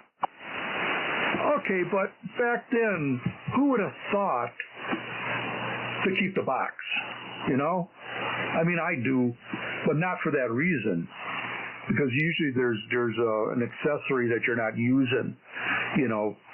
And so I do have all my boxes. I put them in another big box, you know. But it's not for that reason, you know, not thinking that, well, you know, if I ever get rid of this, I've got the original box. It's just because, you know, there's usually something else in that box, you know, that I'm not using with the radio. But yeah, I mean, you just didn't think about that kind of stuff back then. Well, I kind of did, you know, when I got the radio, the original boxes, and then when I moved and always kept it in the original box, got it in the original box out here from the farm, you know, always wanted to keep it when I moved in the original boxes, and one day, I don't know how many years ago it was, I'm like, where are my boxes? But I remember I had a bunch of boxes, so many of them when I moved, I think I burned them. I somehow, they must have ended up over there. Yeah, I just think, you know, 50 years from now, all these old tube radios that we all own, you know, where are they going to end up? I know. Are they going to be in some museum? You know, I mean, are they going to work in 50 years? Or, you know, are they going to end up in the landfill? Or are they going to end up in some museum? I know. It's crazy, man. It's crazy. And to think about some of my old radios that I got, you know, that are damn near 100 years. I got a Victrola that's 100 years old. Exactly. Yeah, the new stuff coming out with that surface mount technology, you know, these are all, they're considered throwaway radios, you know, but again, where are these going to be in, you know, 50 years, you know, we're talking high tech now, what are they going to be in 50 years? Will they even be around because they are considered throwaway? Where these other boat anchors we've got, you know, from the early 60s, on up to, you know, the 70s, you know, what are you going to do? Just toss them out too, huh? I don't know. Or there'll be people 50 years from now still resurrecting these radios.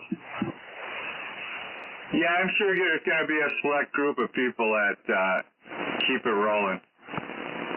And then it would be like, oh, these are so awesome radios. There'll be people like Bob. Oh, I know where there's in a state field with a bunch of old tube radios. Oh, we got to go get it. You know, hopefully today, you know, and they're all analog and oh yeah, I think you're right. They'll be around in 50 years. More probably for decoration if they don't work, you know. Yeah, I hate to say it, man. All my old radios on the other side of the basement. I've been meaning to get the Variac on some of them things.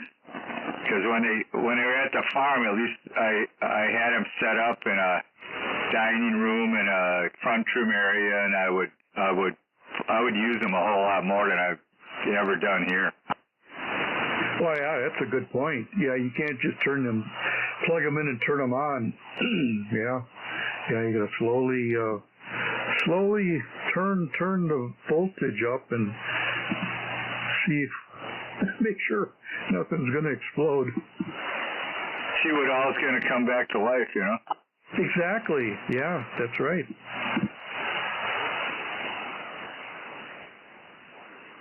QSK. Go ahead, QSK.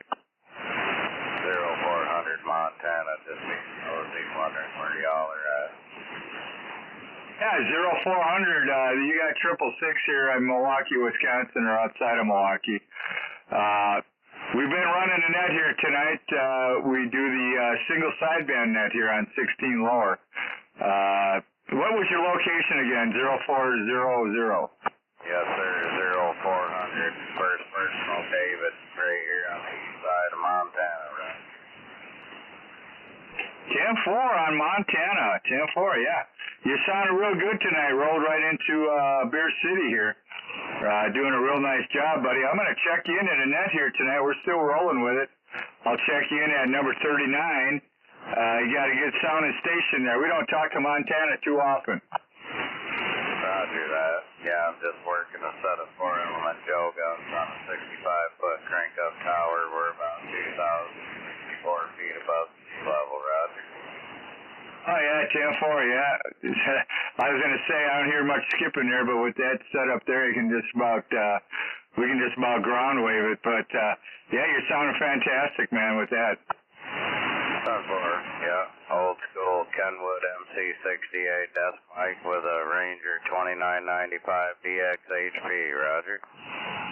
Yeah, Roger D. Yeah, yeah. We run a lot of older radios here. That's why we kind of do it on this 16 lower. Back in the day when there was 23-channel radios with sideband, that was the channel. I'm running an old Pace base station here. It's a CB1023B 23-channel sideband AM radio. Pretty old vintage with a D104 antenna. I mean a D104 microphone and a IMAX antenna roughly at about 50 feet. Roger. Sounding real good up here. You fellas were both blowing smoke. I just wanted to see where y'all were at. Didn't mean to interrupt your cue, so. We like it. We like it when we get some old skip rolling in from all over. Like I said, we do this check-in here, silly sideband check-in every Thursday night. We start at 7 o'clock our time, and we just keep it rolling until we sign off. Hi, Roger 4. Well, I have to jot that down and remember to check in on Thursday night. Hi, 10-4. We also run a Wednesday night net. It's called the Old Tube and Classic CB radio, and we run a whole bunch of old tube radios, solid state, you know, the later big solid state units, and we do that on Wednesday nights on channel 21 AM. Roger that. Well, I appreciate the information, sir. 73s to you both. Have a great night. Yeah, 10-4, if you want to look your name up there, we do have a web page on Facebook also. It is a Southeast Wisconsin Old Tube and CB radio. You can look it up on Facebook. We do a lot of posts. We post up our nets, and we post them up on there, so you can check that out. We got a lot of good information on there. Roger that. Well, I appreciate the information. One more again. 73s to you both. I'm going to slide back quiet. I don't want to hog the frequency. All right. Sounds good. Hey, thanks for jumping in here. We appreciate that.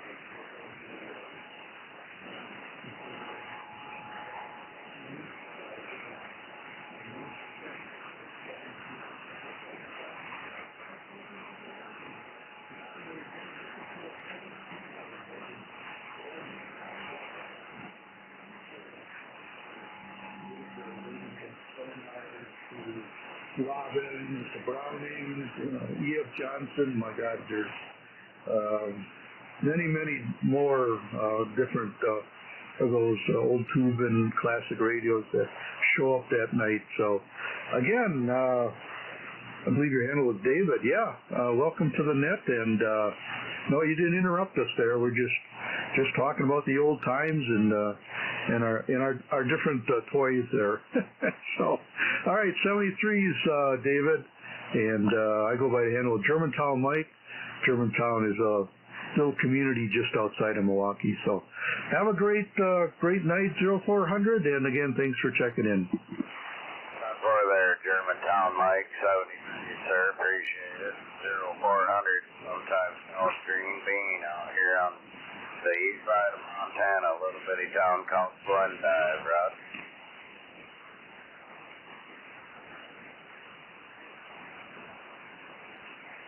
Hey, 10-4 there, 0400, man. Thanks for jumping in there. Scope here, and yeah, a lot of that skip's kind of subsided there.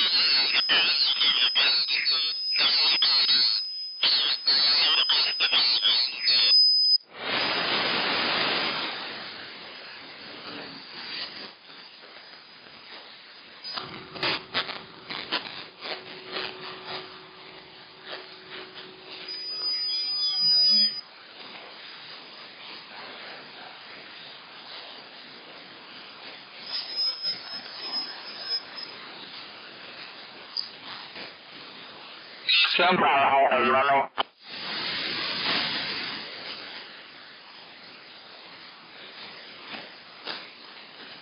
And if I didn't have this static, I'd hear him. 144 was off frequency for one reason or another, but I think he's back now. I got somebody kind of down in there. I hear somebody trying to jump in here.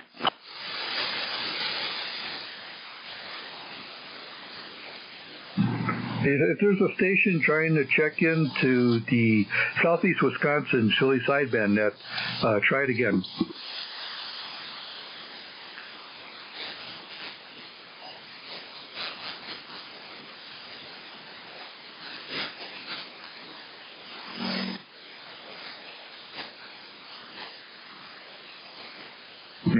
There's a station.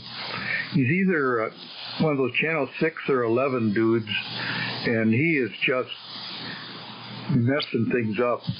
Big wide skirt, and yeah, if he would get the heck out of there, he would quiet things up. But he's got to be running some immense power. Yeah, I hear him in there, and I can hear the station way down in there. I can hear him trying to get back. But that crackling static I got is, I just can't pull him out. If I didn't have that, I could hear him.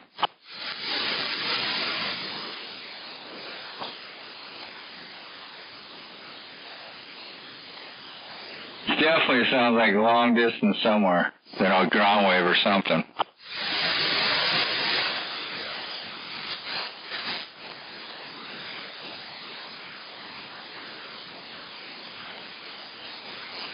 On that station, I was trying to get back. Try it again. I'm going to keep my ears open.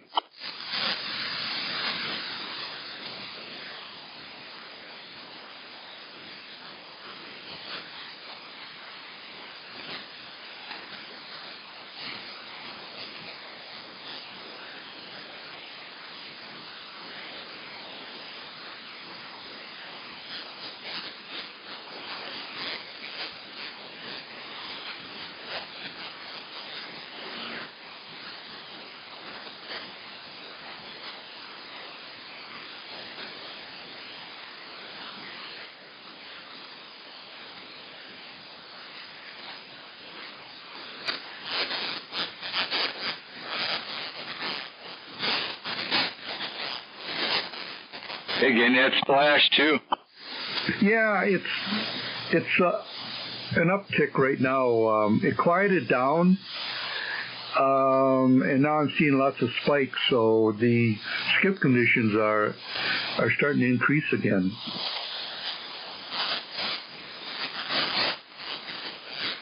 All right, we get a second wave, man. We get up to about 80. Yeah, there's a guy, probably channel 6. He's just taken up all kinds of band space here. And then looks like on channel 11 it's the same thing, but there's some guy on 6. It's ridiculous.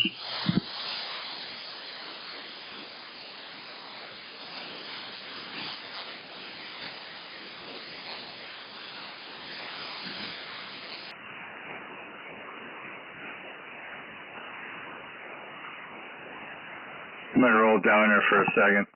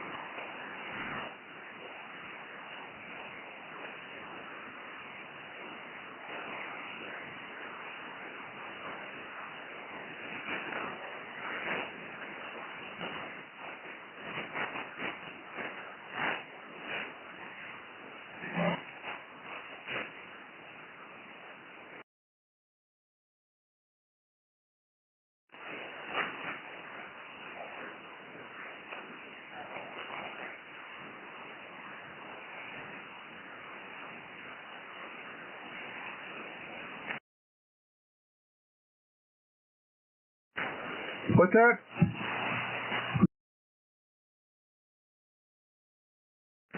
Oh, there's some dude. It's either channel 6 or 11. This guy is taking up. He must have a really dirty amplifier because he's taken up a whole lot of band space. I just rolled down to 6 to listen to the full. That's who it is, right? Channel 6? I went to 6. I didn't even stop at 11. I should have. Well, they're showing up on both channels. But this guy on 6, he's making it all the way down here with the skirt. Yeah, oh my God, I switched over to AM, man. That Arkin's unreal on AM. Yeah, these guys are running like, what, 5,000 watts? I mean, that's ridiculous.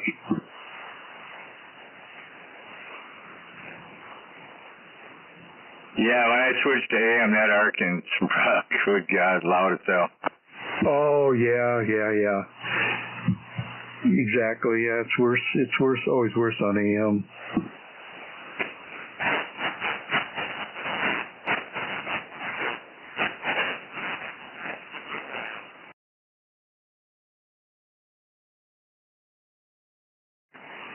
Devil with you, man.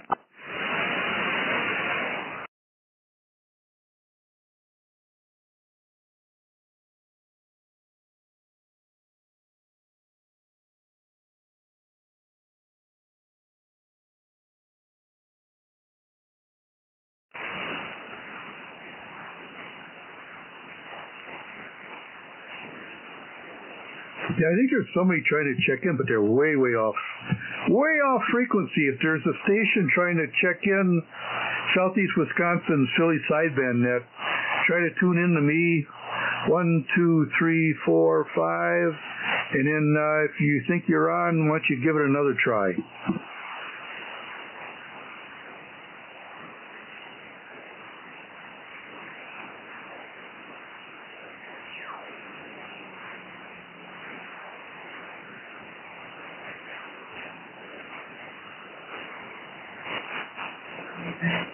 I guess not.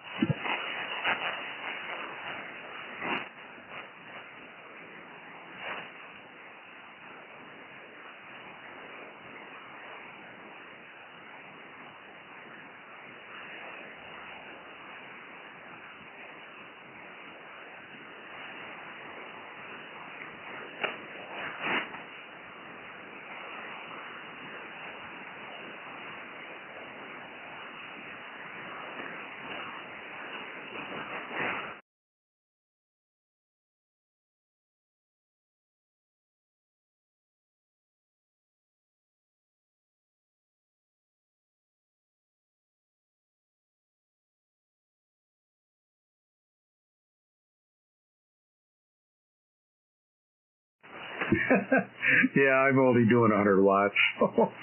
Yeah, that 0400 from Montana, man, he was blowing smoke here in my location too. Yeah, really nice signal.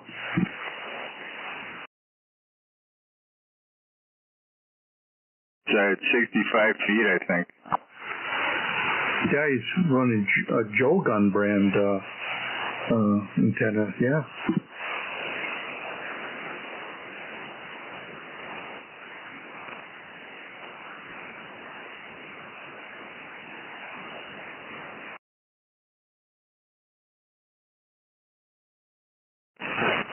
The big Joe Gun.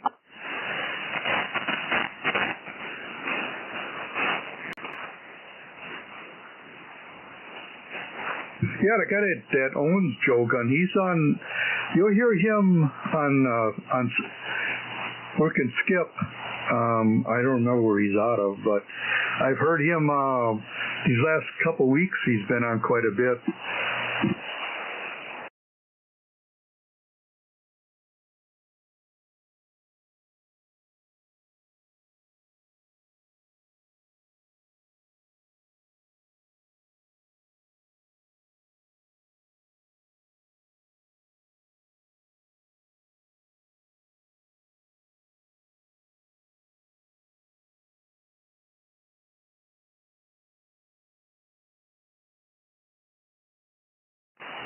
Oh, you're right. Tommy, yeah, you're right. It's QTX is in Texas. That's right, yeah. But yeah, I've been hearing him the last couple of weeks. He's really coming in really strong, but of course he's, you would expect that, you know.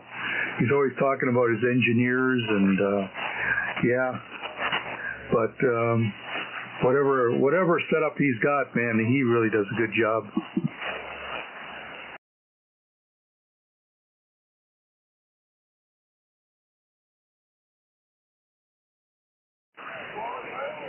Okay.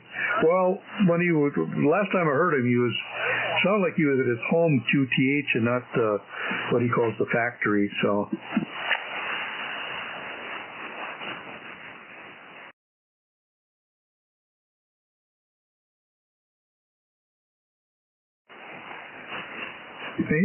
Joke on those antennas have been around a long time.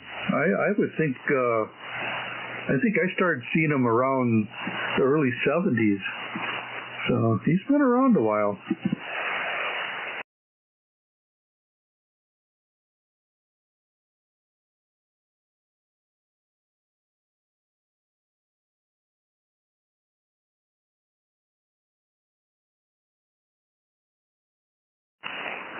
Well, it could be.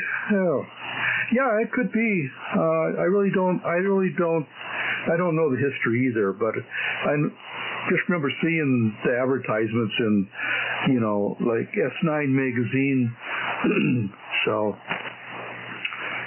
yeah, they look like well-built antennas.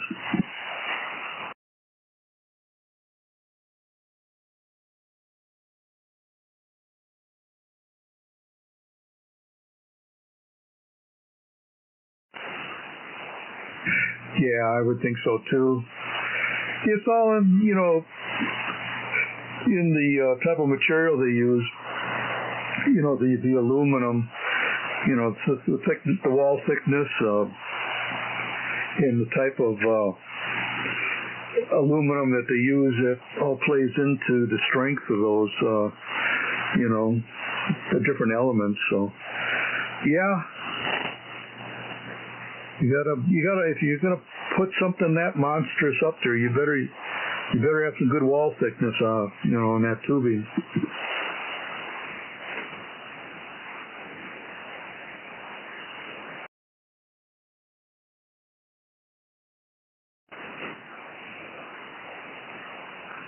That's a big camper burger. We're gonna get our 40, number 40, huh? Plus we get either a local or a skip station in there. We're stuck at 39. We need one more for 40. Lite 2020 Tony and Beaver Dam, you out here tonight?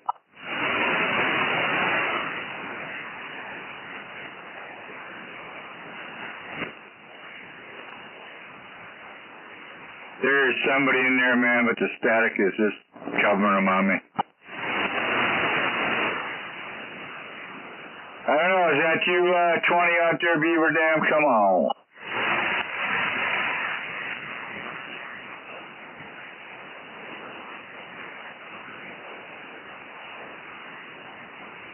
Got a small voice down in the weeds, man, but the static's covering them. Oh, okay. Yeah, we usually have some check-ins from the west. I mean, one night, I'm pretty sure that was a Sideband. We had Prairie du Chien came in, and I could even hear them. Man, that's a long way to go, you know. But yeah, we got some other ones out there out west too. We usually can't think of their handles right now, but they might be trying to get in. Go ahead.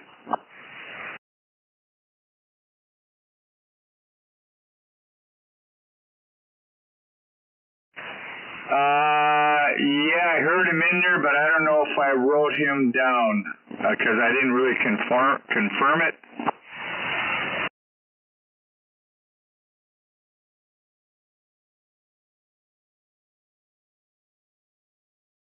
He was from, let me see, hang on.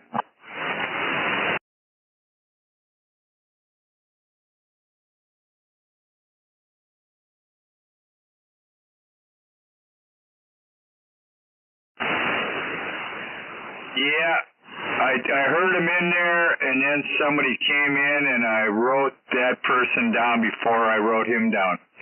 I think it was Whiskey Tango 10 from Tampa Bay.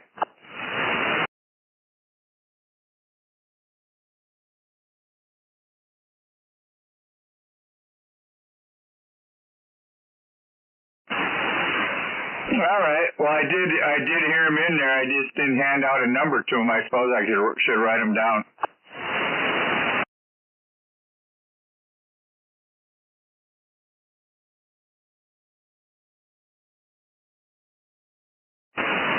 Yeah, I heard him in there, and then somebody jumped in on top of him, and I ended up writing that guy's name down, and I didn't get his name written down.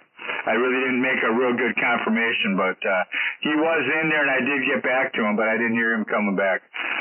I'll make him number 40. Just put him down, Whiskey Tango 10, Tampa Bay 40.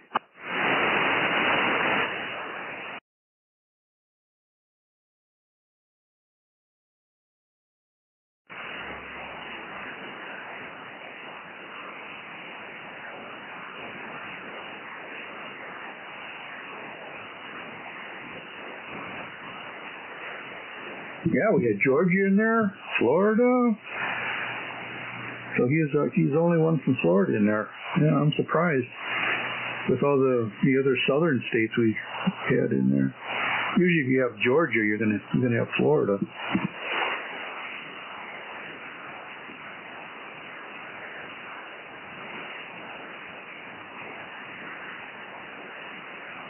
Yeah, it was weird. It had Montreal rolling there. Yeah, he was almost hard to understand. He had, he had more of a French accent.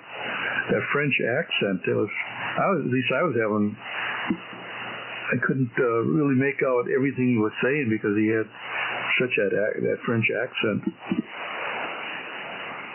Yeah, and then after he got done talking, I heard him talking in French to somebody else. Yeah.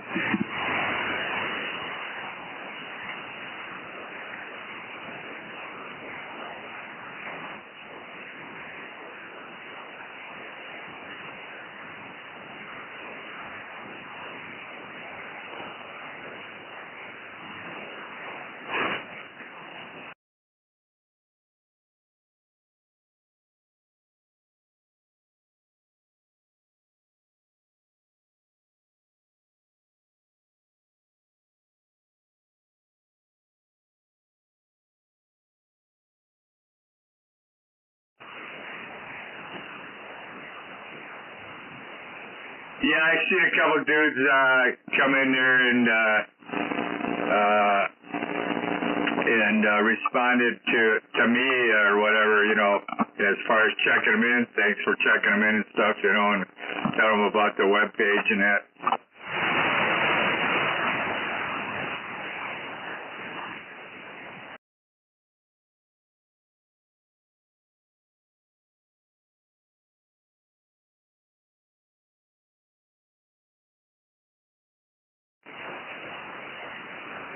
Did you hear me talking to, where was he from? The guy from Rhode Island, 401. He runs CB Radio Collector. It's called CB Radio Collector. I think Rooster has communicated with him. He said we should get on there and he'd take all our information about the nets and all that stuff.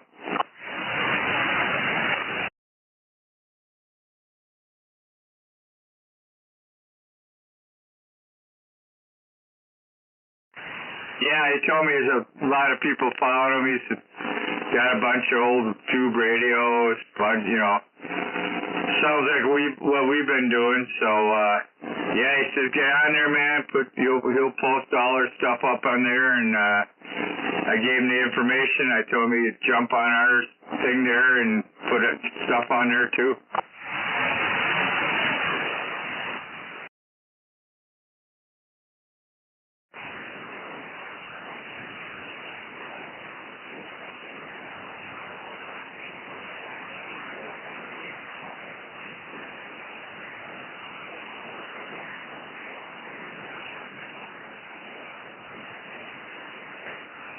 Yeah, he was out of 401 out of Rhode Island.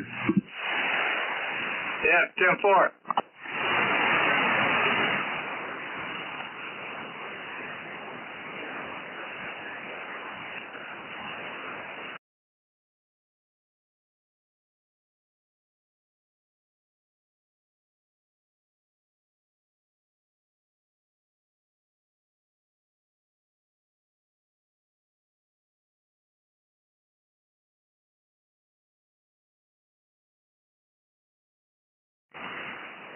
Yeah, they'd be listening going, what the hell's going on there?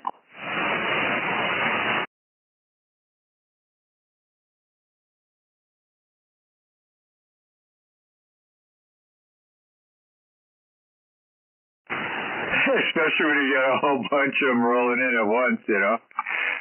You feel going on, everybody on top of everybody.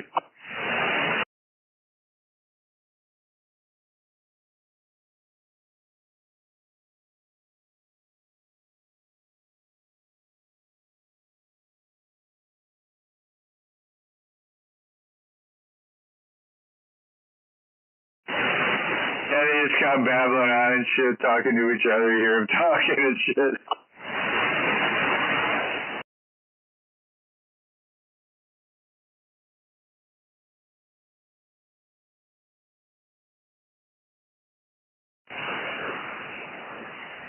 Yeah, 10-4 on that.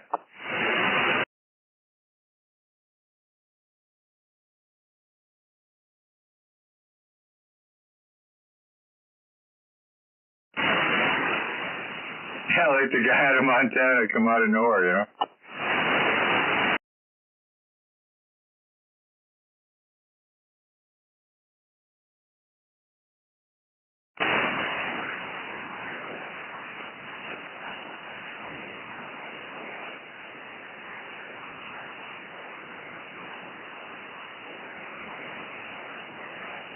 It's kind of the way it was yesterday for a little bit, you know. All of a sudden it drift out and drift in, and you catch a couple good ones, and then they drift out. It was weird. It was going by propagation of different states almost.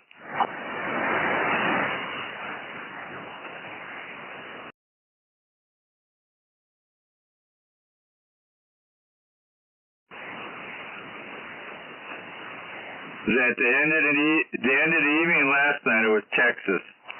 Texas rolling in at the end, and before them was some North Carolina. Then there was a whole shitload of Kentuckys and West Virginias. Then all of a sudden, Nebraska, you know, out of the blue, Nebraska comes in there, you know, to the west, you know. Weird shit like that, you know. You know, west side just comes in.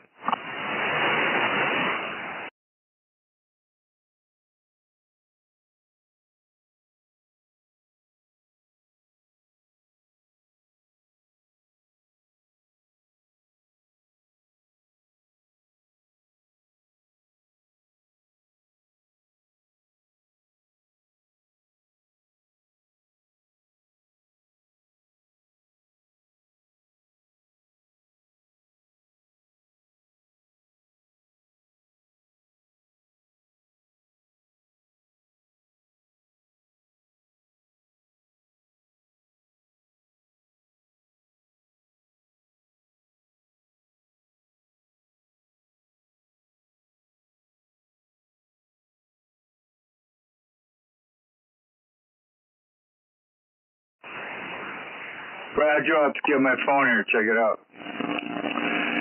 Yeah, I'm looking at the list from last night. It was crazy.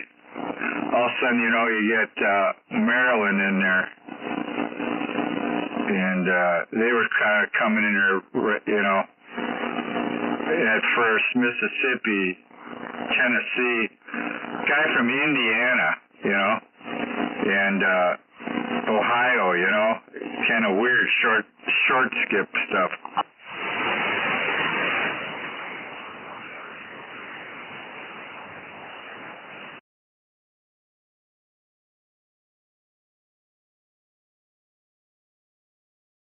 Really had trouble hearing you prior to putting those beams up, but now, wow. Yeah, you pound in here pretty good.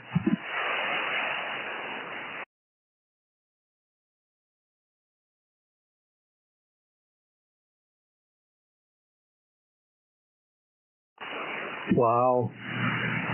Yeah, you're doing an S6 here, which is pretty damn good for that distance. Just shows you how good that, and you know, what that antenna can do. I knew when you got it, it was going to work really good.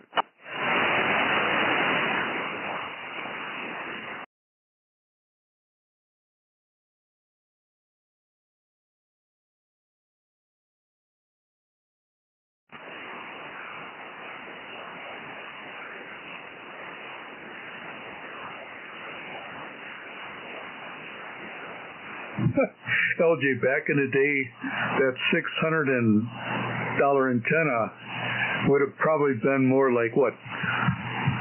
Maybe not even $200.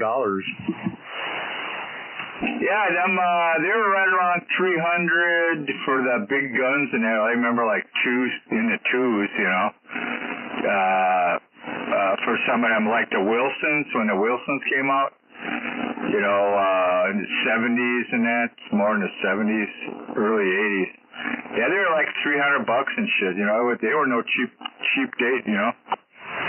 Oh yeah, and back then that was big money. Big money, yeah.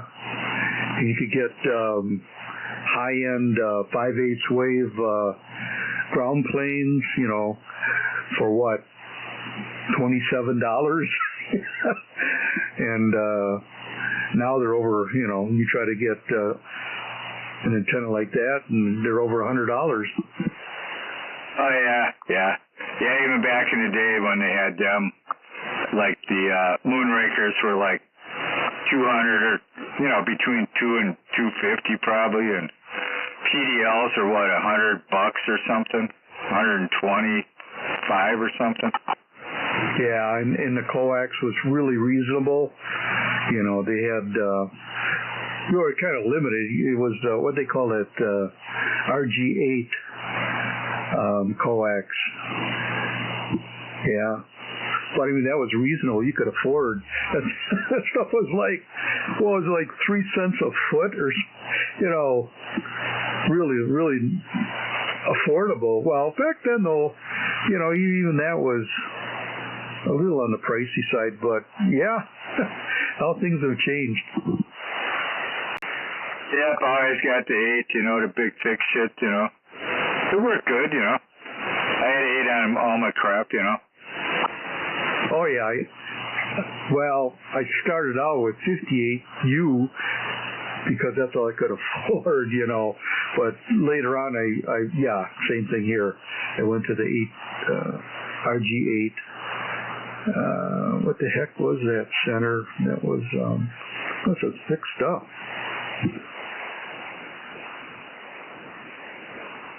Yeah, it worked good for the day, man.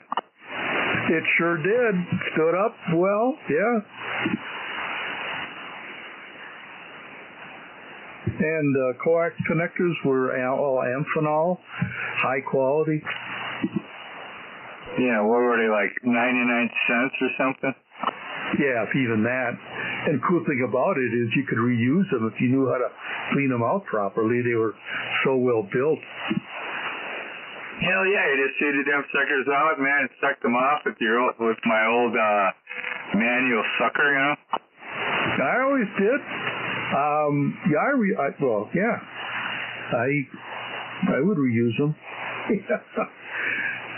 I didn't have that kind of money, you know, to run down to amateur, and so, yeah.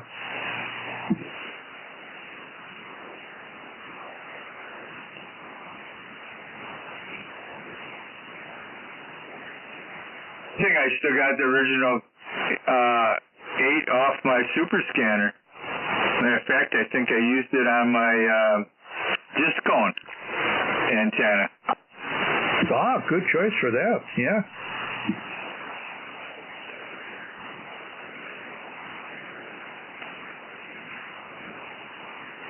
I need to get that sloper up. I gotta get Randy over here and get that dipole up there and get on HF, my G5RV dipole. Get that thing up there. It's all gonna take him not even 10 minutes. Just gotta climb the tower and clip the carabiner onto that extension arm, and then I can string it to the tree and the other side to the pole. I'm back in business again. Yeah, 10-4, I forgot to ask him what happened to him on Sunday. Yeah, I thought he was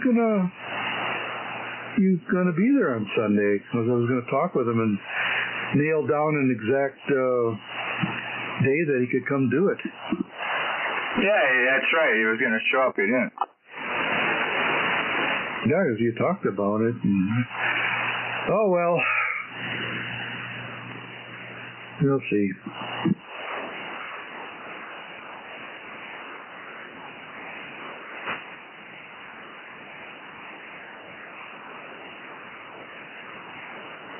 I can run on mine and put a new coax on mine.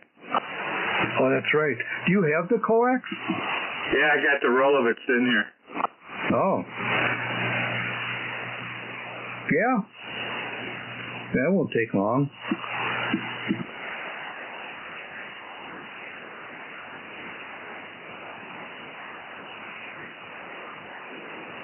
I know Ray has some antenna work that he needs done on his tower too. That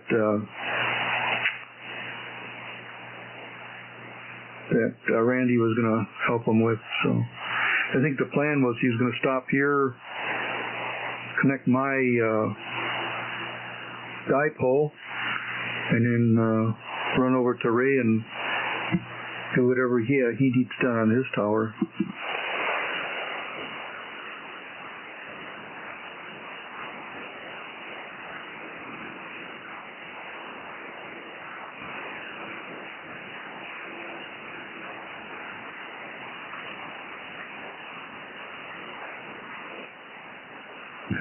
Looking on the scope now, boy, did it quiet down. Yeah, I don't hear much bleed over. Yeah, there's still some spikes, but not like it was.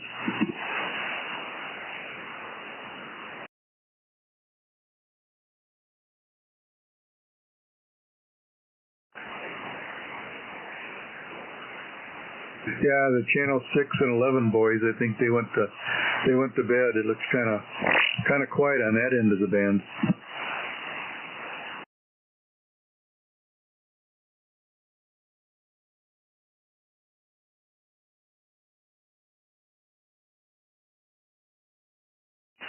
I'm getting the same thing. I was getting those all night. I don't know if they're static crashes or something's going on.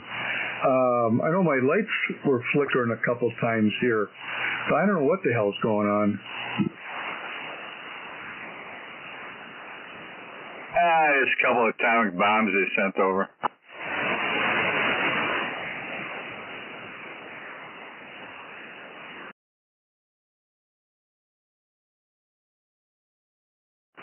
I know. You know, nowadays it's like you walk outside and you see a bunch of weird planes kind of low and shit, and it's like, man, you could walk outside your door one day and see this big, huge mushroom cloud. You never know.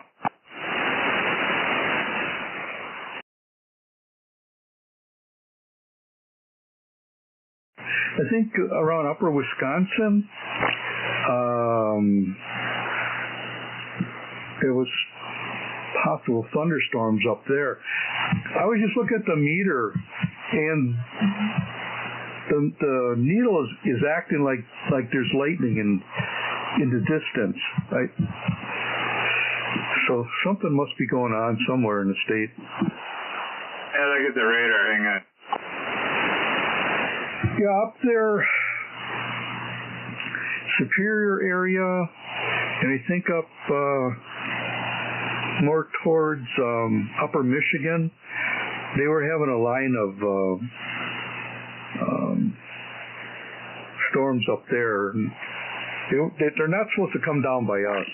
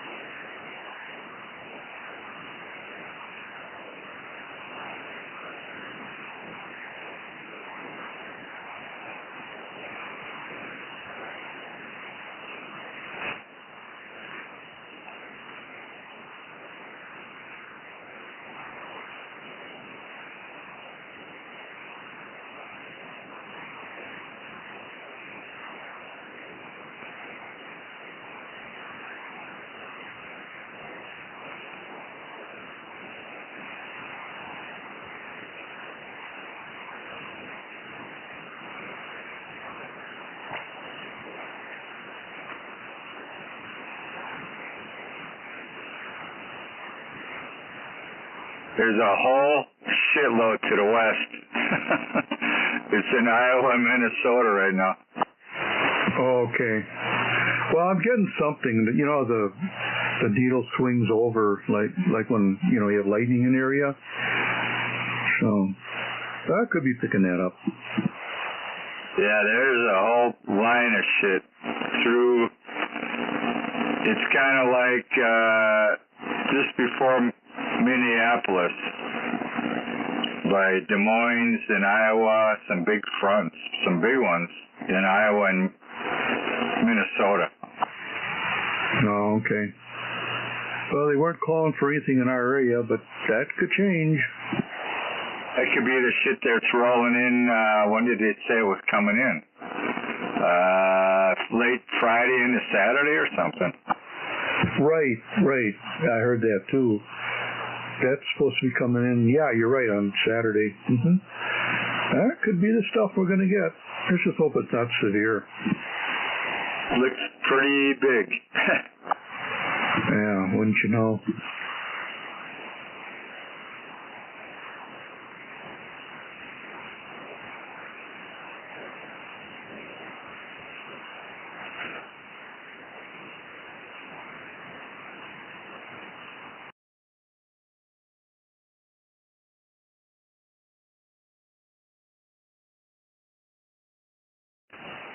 No, I'll have to do that. The one that you had going tonight, I'll have to get on there and see.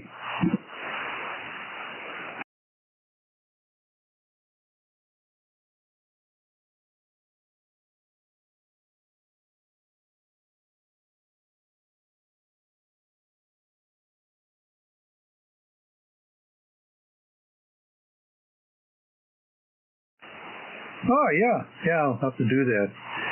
Tomorrow I'll have to search for that and watch it. Yeah, sounds good.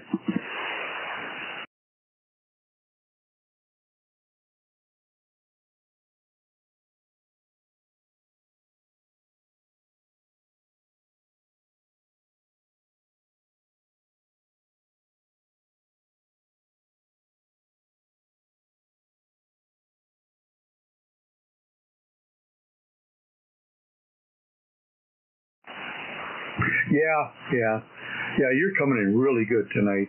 You're capturing my receiver really good.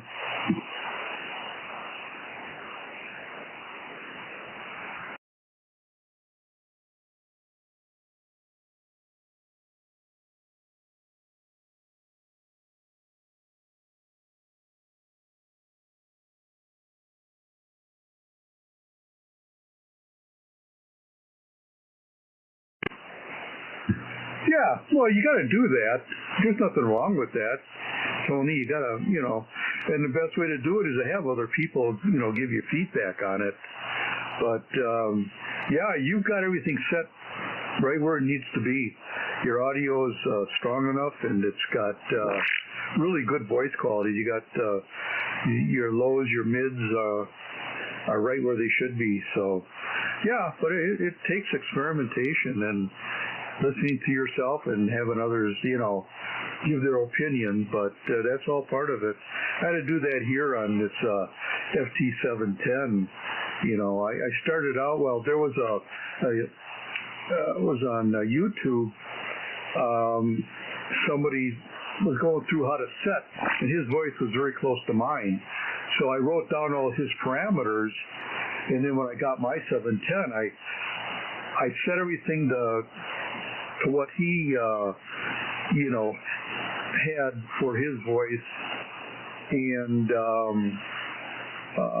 his processor. And then I went in and I tweaked it using my Yaesu FT590 HF radio, monitoring myself on that. And then I asked other people, what do you think? And, pretty much had it down, that way. But yeah, I mean, it's experimenting. I never had a radio where I had a fool with the transmit audio. So this was a whole new technology for me.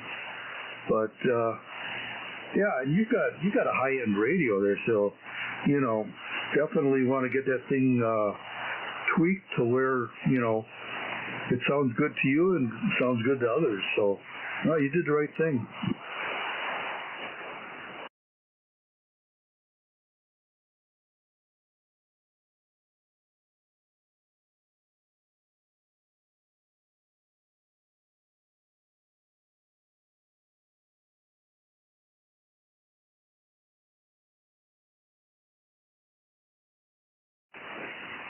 Yeah, that's one way to do it.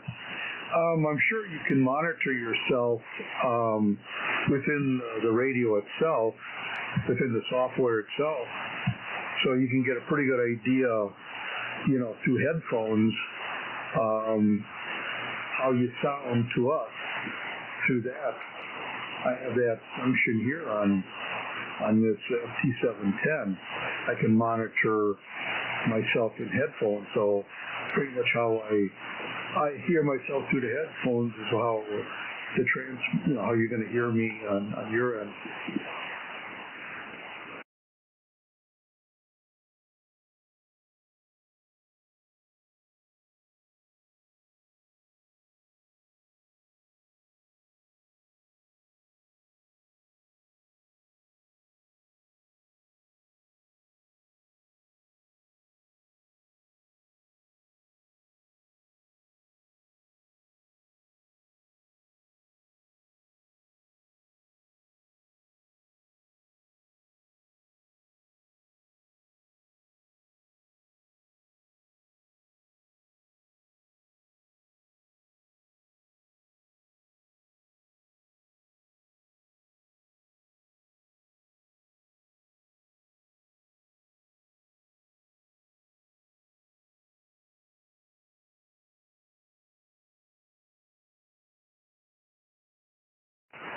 Ah, cool. All right. Yeah, I have to look for that. That's a great feature. Okay.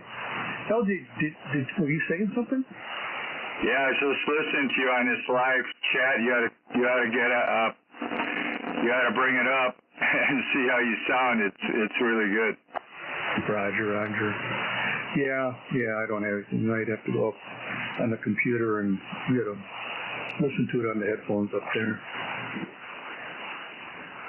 Yeah, I just brought it up. I just popped it up and was listening to. I don't know if this is live right now. It was live, but I was listening to you. Here we go. Cool. All right. Yeah, I'm looking for that. That's a great feature. Okay. Tell me, did you say something? Yeah, I was just listening to you on this live chat. You ought to get you ought to bring it up and see how you sound. It's really good. Oh, cool. All right. Technology. Wow.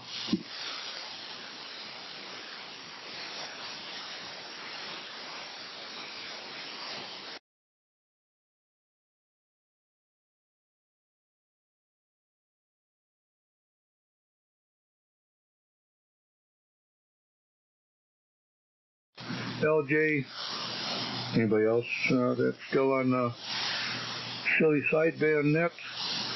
Germantown Mike, we're going to say our 73s, and we'll catch you all down the pike. So you guys have a good weekend. Hey, Mike, sounds good. Sounds good, man. We'll talk to you. We'll be on the home channel. You know where I'm going to be at.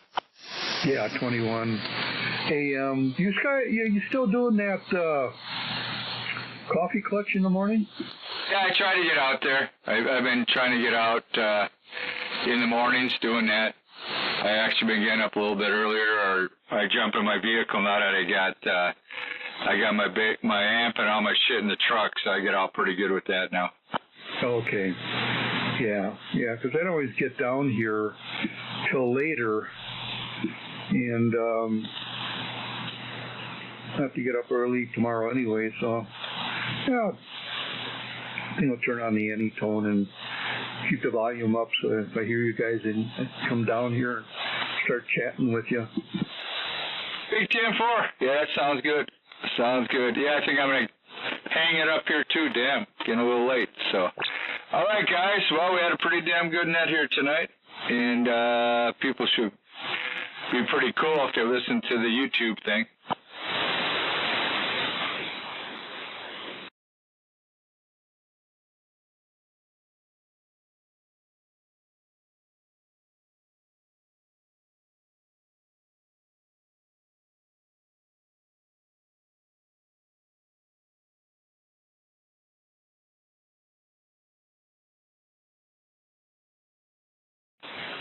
Big 10-4. All right, Tony, have a good night. 7-3s. And Mike, 7-3s. Anybody else left out here? Silly Sideband Net is be shutting it down. Roger. Yeah, Tony, it was great meeting you. I was really impressed with your setup there. That's really high tech for me anyways. But yeah, you got a nice setup there and you explained it well. Nice meeting you. So yeah, 73s everybody, Germantown Mike. We are 10-7.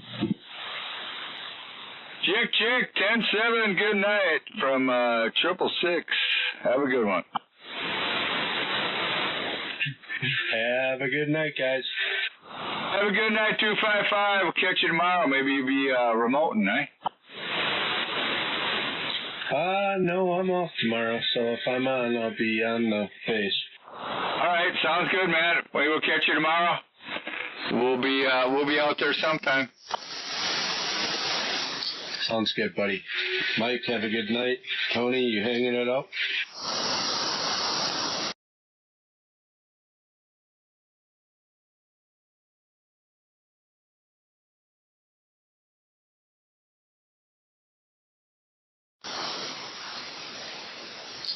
Copy that.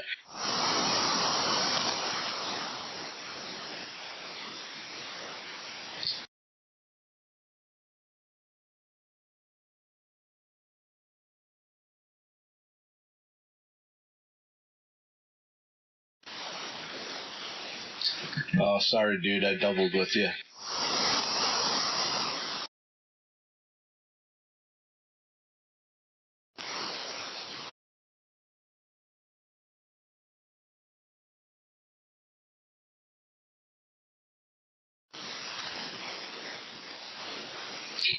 Oh, yeah. Affirmative.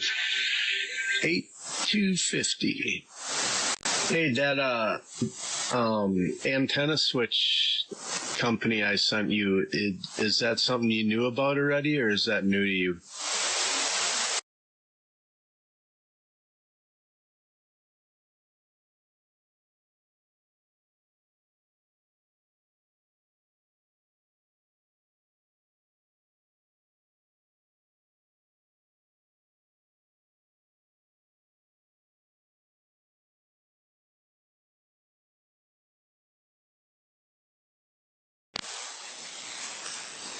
Yeah, I know. That's what I was thinking. I looked at that. I went for the price immediately, and oh my God, that's almost affordable.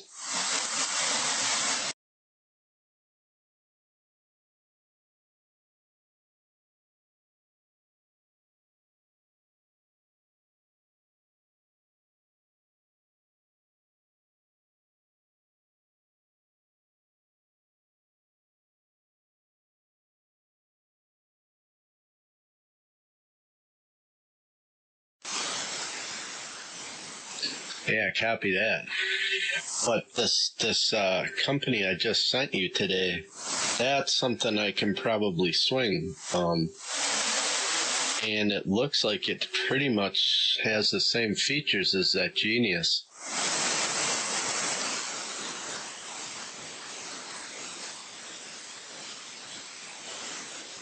Copy that. Yeah. We'll have to check that out. I'll have to do some more research on that one because yeah, I definitely wanted to get the Genius tuner and the Genius antenna switch there. I forget what they're called, but I definitely wanted to get those. But they're so dang expensive. I was like, oh boy, you know, got to get an amplifier first, and then the tuner, and then the switch. The switch I can do some stuff with like an ESP32 microcontroller, and I can do some stuff with what I got. But the tuner would be very nice to have. Yeah, I didn't even look past the antenna switches. I just thought it'd be pretty cool once I get the tower up with whatever antenna on the top, but then my dipole and that one, they showed two switches there. I think you could even run the 2 meter 440 into the same thing and control it all remotely. Copy that. How do I sound on this? Do I sound the same, worse, or better than my last transmissions?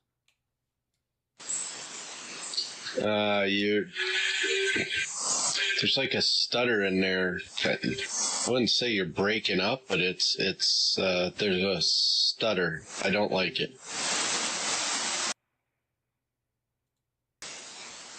Roger. How about now? Well, I see that green light on my VAC1. I think that's what that stutter is. And I think it has to do with me live streaming and stuff. Well, it's kind of going away now. So is that any better?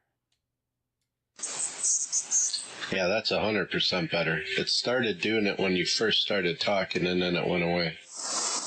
Yeah, that coincides with that green light under the VAC1. I know you know what that is. That's that like buffering and all that stuff going on. But I'm kind of doing a lot with the YouTube thing and whatever. But I was just curious. Well, how's it sound now compared to how I was talking before on the my Bluetooth headset? It's crisp and clear. So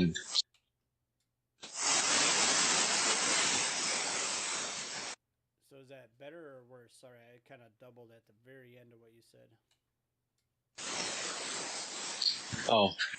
I don't even know what I said. This way probably sounds a little bit better. Roger. Okay, this is through the Moano. That's probably why, maybe. Yeah, definitely. I'm pretty sure I'm on the Kraken microphone. When I touch it, you can hear that. But I don't want to mess with things because I don't know. Then all of a sudden the audio's going screwy.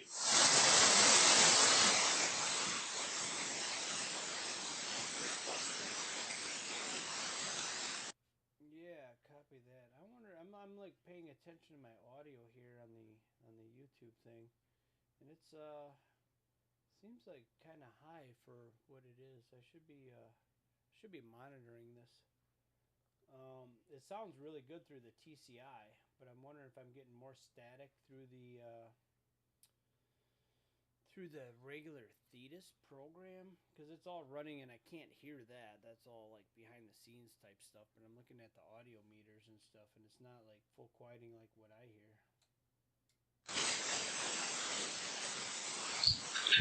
Yeah, it's hard to say. I know what I'm hearing is perfect. It's like you're sitting in the room with me.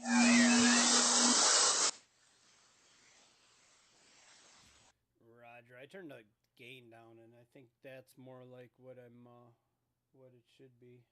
So it should be better on my receive now.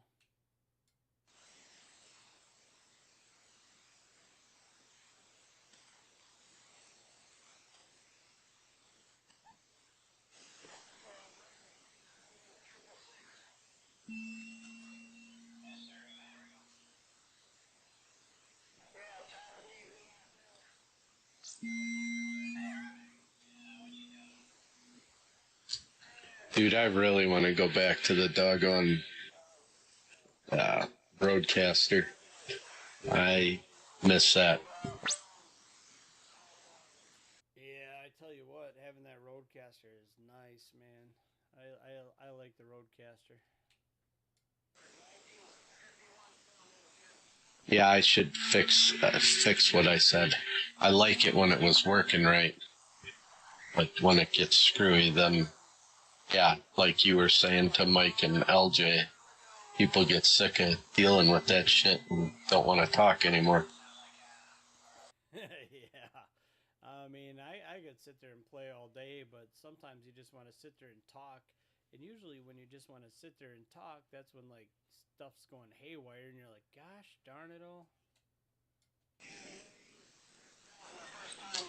Yeah, exactly.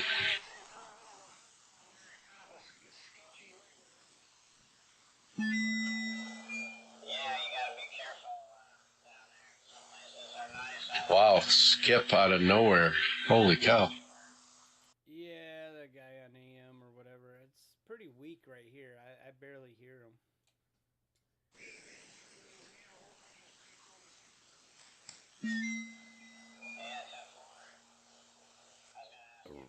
I think he's on a Browning or something. You hear that freaking whistle or whatever that's called. Yeah, I heard that. Is that something people put in aftermarket, or is that how they were designed?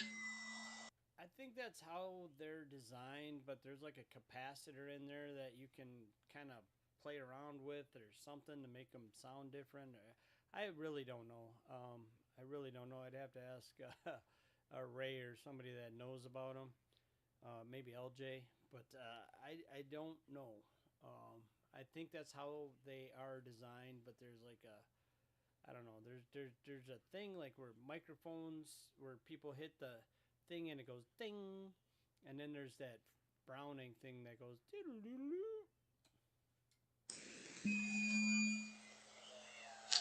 Yeah, I always wondered about that. Like, you have to sit there and wait for that noise to be done every time after or when you key up, you gotta wait for that thing to process before you can talk. Yeah, I don't know. It's cool. Like I really don't mind it. It's a very distinct sound or whatever. But some of the guys that do it, there's that one guy that talks on channel 20, and he's got that one, and that tone goes like it goes like 2 channels down and 2 channels up, and you can hear him. Like just you can hear that tone through everything, and that tone is like always the same. So I'm like, oh, it's I forget what the guy's name is, but I always hear him.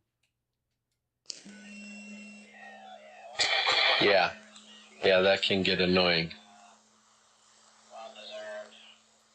Yeah, I don't mind it. It's like for me it would be more annoying for me talking on that radio than it is for me to listen to it because I kind of don't mind it. But I mean, when you got a guy running like a lot of power and he's bleeding over and stuff, and you're trying to talk and you just all you hear is that freaking tone every time. It's like, oh my god.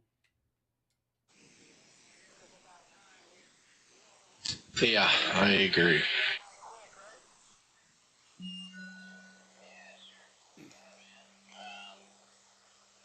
See, this guy, the guy that's here now, he's got a pretty short one. It's like dee or whatever, so it's not terrible.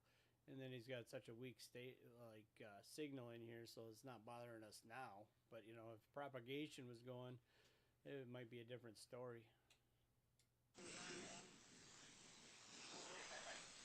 Things are going, that's probably a good thing, because he got Scud missiles flying all over the place.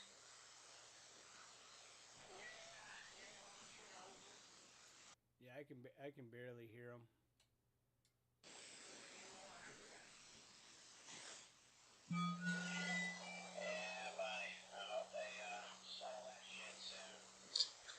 Yeah, I turned my AGC gain down. That made a big difference. Yeah, I just put mine on auto, and I have my ANF on. My ANF, that kind of gets rid of those tones and stuff.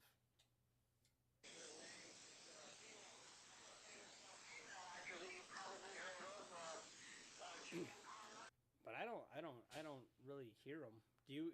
Can you copy him? Like, could you make him out what he's saying? That's gotta be something. Yeah, if I turned my AGC up, I definitely could hear what he was saying. Yeah, I mean, I can make out what he's saying, but it's like super quiet. Yeah, they're way out there. Or rather, their signal is really low, whatever. But, yeah, it's starting to come in again, though, compared to what it was when you were talking to LJ.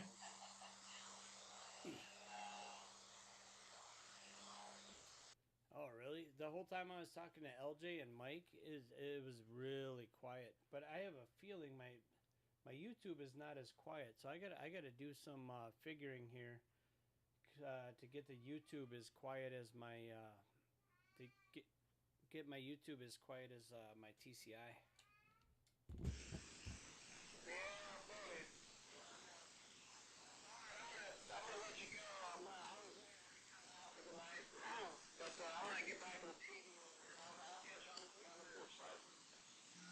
Did you notice when I turned it on your BIN?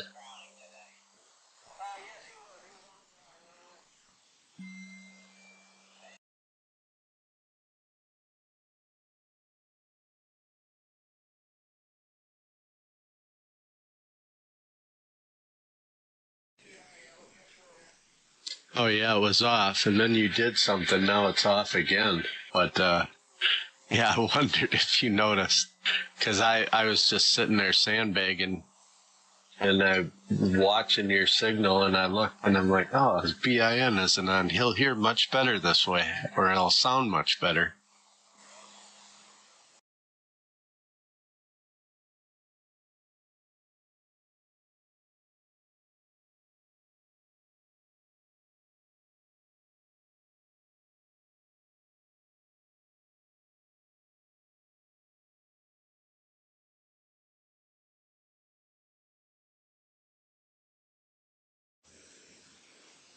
Yeah, I don't know why that happens. Mine does that too. For the longest time, like I would go out of the TCI when I'm remote, obviously, and then when I come back in, it would be changed. It didn't stay where I had it. Yeah, I don't know what causes that. I was at work and I came back in. Well, I came back in. I didn't leave anywhere, but I was listening, and then sometimes I turn the volume down because people are talking to me and whatever, and then I turn it back up and I'm listening, and then it sounds like everybody's on sideband, and I'm like, or it's like stations are off frequency or whatever. So I look and I'm like, why am I on AM? So I got to switch it back to sideband.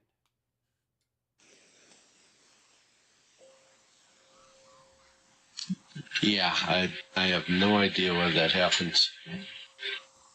Right now, my thing is still how that the volume comes crashing in out of nowhere.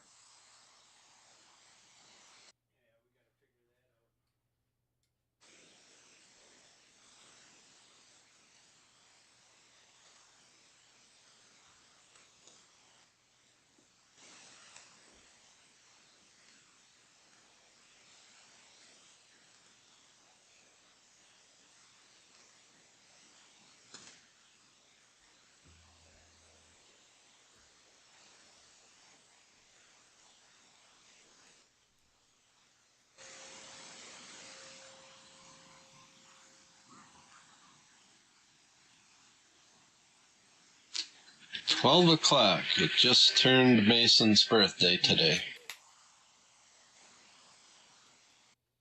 Wow, excellent.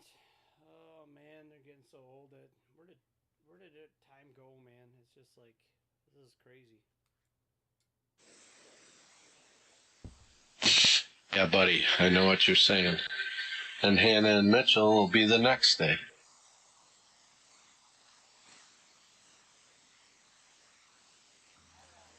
Roger. All right, I'm gonna turn my headset off.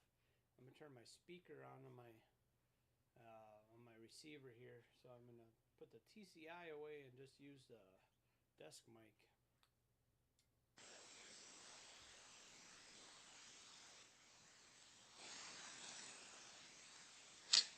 Wow, what did you, right when you keyed up, what did you just do? I was standing up. I don't know. I was standing up as I keyed up, and I don't know. I didn't really do nothing. Okay, so you weren't doing anything on the computer or TCI? Nope. I just got my little nurse call button here that I'm using as a PTT. I call it my life alert button. I know, I swear to God. People at work think that's what it is for me. That's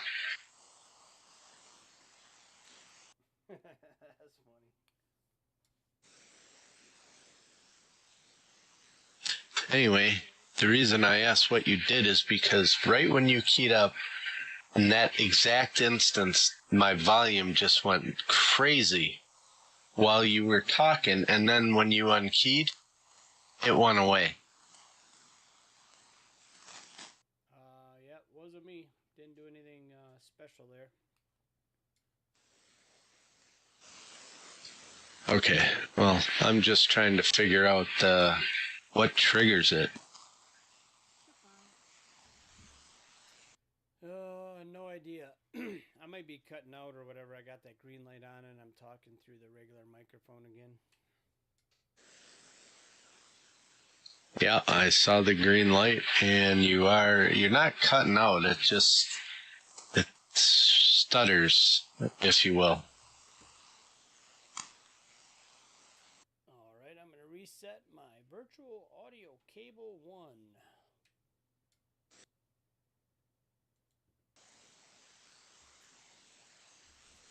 All right, that green light is there, but it's kind of fading away, and it wants to go away, but it's kind of there, and it should be getting better now. So at the beginning it was there, and now should be better.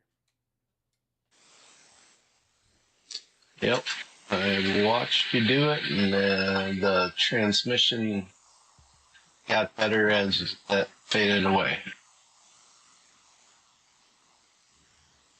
Roger. Something to do with buffers and computers and all kinds of stuff I have no idea about.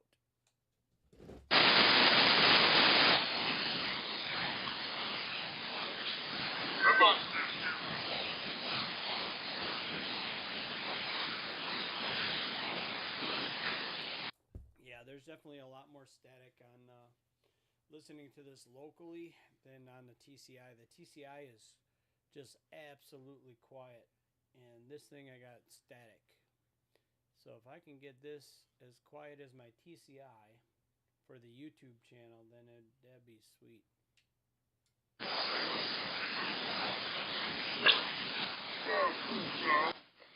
Crazy. Okay, let's see if this will transmit. I'll show you what this sounds like. Stand by. Static. So if I can get this as quiet as my TCI for the YouTube channel, then that'd be sweet. Okay, that's really weird. It does not come through in a recording. It's only in my shack. What do you mean? The volume went nuts again while your last not the what do you mean transmission, the one before that I was playing back. I thought I could record it while it was doing it and show you what it sounds like, but it didn't do that. It's literally in my shack. It's not I don't know how else to explain it. Okay. Yeah, Roger. I set my bandwidth a little bit wider there. Do you notice anything in the audio change, or we sounded pretty good? I set mine kind of like where you're at. I'm at like 8.22. No, it sounds good. Sounds the same. Roger, Dodger. What's your receive bandwidth set at? Actually, I could just go in your computer and check that out.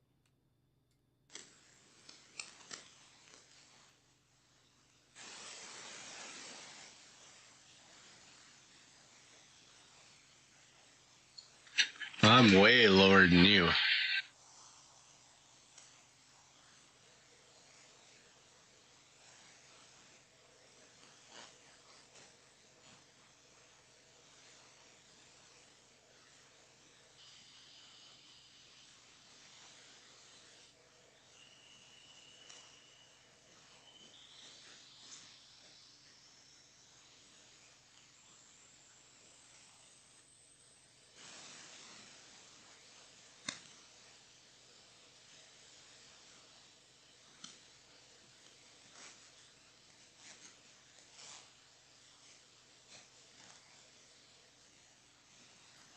All right.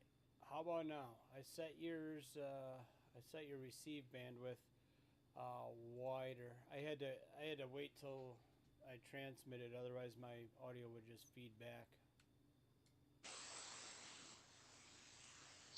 Oh, okay. Yeah, that sounds amazingly better. I gotta learn to look at that. I don't know, I'm just used to your voice sounds good, so I don't look beyond it, but I mean, that improved things immensely. Roger. Yeah, I'm always watching people's signals and trying to adjust to them and try and get the the best balance between receive and noise rejection as I can get. And so I usually set it up pretty skinny for the nets and stuff, because there's a wide variety of people talking and a lot of people out there bleeding over and whatnot. So I set it up really skinny. But when it's just you and I and it's quiet, the band is closed, I like setting it up the same transmit bandwidth and as what you have set up.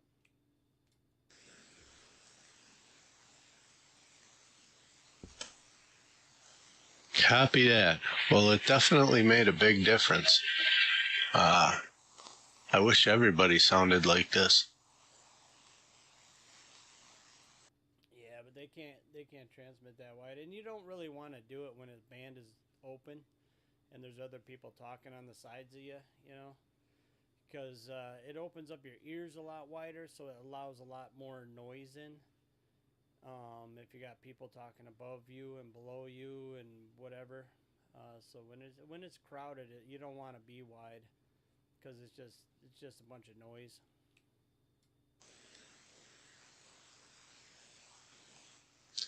Okay, copy that. Why do I have so much more going on in my screen when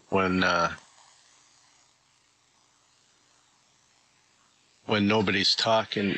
There's a lot more showing on my screen than you. Or you must be just maybe zoomed in tighter or something. Yeah, I'm zoomed in. Let me zoom out. I'll zoom out. I'll zoom out all the way here.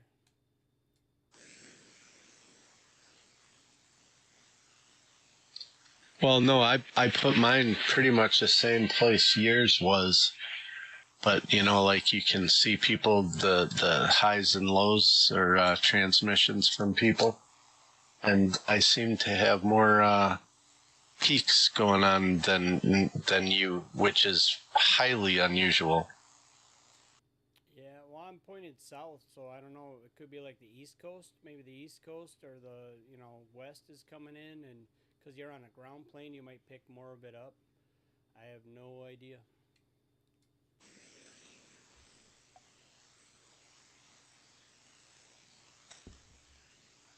Yeah, that's just weird. It's not quite like it was before, but anyway, doesn't matter. I just always look at yours and go, man, look at all them signals he's receiving, and I'm not. Yeah, a lot of times it's a lot of signals from the south. Carolinas, and then Florida, and then Georgia, Missouri, Texas. I can't say I've heard a lot of Louisiana, though.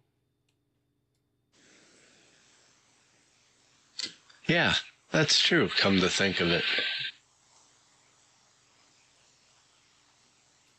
Maybe they don't have a lot of outlets in the bayou. I don't know.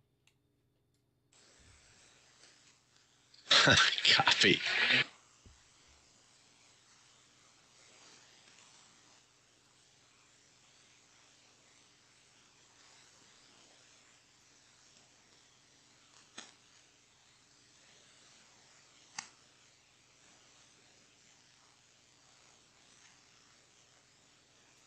Yeah, there's a big signal on, I don't know what it is, channel 6, 27080.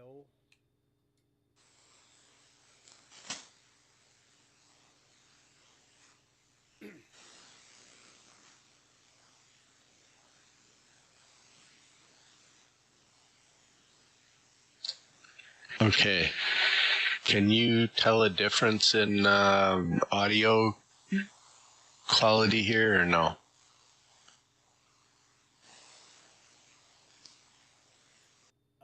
No, not on that last transmission. You sound the same. All right, because I went into input devices and switch it to the PDX 200 or the PD200X microphone. And then hang on a minute and I'll switch it back once.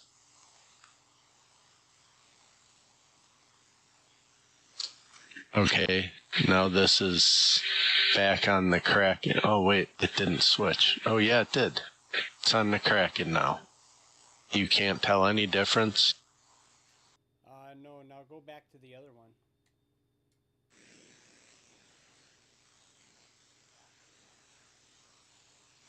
Okay, now this is back on the PD200X podcast microphone. But I'm not even sure that it's switching for sure. You'll have to tell me. Yeah, I did not notice a difference at all. Yeah, I don't honestly think it's switching. I think there's something going on inside this computer one way or another. Now I switch it back while I was talking.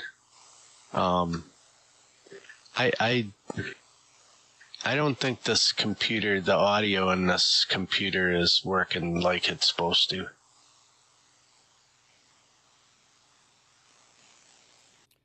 Well, that's something we can check out. I don't, next time I'm over there.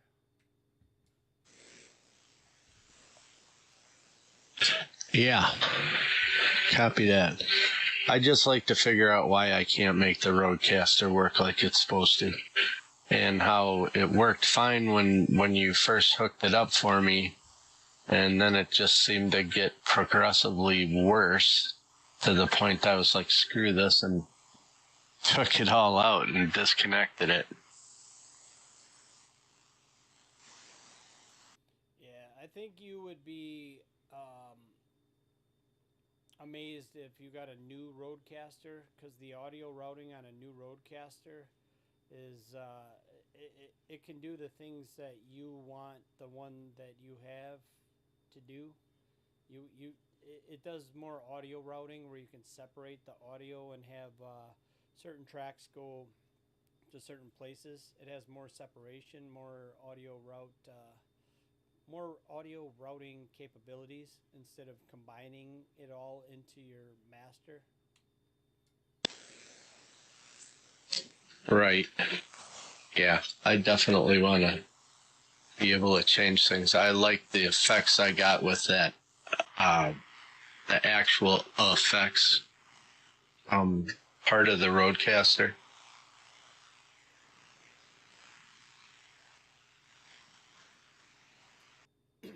those updates. I didn't even think that those. I didn't think that yours would have had the updates that it did, but those were some pretty big updates from when you first got that thing to what it's capable of now. Yeah, I agree. But something is screwy either in that or the computer audio. Well, I guess it could be something with Thetis too.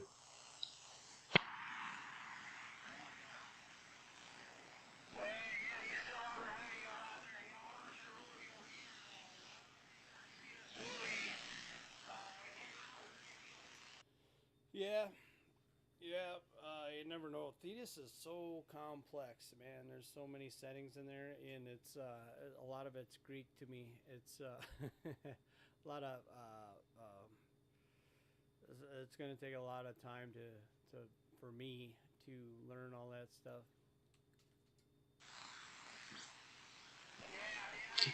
Yeah, copy that. It's just a continual, what's the word I want? You just got to continually change and move, and, it never ends.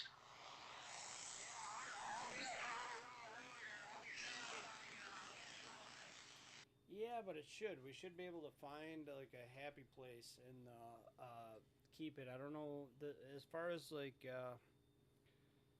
things changing. I don't know what's going on with that.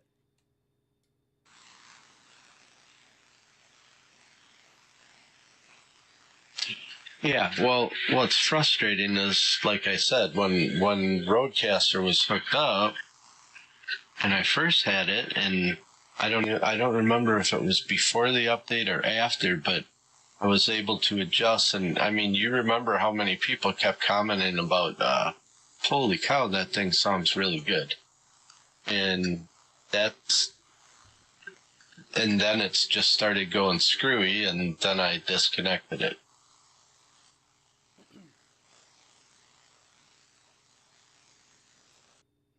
Yeah,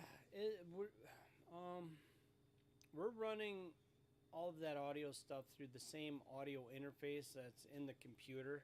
Roadcaster has its own audio interface, so it's its own sound card and stuff, which helps a lot.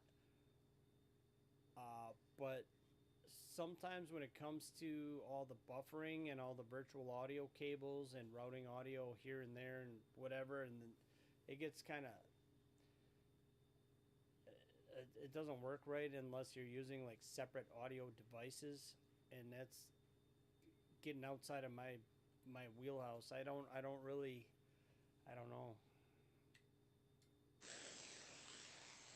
Yeah, so that's kind of my question. Is there a way to not run it through anything of the computer? I mean, I know you have to have the computer, but can you take the effects from the computer and just set them at a level that never changes? There's nothing processed. It's just raw voice. And then use only the Roadcaster to do the effects. Because I can see how one would be fighting the other all the time. Yeah, you can do that. Turn your compressor off, turn your EQ off. Right, if you're looking at my screen, can you see my screen at the moment? Yeah, I can. And we tried that, but that's through Thetis. Off that the effects and sound, can you make that just a plain bland thing that in the PC, not Thetis? Yeah, you can. You turn the TX EQ off. You right here, if you see my mouse, the TX EQ, you turn that off. That one don't matter. Your receive is not going to matter. Turn your compression off. Your mic level, you're going to have to set whatever works. You're going to have to look at your, let's see if I can bring this over here. I don't know if they can see that on there, but you set your mic level. My mic level is low, even if I max it out. Oh, I just lost my thing there, but you can see this. My mic gain, well, see, now we're just tickling 0 there. So you'd have to set your mic gain, and that would be about it. But you turn all the EQ stuff off on that. Let me put this back before I did this the hard way. Could have just seated it on there, but now, so yeah, you just flatline your EQ, and in here too is your CFC stuff. Turn all that off, just flatline it, and you would just leave it there, and then you would do all your processing externally. Okay, turn your mic back down. You're overdriving the hair. But is that not adjusting things through Thetis? And I mean, isn't there like the computer has levels, and then Thetis has levels, and then the Rodecaster has levels or adjustments, whatever you want to call it. So if you're shutting the TX EQ off and setting the mic level, whatever, on Thetis, is that actually being controlled? Are the computer and Thetis the same thing? No. Thetis has its levels, and then Windows has its levels.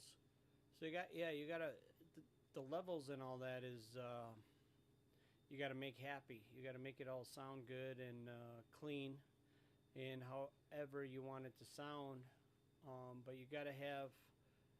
That's the trick, is getting the levels right, so you're not coming in too hot in the beginning and distorting or clipping or whatever, and all the way through your chain.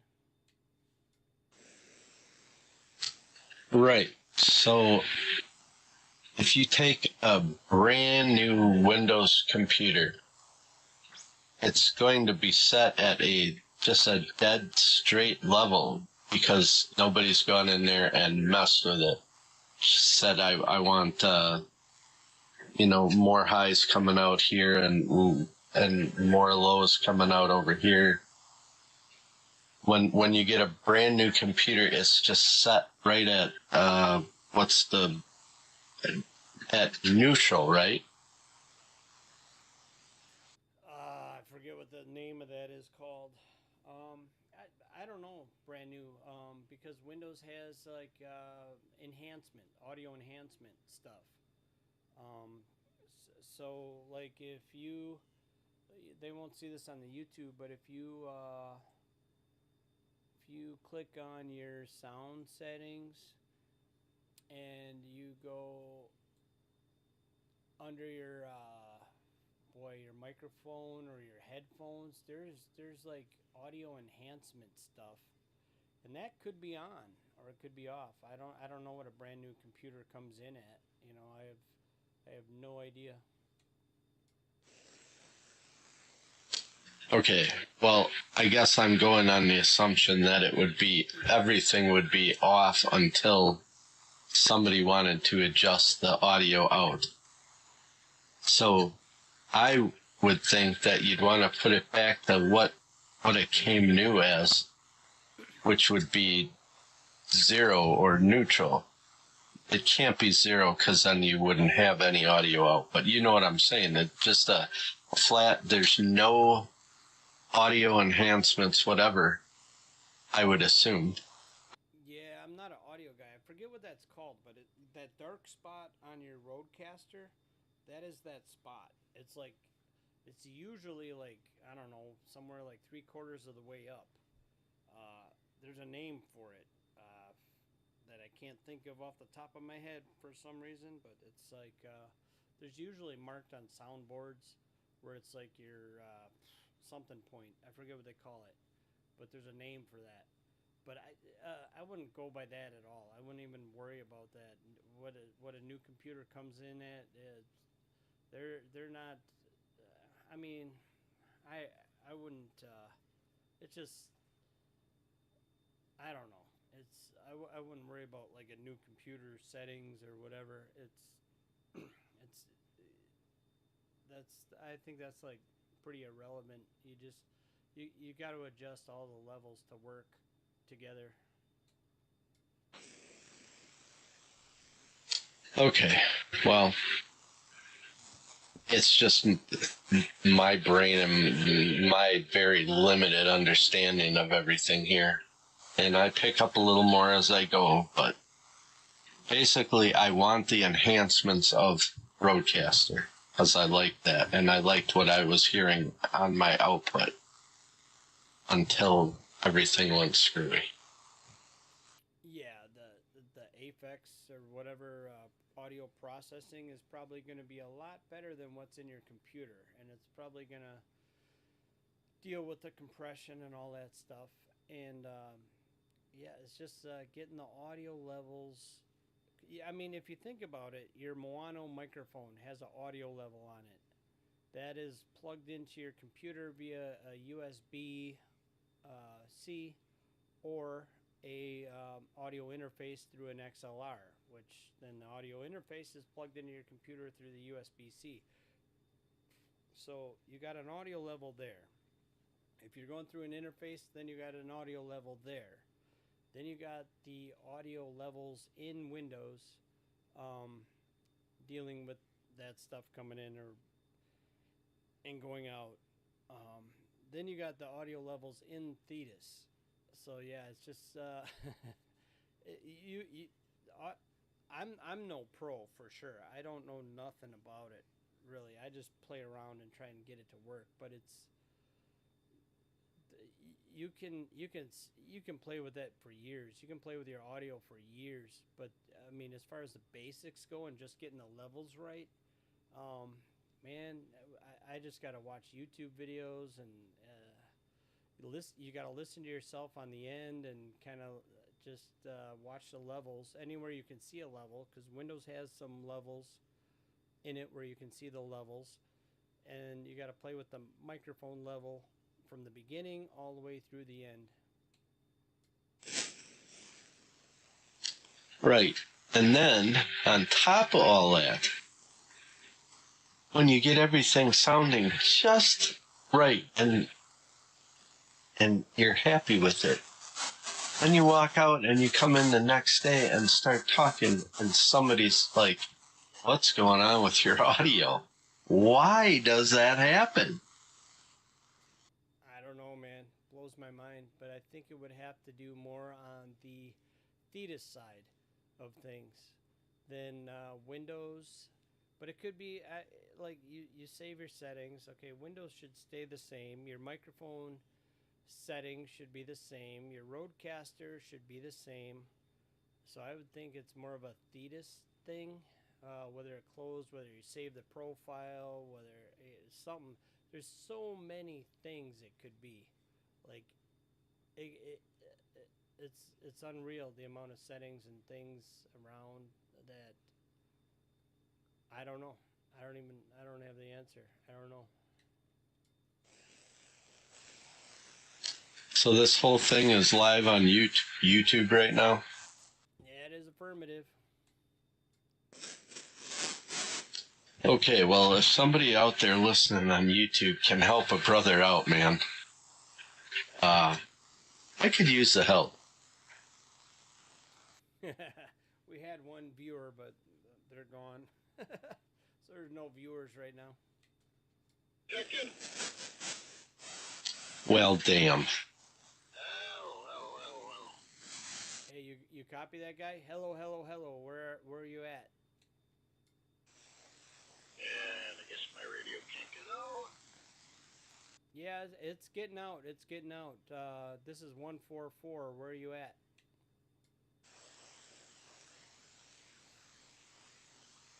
I got late night check-in. Hello. A late night check-in? Yeah, where are you guys at? We're at southeastern Wisconsin. Where are you at? I can point my beam that way, maybe hear you a little better. No, I just got on there. I know. Anybody know I'm down here in northwest Louisiana. We were just talking about how we never heard anybody in Louisiana. No way. Yeah, I was saying, you know, we hear Florida up here in Wisconsin. We hear Florida. We hear the Carolinas when Skip's rolling. We hear Texas. I hear Missouri. But I was like, you know what? I've never heard anybody from Louisiana.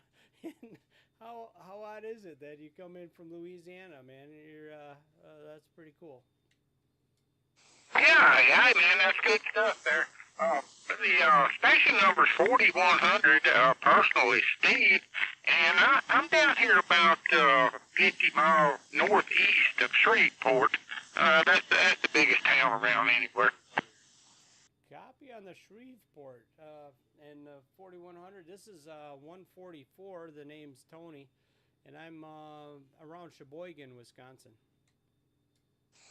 Thank you, FL. Okay, well, man, you guys were just sounding good, and I know someone come in there and said something to you there. I don't think he could get back, so I thought, well, maybe I can there. But yeah, man, you guys sounding really good down here tonight. Oh, roger that. Yeah, I got the beam pointed south, and I heard somebody in there, and I tried getting back. Thank you, FL. Well, got a Moonraker 4, but right now I'm on my J-pole, and I figure, well, you know what, it's working good enough, and I'm not too far from turning in, so I have to unscrew them to make the change. I had some coax switches, switch boxes, and I don't know, I just had so much trouble with the extra jumpers and all that, so I just started unplugging and plugging back in directly. Oh, roger. Yep. Yeah, I'm running a remote switch on my end, and I'm trying to figure out how I can do that remotely, control that switch. But yeah, there's a lot of stuff in the line that I got that kind of throws me some weird signals every now and again, and yeah, I got a few things I got to take out of line to see if that's what's causing me the troubles. Yeah, I started running into trouble with jumpers and, you know, this and that, and I finally said, you know what, just heck with it. I'll just plug them in and out manually, and hadn't had an SWR problem since, so I don't know. I suppose that was the problem, but hey, you know what, I'm all good with it now. Roger. Yeah, I'm thinking some of the guys are telling me I need to run longer jumpers. My jumpers are all 1 foot, 2 foot, 3 foot, and a lot of the guys are saying try running 12-foot jumpers instead, and I might just try that next. Thank you, well, it may do you some good. I actually did do that my own self, but I don't know. I think in time they just I don't know, man. They just kept going wrong, so I finally just did away with all of it, and so far so good. But I was kind of surprised you guys being down here on 16. That's what kind of threw me off. Oh yeah, roger that. We do a silly sideband net every Thursday on 16 lower, and the reason they do that is I guess years ago, when they had the 23 channel radios, 16 was a lower sideband channel. So up here in Wisconsin, they got the old tube and classic radio net. They're on Facebook.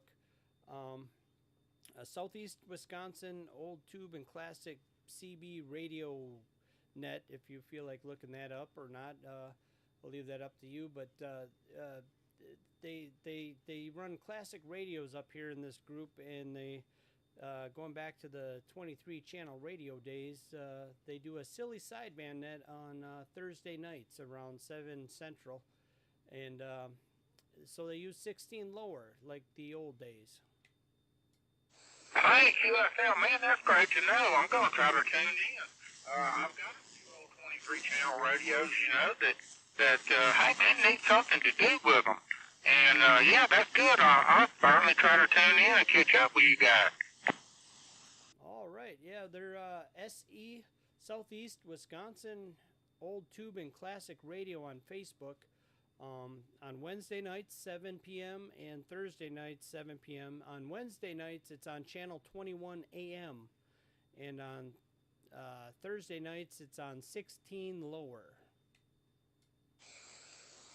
Hey, Roger, on the 16 lower, what? Hey, man, good enough. I'll sure take trying to get in there. That's good, man, because I felt for a long time, dadgum, the sideband on these lower bands down here, lower channels, just don't get you. I hate to see it all going to waste there, Roger. Yeah, Roger. Keep your ears open for LJ 666. LJ 666 out of Milwaukee. He is Net Control, and yeah, you get a hold of him. He's an old time radio guy, and a lot of the guys up here are. I'm a little younger and don't have all the know-how, but they run a lot of old classic radios up here. Once again, just keep an ear out for LJ 666. Man, he's a good guy. He runs net control up here, and yeah, you'll enjoy talking to him. You get a hold of him. Thank you, okay, well, I'll sure try that. I'm actually running my old Cobra 2000 tonight. That's kind of a stroke of luck. I know she's not an old tube radio, but she's fairly older radio than what we got going on these days. So, hey man, you guys are really sounding great out of my old 2000 speakers there. Roger, that Cobra 2000 sounded really good up here. I myself, I'm not talking on an old tube and classic radio tonight. We're talking on a Hermes Lite 2 SDR radio. Thank you, SL. Well, okay, man, I didn't mean to butt in. I just heard you guys out there, and man, you just sounded so good. I thought maybe I'd get in and agitate there a little bit. So y'all carry on, man. You sounding great down here. I'll try to remember Thursday evenings or Thursday night, and maybe I'll catch it when the DX is not too bad and get in there a little bit. Roger. Yeah, tonight was a great, quiet night. I mean, there was DX going, but it was still pretty quiet for considering. But all right, man. Great meeting you. Thanks for coming in. It's been great. And the other gentleman I'm talking to, Pioneer 255. I don't know. You want to say something there? It's good to hear all of you in there, man. It's just a good thing. I don't even know if he can hear me. I can just barely make him out. I'm sitting here watching that. Your beam's making all the difference, buddy.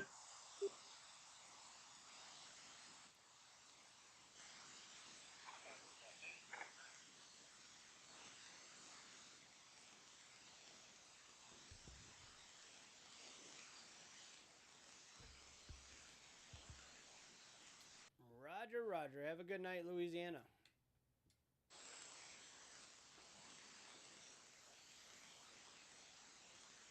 Yeah, I think he faded out there. But yeah, that was awesome.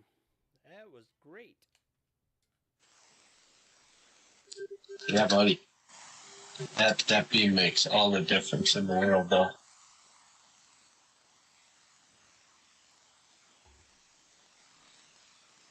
Yeah, I'm pointing kind of southeast-ish. Did you turn that, or did I turn it that way? Well, I hope you did. I watched your mouse move it.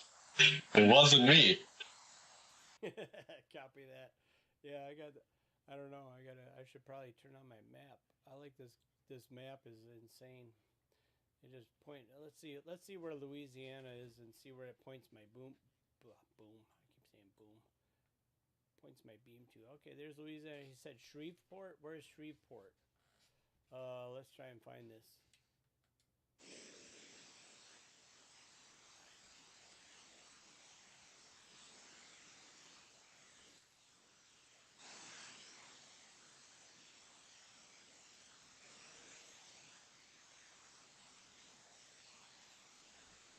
Oh, so I wasn't even pointed the right way. Well, kind of was. Yeah, I was gonna say, you're pretty close.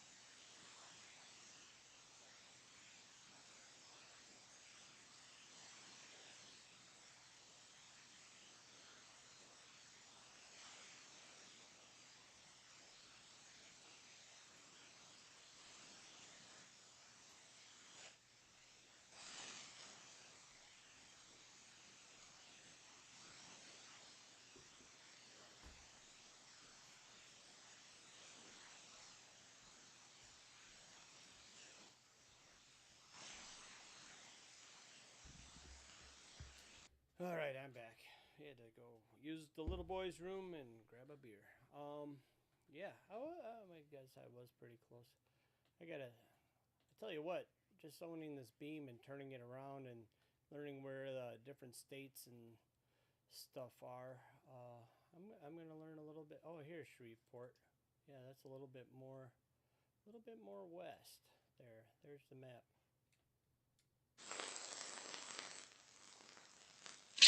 Yeah, that's crazy, man. You definitely learn your states using that thing. Well, isn't that freaking?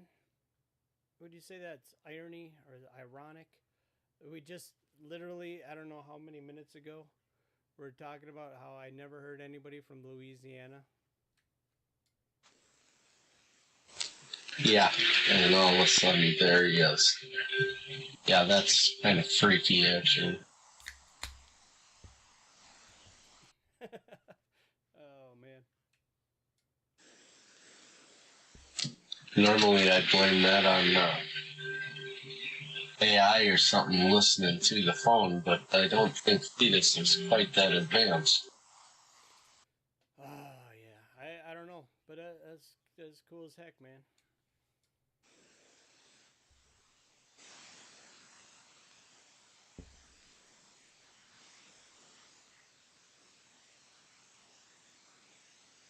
Still got signals out there. I don't know where they're coming from. Must be the same down south.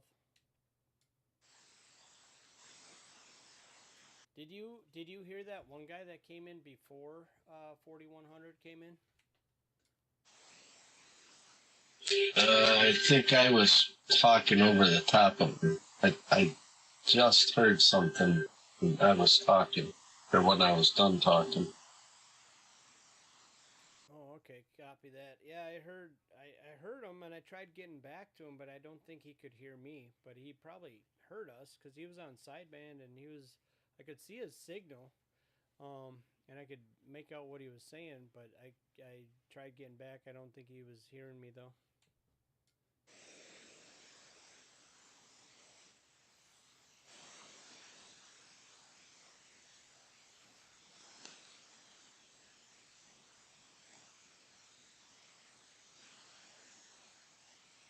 Yeah, now the signals are starting to die down.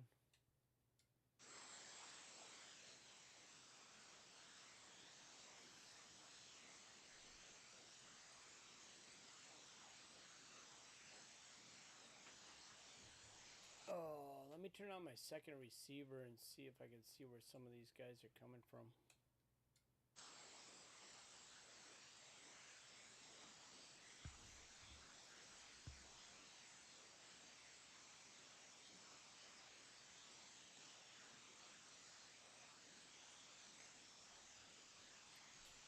Had to move my rotor over because it's covering up my sideband. A lot of those signals are AM, and for my second receive, AM is right where I put my little antenna rotor thing.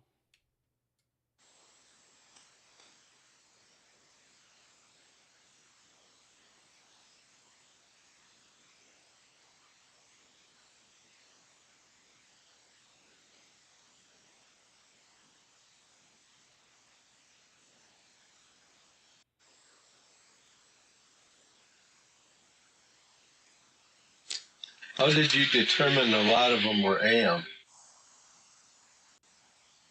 The signal is more triangular. It's got a carrier straight up the center, and it's usually on like for CV it'll be on like 18.5 or whatever 0.5 right up the center, and then two slopes down the sides of it with the audio on both sides. And sideband will be more rectangular, and it'll be on center frequencies, usually on the 05 or the 0.5 and to the left of that signal.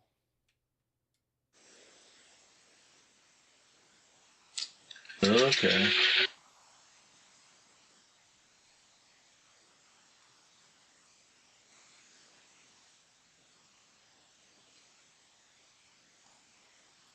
Now, I don't know if I can get this audio. See, this is my TV, my other thing. So if I get the audio to come out somewhere else. Oh, let's see if I can get the audio working.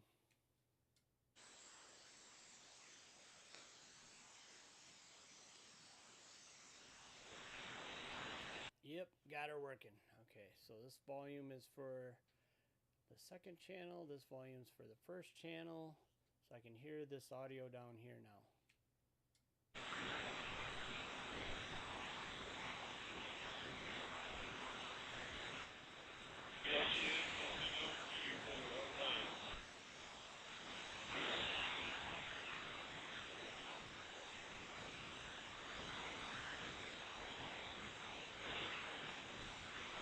That's on channel 40.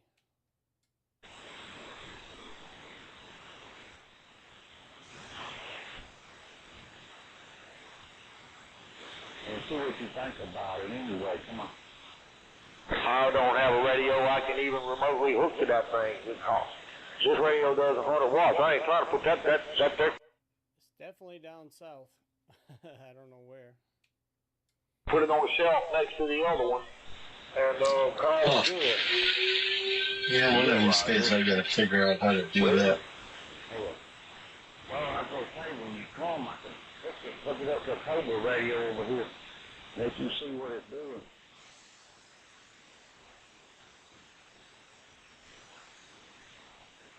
It's just how you want to do it, family. It don't matter.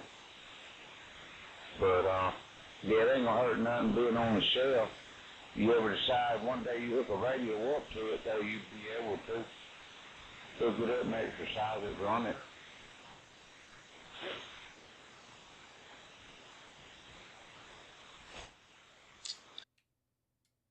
Audio coming out of your your second receiver.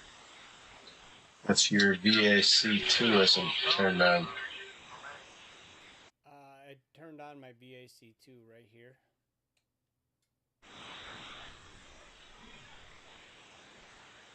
Oh, okay, it's in a different spot because you got two receivers. Never mind.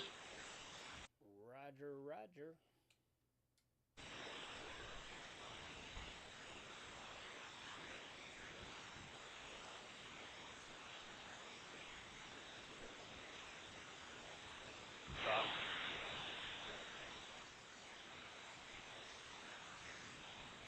But you see those signals? How it's like a strong signal straight up the center and then it slopes down on both sides? Those are all AM.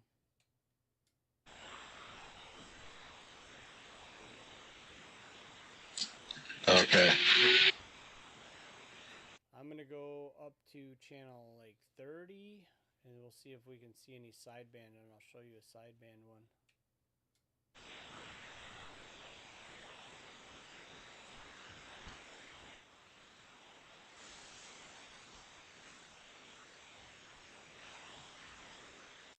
I don't see any sideband ones, so I'm going to go to like 40 meters and I'll show you a sideband one on 40 meter.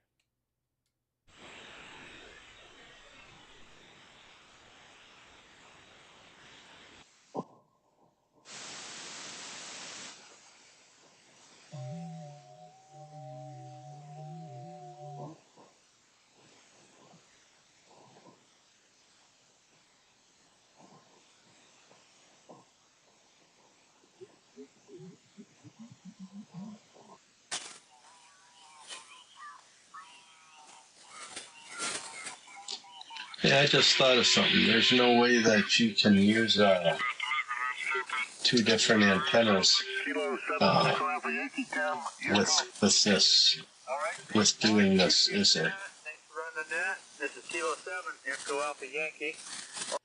Yeah, no, not on the Hermes Lite 2. I think we if you had an Anon, I think you can with two ADCs. I think you can do it, or with the Brick. Maybe you can on the Brick 2 and the Brick 3, and probably the some of the other SDRs.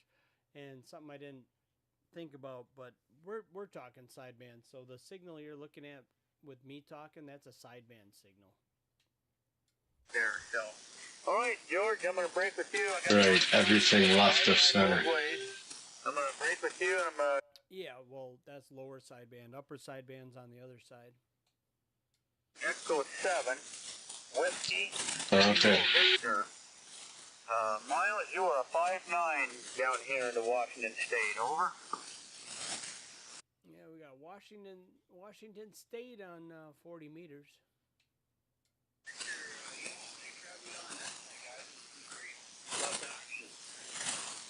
Yeah, thanks. And yeah, so yeah, I just got here in north central Washington, right there in Lake Chelan area, just out 3 degrees over. Man, I tell you, we won't get that till about October. Right after Halloween, when we'll start getting that low. We have long hot summers here, Last year we had about, I think it was 20-some days. We were over 100 degrees here, so I guarantee you, long summers and short winters here. There, my friend. Hey, what type of radio you using? What microphone you using, huh? Okay, I'm on my backup station, which is my Yaesu FTDX10, running. Yeah, this is all coming off the CB antenna. If I had the DX Commander on 40 and 80, which those signals would go way up. Yeah, that's what I was getting at. You can't transmit right now on EAC2. I could. I just got to click right here. See this TX right here? If I click on that, then I'll be transmitting on 80 meters. Well, I mean, technically, well, I would be transmitting, but my amp would kick out because the SWRs would be too high. Yeah, that's what I meant. You can't physically because you're on the wrong kind of antenna. Yeah. Yep. Nope. Then, yeah, the radio wouldn't be happy.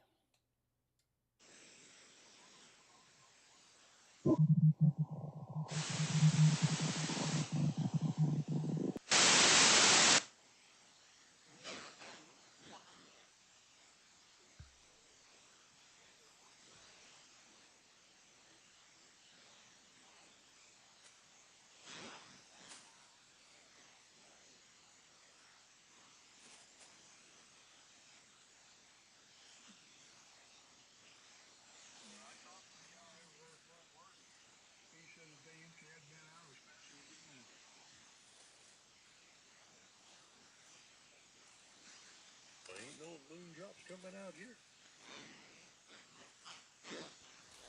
There's just way too many controls, man. You had that second receive, and I don't use it enough to be like, all the second receive controls are, what am I on, 3.3K for, this should be the second receiver. Or again, Alexandria? Yeah, I can't remember the name of that store she goes to. Yeah. She got 2 great big bunches of them when I was there. Yeah, but a nice problem to have. Remember, I sent you pictures. Yeah, so, I mean, I hear these guys on 80 just fine through the CB antenna, but yeah, it's a whole different world if I put it on an actual 80-meter antenna. Why don't you tell me where they come from? I talked to her later today. I'll ask her what that store is. I ain't going to freaking Alexandria to get no freaking grapes. The hell we're going down there? That's going the wrong way for me. But they don't have any of them around here. I got a couple scouts out there. Even my daughter, she goes up there to the food line up there in Stallsburg, because she ain't too far from there. And they're, you know, on the roundabout sprays and stuff, over the Winchester around, and ain't nobody seen no moon drops around here. You got another Sam's Club down there, ain't you? Too far to go. I got Costco's.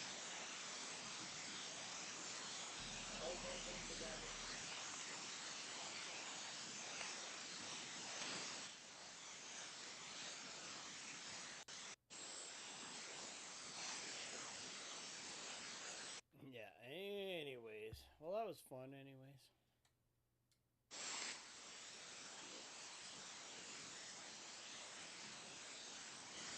Yeah, buddy.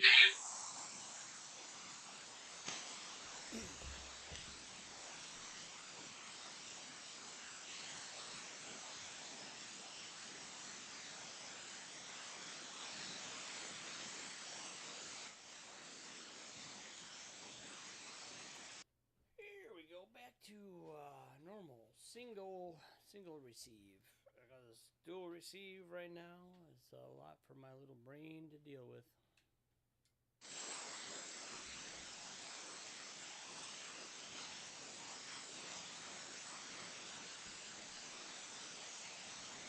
Man, I gotta go through this shack. I kind of got this started. I got my radio set up kind of the way I want, the broadcast stuff, and then I got a bunch of crap laying on top. I gotta get this cleaned up. It's like it's there, but it's not there. So I gotta run all these wires behind the radio. I just I plug in this amp to that amp, and then my PTT switch to my USB 232B to control the rotor and stuff. And now I got wires everywhere, so I gotta take and reorganize that. So it's like, oh man. But I got the wire strip. I got everything, the power strip and everything. I got everything kind of just laid out the way I want it to be laid out. But I don't have it. All my little doodaddy stuff that I need to make all my remote stuff work. It's just kind of like, it's like a spider web over all these old radios and stuff. So it's like I just gotta go through and organize that stuff. It's pretty ridiculous.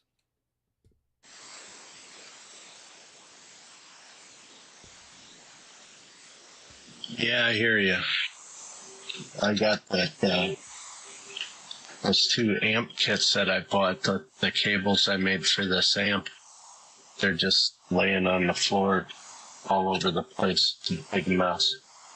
Way too long for what I needed, but I didn't want to cut them because then I'm screwed, you know? Yeah, roger that. I got the landliner for the 101 sitting next to the TR7 Drake, and then I got the power supply for the Drake underneath, so it's nice and neat. I got 2 blocks of wood underneath the 2 front legs of the Drake to kind of put it at the same angle that the 101 sits at. And then in the corner of my desk, I got the Johnson Messenger 232, is it? 220, wait. 223. The 223.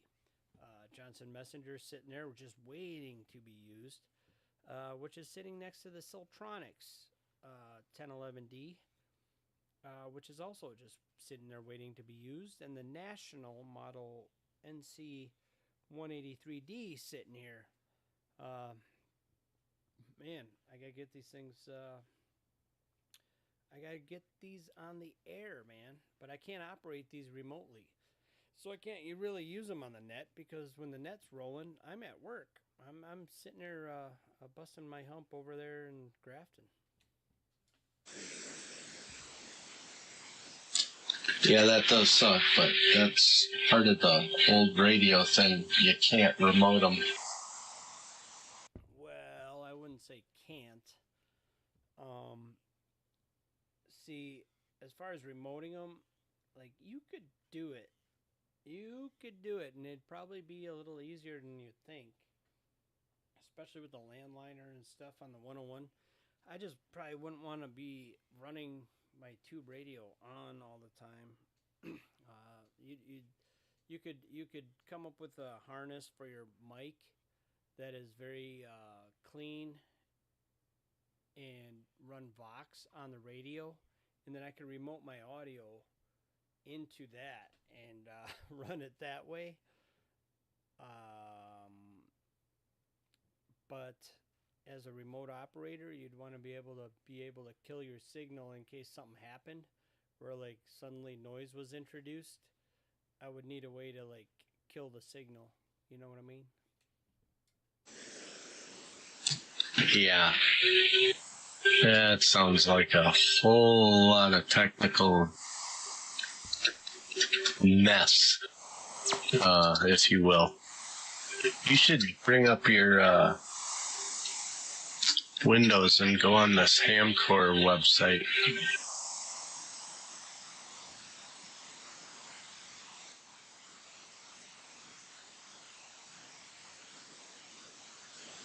I think the 6x2 is the one I would want.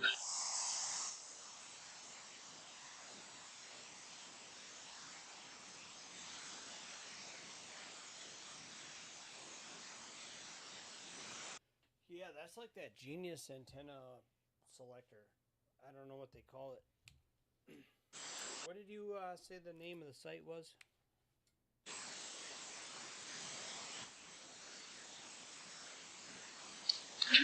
It's so9i.com.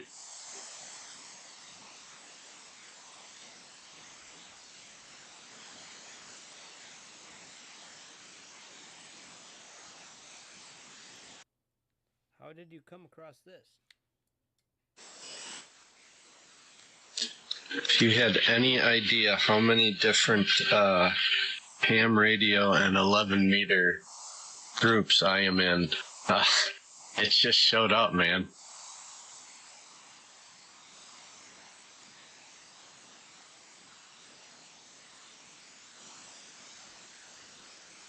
You change the band. The antenna switches itself. That's cool.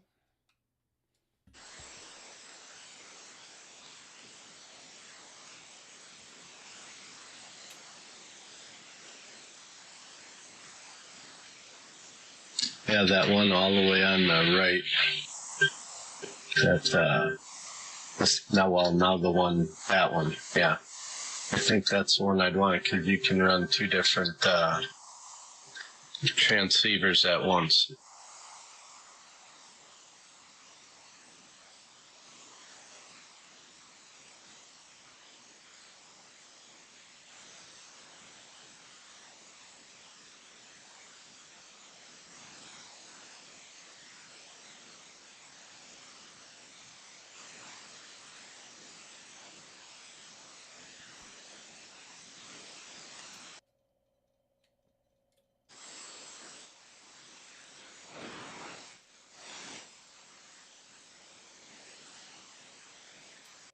Sounds like my kind of radio. Android, Linux. Yeah, sounds like my kind of setup there.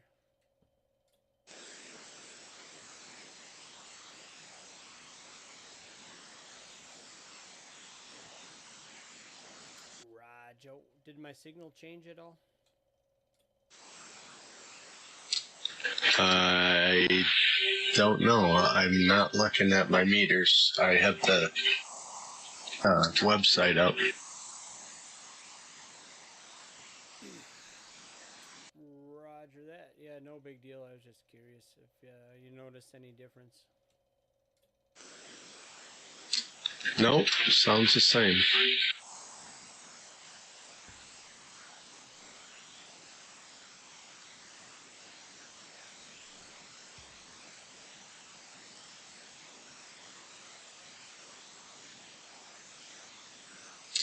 This looks like it might be something that is not available yet.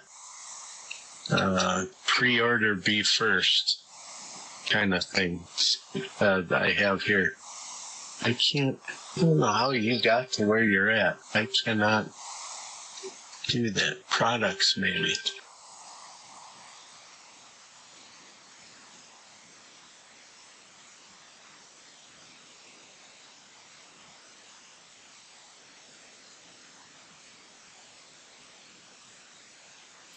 I just clicked on products and scrolled down, and then I clicked on this thing, read more.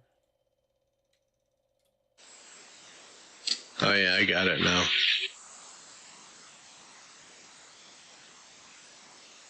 They have an antenna switch for outdoor as well.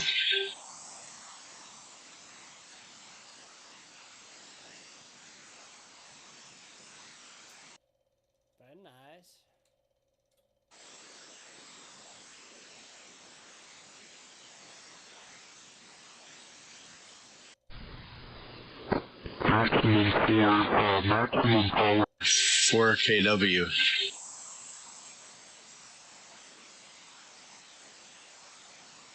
Well, that should be plenty.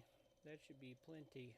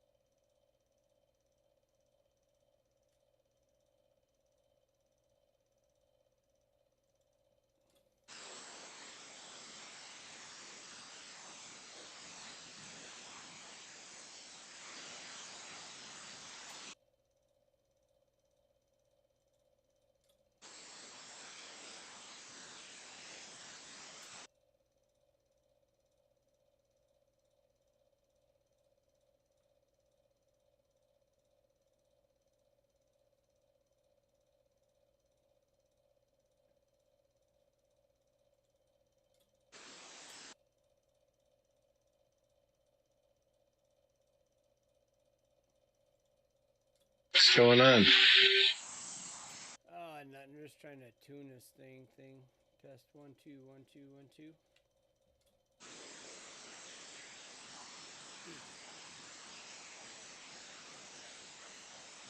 I got the SB on, but it's not.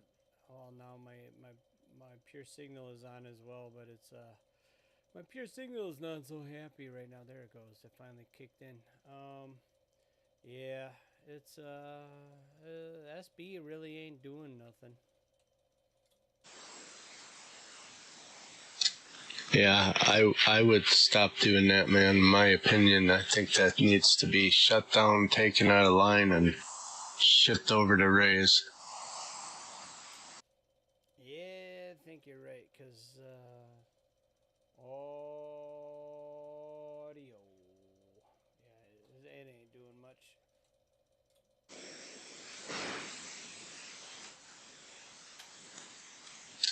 Dude, there's this thing called a stack match. It says it's used to equally divide power between 1, 2, or 3 antennas. This method of operation allows for the use of a stack of antennas or for transmitting and listening simultaneously in multiple directions. Huh. Sounds kind of weird.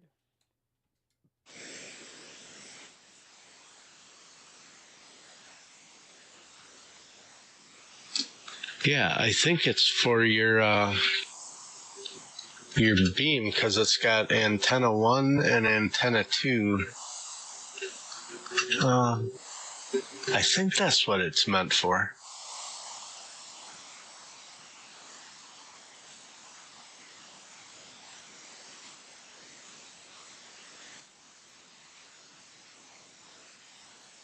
I don't know. It doesn't say anything about phasing. I don't know. Let me read it.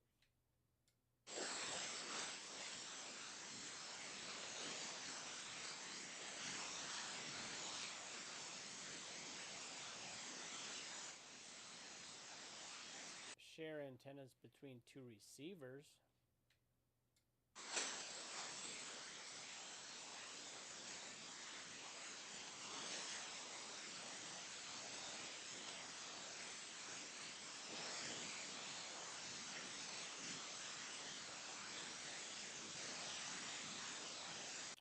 Well, that's almost like the other one.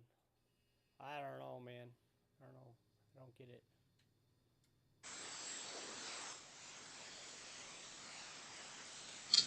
Yeah, I guess I'm wrong.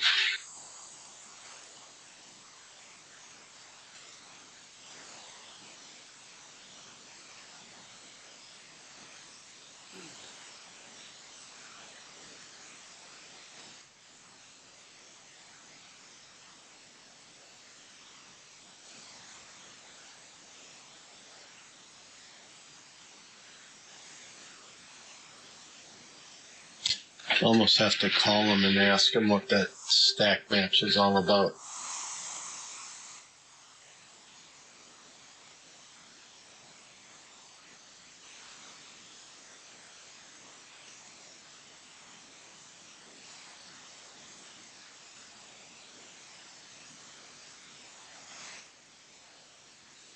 I wonder if that's right when it's set up there at the top of your screen in pink. Change bands and it switches the antenna automatically. That's crazy.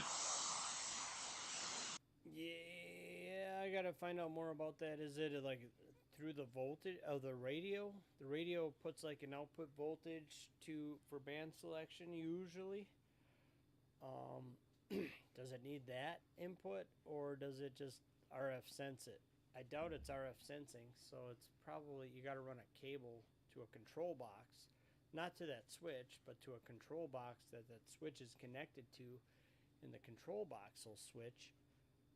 But it's usually a wire you got to connect from the radio to the amp or whatever, and it puts like an output voltage representative of what band you're on, and your amp or antenna switch would, as you're selecting your frequency, would receive that and pre-select that stuff. Huh. Either way, cool as hell, man. Switches the antenna for you. Yeah, that's pretty much what I got going on here, but I'm going to use an ESP32 to run a web server on it that will allow me to do this, what they're doing here. Although it would be nice to just have it in a unit, because I don't know how to program an ESP32 and would rely heavily on AI. Yeah, copy that. And this is already done for you.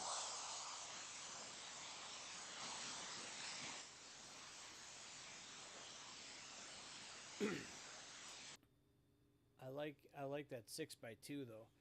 The other one that I was looking at was an 8x2, but I mean the 6x2 would be sweet. I could put my receivers on one, and I could put my transmitters on the other. Well, my transmitter receiver TXRX, but my strictly receivers I could throw on one, and I could just receive with say this national on whatever antenna I want to put it on, a dipole or a like the DX Commander or something. Yeah, that is cool, man. Crazy how I ran across that.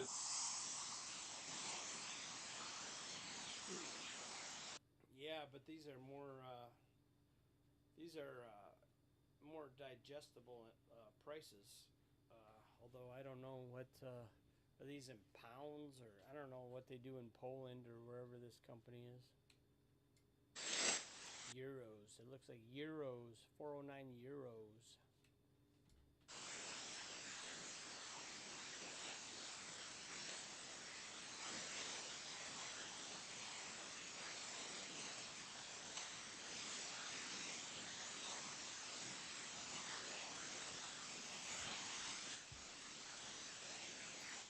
I like the idea of having the 6x2.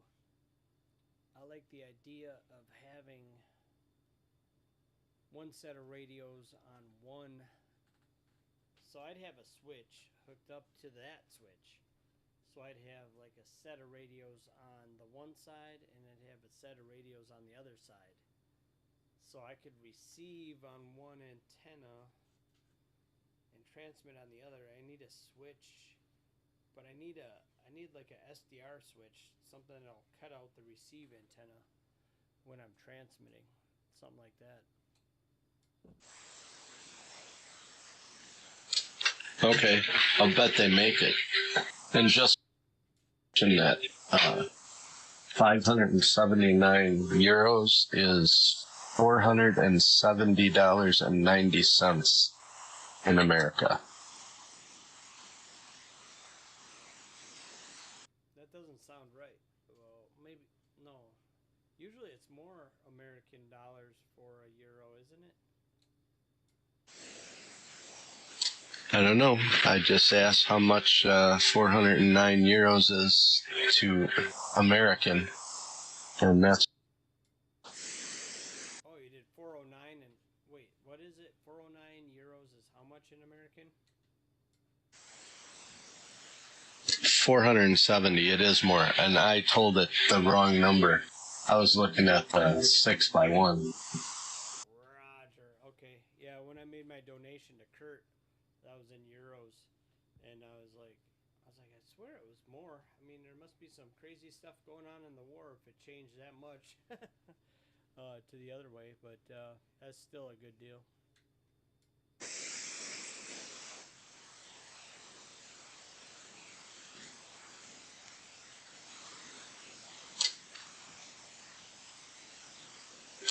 Okay, the 6x2 would be $666.82. Yeah, it's still like half the price of I think it's an 8x2, but still, that's still like half the price. Yeah, buddy. Well, maybe you'll use this site. Yeah, probably. Probably, man. I definitely would like 6x2, that separation of bringing my antennas into the shack and being able to separate it between two receivers.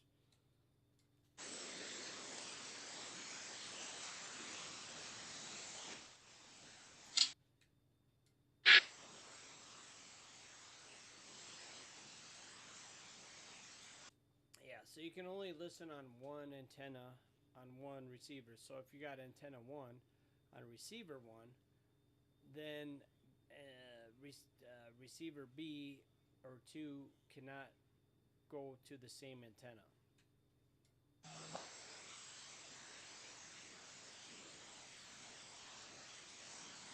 Which is good.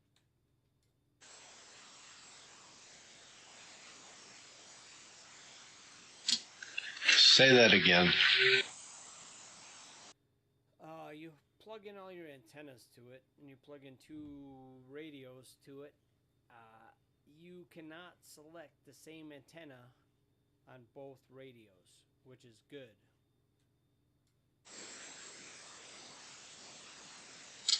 Oh, yeah. Otherwise, you'd get some kind of weird thing hitting the other radio, right? Yeah, you'd probably smoke it.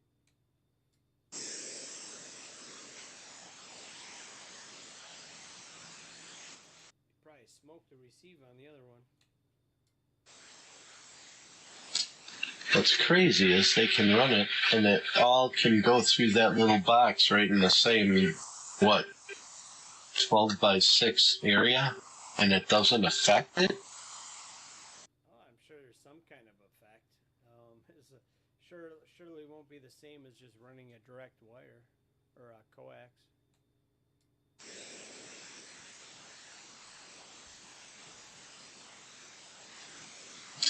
I mean, I actually freak out if I have, like I'm talking on the Yaesu, I shut the Thetis off because I'm worried about that.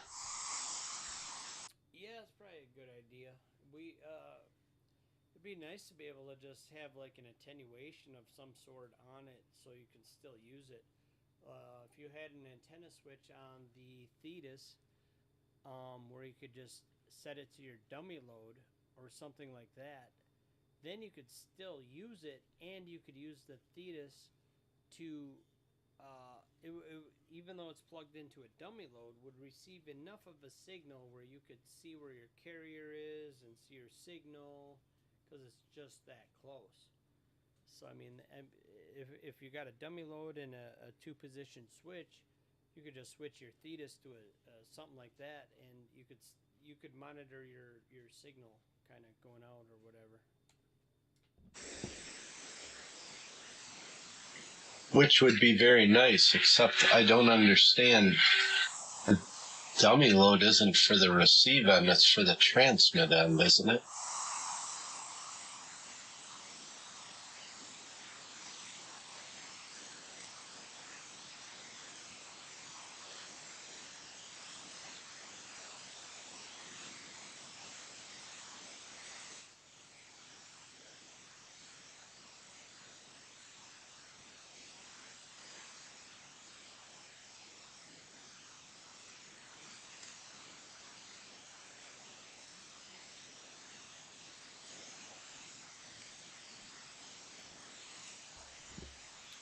Yeah, but it would probably help attenuate it. I mean, I guess you could just unplug it. You could see.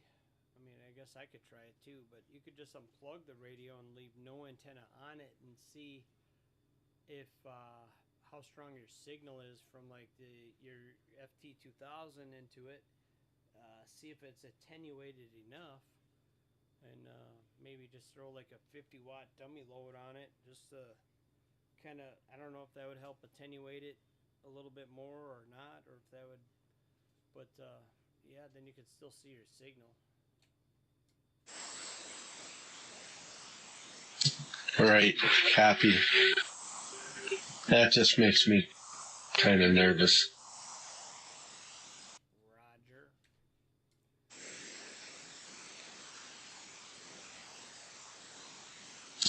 I mean, when I get to the point that I have multiple antennas and multiple radios in the news shack, then I'm going to have to figure something out, because I don't want to have to keep shutting one radio off to talk on the other.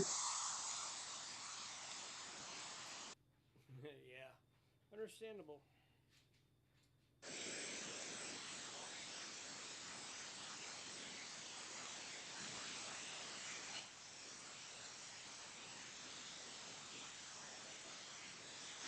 And I guess I worry about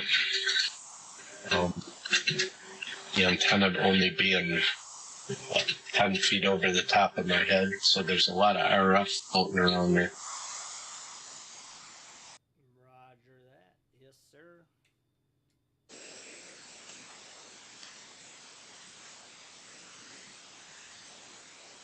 You'd probably walk outside right now and I'd glow in the dark. I don't think so.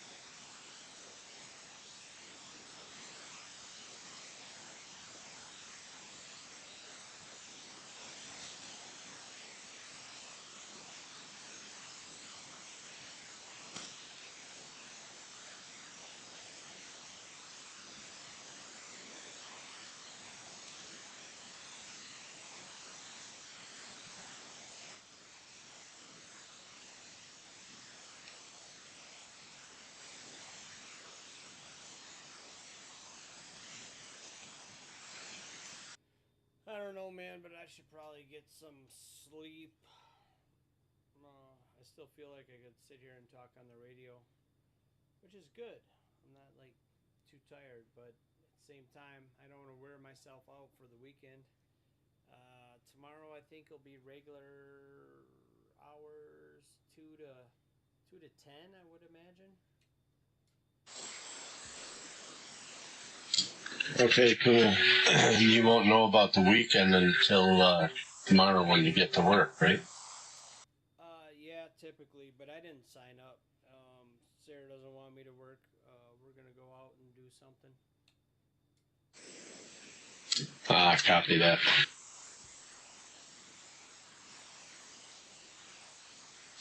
Well, don't forget if Saturday, if you're not doing anything, you should stop out. Roger, Dodger, test 1 2 1 2 1 2. See how my mic gain is so low? You said I'm overdriving if I bring that up, though. Sorry, dude, I doubled with you. Oh, I was just saying, see how my mic gain is so low? It's minus 20. Minus 20, and you say I'm overdriving if I turn up my mic gain. I'm turning up the microphone right now. How does that sound? Now I brought my mic gain up, so now I'm just tickling 0 kind of. At the highs, it's just barely passing 0. How does that sound? Is that overdriving as well?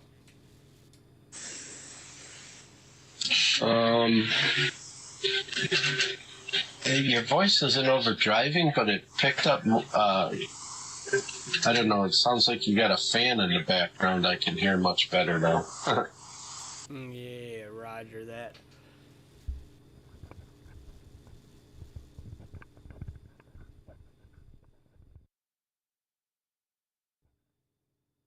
test. 1, 2.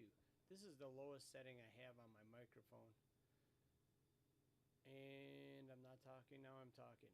So having the mic gain down will like reduce that. But yeah, what that is that is the soda machine running. Okay. Yeah, having your mic down that low is too low. You don't have a good drive behind your voice like you did. Alrighty. How about that? That's pushing the mic gain up now, but my mic gain is down. Am I overdriving now? No, now you sound good. Alrighty, I'll just leave it there. The mic gain is from -20 to -10 now. And sounds good, so I'll just leave it there. This is the mic volume at the very lowest level it has on it. If I go down lower, it'll just mute me. Huh, crazy. Well, yeah, it sounds good. Roger that.